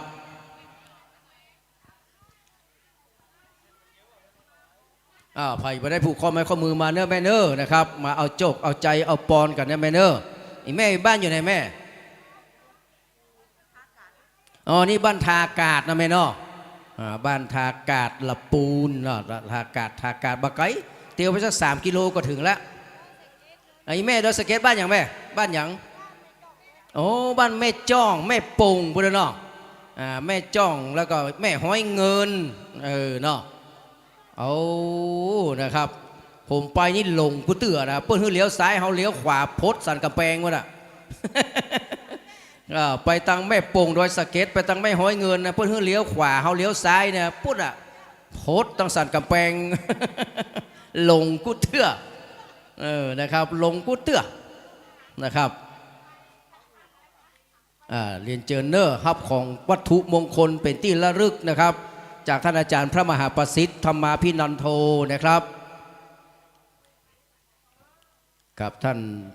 วันนี้ได้เมตตาต้อนรับชันมื้อเดียวในวันนี้นะครับชันแต่มื้อเจ้ามื้อตอนบัดฉันแล้วนะครับจะไปรอแหมวันพุกนี้พุ่นหลังเที่ยงคืนจะฉันต่อนะครับอันนี้เพราะว่านะครับเปิดโอกาสให้พี่น้องศรัทธาญาติโยมได้เข้ามาถวายมุทิตาสักการะจิตนะครับในงานวันเกิด56 ปีในวันนี้นะครับครับ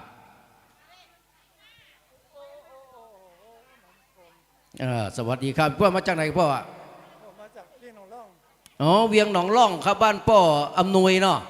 อำนวยกันลำพักอีพ่อเซียวอำนวยกันลำพักนะครับมาอยู่แล้วเนาะ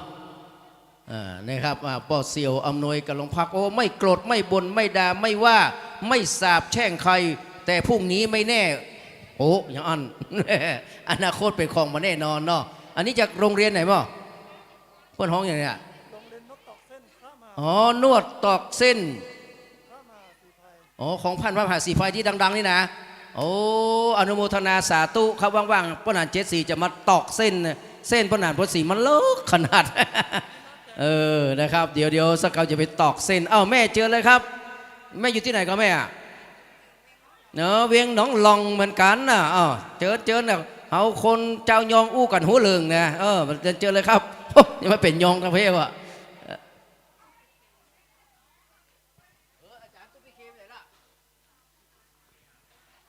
ท่านตุปิเคท่านอยู่บนวิหารเนอะนะครับท่านพระค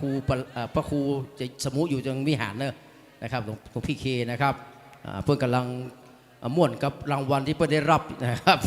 อีพ่ออยู่ที่ไหนครับพ่อนี่สมาไก่เวียงป่าเป้าวะเนาะบ้านกับท่านพระครูวิกรมวะกะเรียนเจอนะพี่น้องเวียงป่าเป้าวันนี้ก็มาหลายเนาะนอนนี่มันจะเนาะพี่น้องเวียงป่าเป้าเนาะนะครับพี่น้องเวียงป่าเป้าจะได้นอนทางเพเนอร์นะครับเรียนเจอนะครับใครจะตอกเส้นเนอร์ท่านอาจารย์มหาศรีไพรนี่นะดังเนอร์พี่น้องเนอร์แต่ก่อนนี้ก็มีการข้อคัดแย้งกันน้อยนึงเนาะ เดี๋ยวนี้เนี่ยผ่านทะลุปูโป่งเรียบร้อยแล้วครับถือว่าเป็นประโยชน์เนาะแม่ว่าไงครับเอาได้กะเข้าไปละทำตามเจตนาศรัทธาปูจาที่ท่านอาจารย์มหาประสิทธิ์เลยนะครับเพื่อนเป็นตนเมตตานะครับเรียนเจอเลยครับเรียนเจอเลยเนอะมีใครคล้องที่ยังไม่ได้ผูกข้อไม้ข้อมือนะครับมาเอาโจกเอาใจนะครับพับโจกพับใจก่อนวันพรุ่งนี้ที่เราจะได้รับรางวัลที่1นะครับกำลังตกพี่น้องที่มาทำบุญที่วัดจังกำวันนี้สักน้อยกันเนาะโดยเฉพาะหมอตอกเส้นนี่เนาะนะครับไอ้แม่น้องบ้านไหนครับแม่อ๋อบ้านทานะครับมาโดยแจ้เนาะมาครับโอ้มาหลายคันนะแม่เนาะอนุโมทนาสาธุเนอนะครับพี่น้องคงตาลเขามาพกข้อไม้ข้อมือหรือยังนะครับอยู่ใกล้เนอห้างมาใกล้เกลือกินด่างนะเรียนเชิญเนอครับถ้าว่างแล้วเรียนเชิญเนอเรียบร้อยแล้วเนาะนะครับอนุโมทนาสาธุเนอกับทุกคนทุกท่านนะครับที่ได้มาร่วมงานในวันนี้เนาะเดี๋ยวถ้าซาผมก็จะลาท่านอาจารย์พระมหาประสิทธิ์เช่นเดียวกันนะครับมีภารกิจอยู่ตั้งหน้าอยู่นะครับเรียนเชิญเนอนะครับขออนุโมทนาสาธุกับทุกคนทุกท่านนะครับกับถ้าใครจะอยู่รอถึง4 โมงแล้วก็ลวดทุ่ม1เมื่อไรนะครับทำพิธีทักษิณาแล้วนะครับแล้วก็รวดฟังเทศเนอเรียนเชิญเลยนะครับเรียนเชิญเลยเนอเอาอีแม่เข้ามานะครับแม่เข้ามาเลยนะครับอีแม่บ้านไหนครับแม่ฮะหัวสุมนาคโอ้มากันหลายก่อนครับโอ้มากันหลายเนอมาผูกข้อไม้ข้อมือที่อาจารย์มหาประสิทธิ์ก่อนนะครับมาเป็นหยังยืนก็ได้เพื่อนอนุญาตให้ยืนนะครับมันมีการบังคับประพิษกฎหมายประพิษรัฐธรรมนูญฉบับไหนเลยนะมันมีมาตราไหนก็ประพิษนะฮะนะครับเอาแล้วมาเป็นหยังนะครับแต่ห้ามชู3 นิ้วส่งหน้าพระท่านนะครับแต่ถ้าปริศนาทำ3 นิ้วนี่มีเนอะโอ้ได้แล้วนะเอาไปขยมบ่ลูกไปขยมบ่อีแม่เรียนเจอเลยครับอีแม่นี่ผูกมาแล้วใช่ไหมเนี่ยไปผูกที่ไหนมาจากปุจจาโจกเนาะปุจจาโจกนะครับครูบาอุ่นตะกี้เปิ้นบ่นว่าเจ็บแอวเพิ่นนะเจ็บแอวอย่างอื่นมาเป็นซะอย่างเจ็บแอวอย่างเดียวเพิ่นว่านะครับ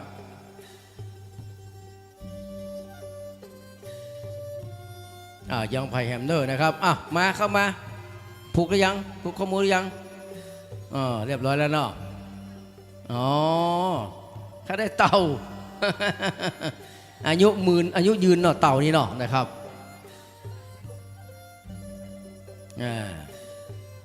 แล้วซื้อหวยแล้วยังมาซื้อหวยเตี้ยแล้วเหลือ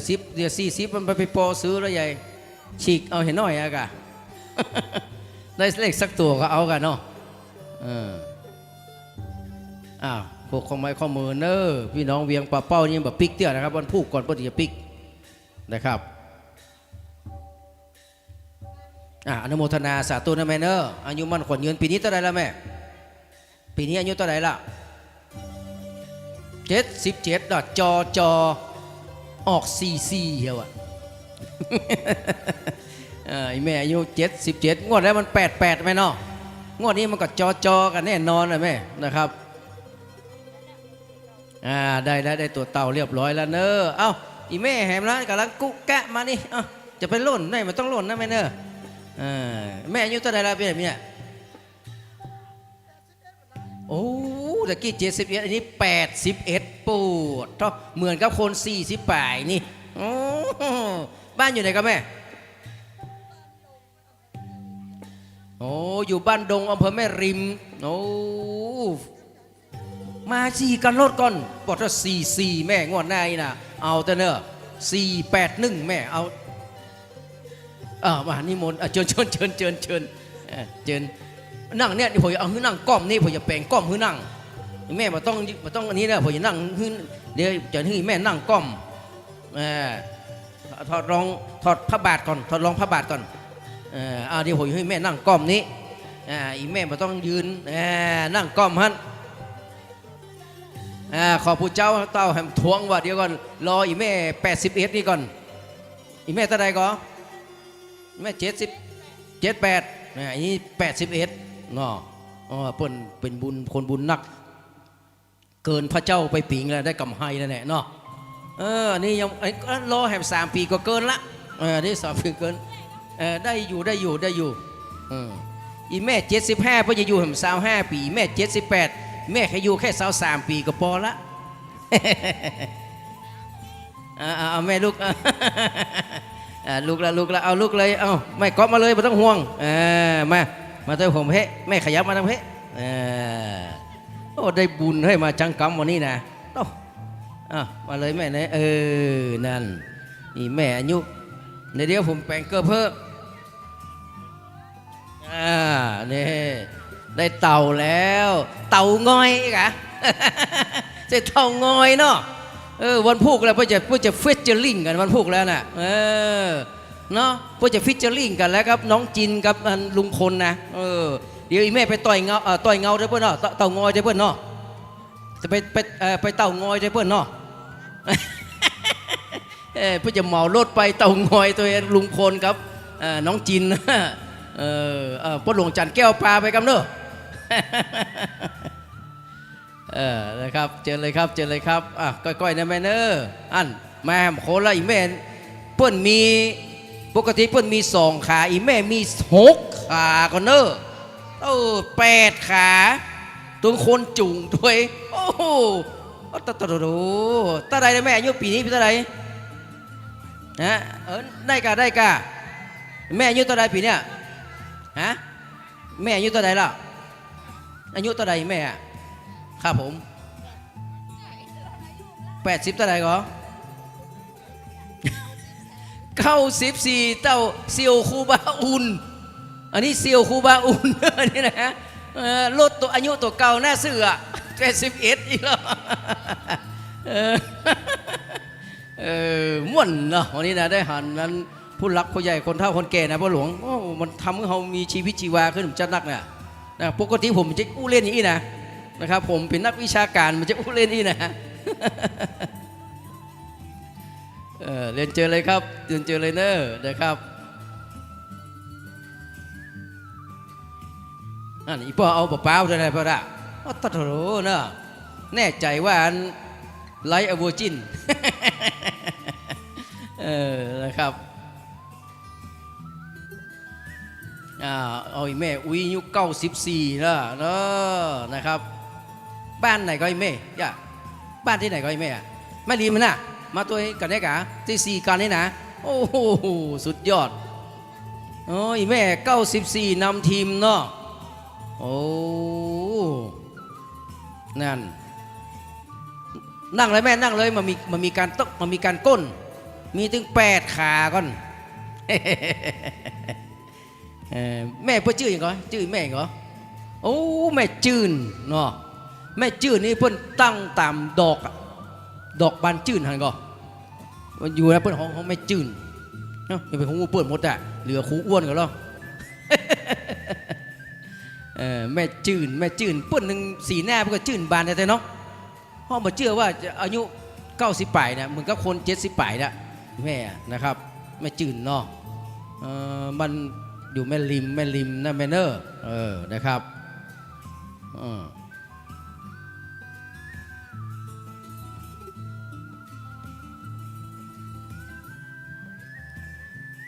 แล้วเจเนอร์ผมนี่อยู่หลายที่ฮะบ้านแต่นี่ปุ่นหนูอยู่อำเภอแม่อายนะครับแล้วก็มาอยู่ที่บ้านจังกำเหมือนกันนะบ้านจังกำสระปีนะครับเวียงกุมกามนะครับเพราะนั้นลูกแม่อายมาเพราะว่าหนุ่มเมืองฝางลูกขวายบ่าวเมืองฝางลูกขวายบ่าวแม่อายอู้หูเรื่องในเมืองขี้หลีสระปีขี้ขอยอมก่อยขี้งอนเพราะว่าแม่ออนใจ2สันปะตองขี้ขางไม่วางขี้เหล้า โดยเต่านี่เรียกว่าขี้อายสันทรายลงแดงสันกำแพงหุ่มสาวเจียงดาวขี้แซมแม่แจ่มขี้ขอดอยหล่อขี้แกล้งว่ะเวียงแห่งขี้หนาวเมืองเป้าเล่นของจอมตองขี้เหลิงเป็นว่า เสมิงชอบสอดเมืองฮอดบะหนิมถ้าแม่ริมนี่อย่างขี้โกงชอบโกงห่างดงขี้ดามาจ้าดอยสะเก็ดอู้เทศแม่แตงชอบของแปลงกัลยาณิวัฒนาเหม็นขี้ห้าชัยปราการเป็นว่า บรรลอดสักตีบ่าวเมืองฝางนะพอดีไอ้นี่เทิดไทยนะครับเวลามันร้องเพลงเนี่ยมันชมสาวว่าสาวที่ฮัทที่นี่งามหมดเนาะพอมาตัดพี่บ่าวมันเป็นเรื่องเลยบ่าว นะครับอีแม่จื้นอีแม่จื้นอีแม่บานจื้นอายุมันขวัญยืนอีแม่จื้นจะขออยู่แฮม25 ปีบ่ได้อีแม่ว่าจะเอาเกินพระเจ้าไปสัก20 กว่าปีบ่ได้มันเกินมาแล้วเนาะเกินมา14 ปีละนะครับ94ละปีหน้านี่ป้าหนา74จะไปห้องขวัญเฮ้ยเนอะวันเกิดเมื่อใดแม่วันเกิดเมื่อใดวันเกิดวันที่เท่าไหร่เกิดวันที่เท่าไหร่มันจะจำนะเพราะแล้วถ้าจัดงานวันเกิดจะไปห้องขวัญให้ฟรีเนอะ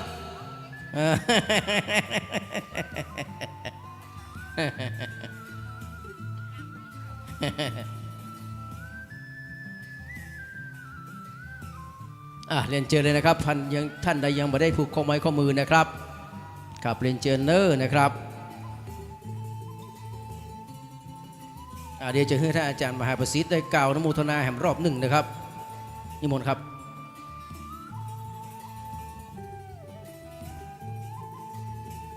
สำหรับญาติโยมสาธุชนที่มาร่วมทำบุญงานอายุวัฒนมงคลวันนี้บางท่านก็ได้รับการต้อนรับอย่างดีบางท่านก็บ่ได้ทักทายก่อนก็ต้องสุมาอภัยไว้ณที่นี้โดยสำหรับญาติโยมที่เดินทางมาจากหลายอำเภอว่าจะเป็นดอยสะเก็ดสันทรายสันกำแพงสารปีแม่ริมบ้านห้องดอยแดนต้องฝายตลอดจนลี่จอมตองดอยหล่อสันปะตองห่างดง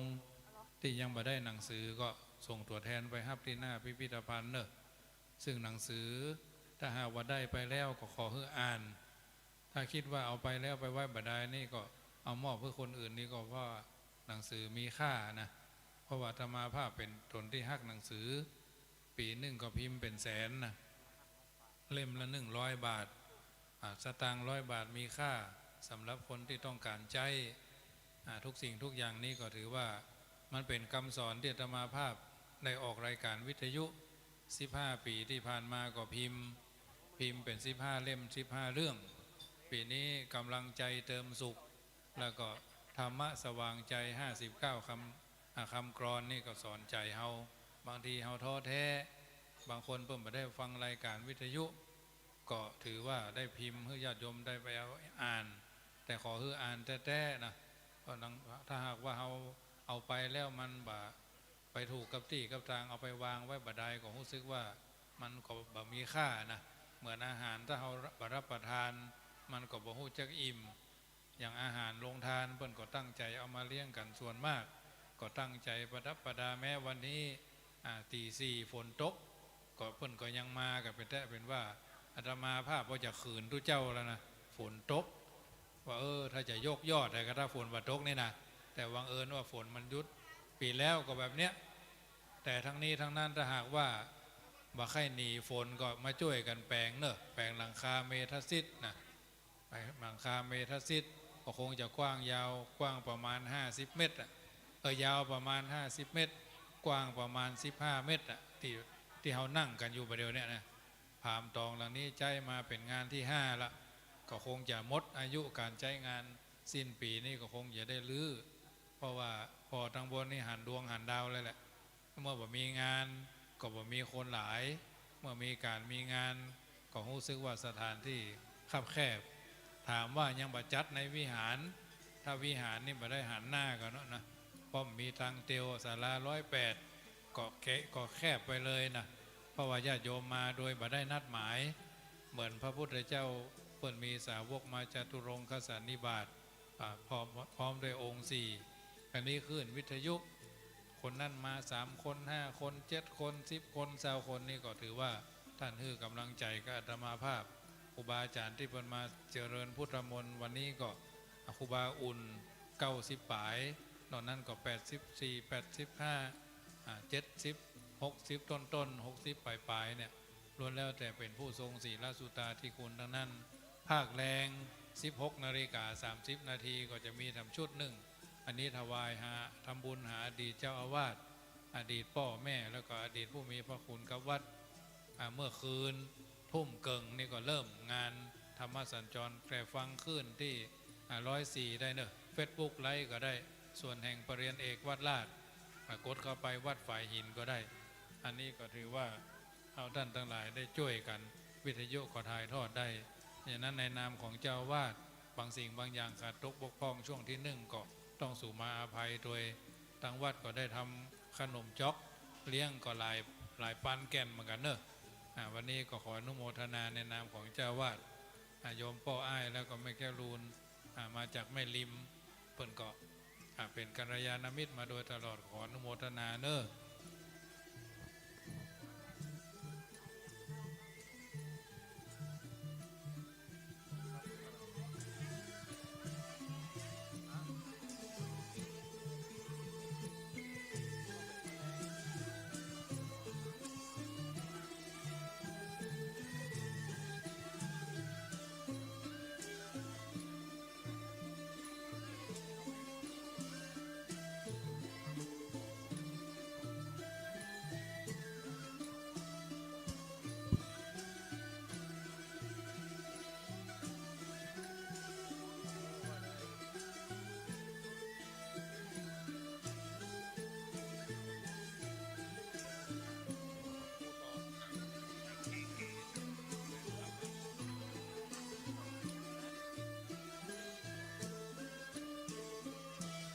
เปิ้นบอกว่าเสียงวิทยุก้อยว่าจะเป็นเกี่ยวกับวิทยุหรือว่าเกี่ยวกับเครื่องทรงไม่แน่ใจนะครับทางเจ้าหน้าที่พิจารณาข้อมูลนะครับแล้วก็ท่านพระคุณเจ้านะครับสามารถพอคือกำเนิดนะครับว่าทางแฟนคลับเปิ้นโทรเข้ามาแจ้งครับว่าเสียงวิทยุทางบ้านมันก้อยว่ะนะครับแต่เทศนี้ดังอยู่แล้วเนาะนะครับครับอย่างที่ท่านอาจารย์พระมหาประสิทธิ์บอกนะครับถ้าการต้อนรับขับสู้การเลี้ยงดูปูเสือเนาะบ่ได้จับมือถือแขนบ่ได้เงียนพอหน้าบ่ได้ปลานะครับได้ไปทักทายปลาใสเนาะบ่ได้วาจาทักทายนี่นะผิดพลาดประการใดเครื่องจากคนมันนักคนมันหลายในช่วงเจ้านี่นะครับตังก้องขอกราบสุมาภัยกับบรรดาพี่น้องทุกคนทุกท่านตัวเนอนะครับกราบขอบพระคุณเนอนะครับพี่น้องอยู่ตรงบ้านตัวยกมือ10 นิ้วอนุโมทนาสาธุตัวกันแม้บ่ได้มานะครับก็บุญสำเร็จด้วยการฮื้อส่วนบุญเนาะด้วยการอนุโมทนาก็เป็นบุญกิริยาวัตถุ10 ประการแห่ง2-3 ข้อเช่นเดียวกันนะครับดังนั้นต้องขออนุโมทนาสาธุกับทุกคนทุกท่านนะครับ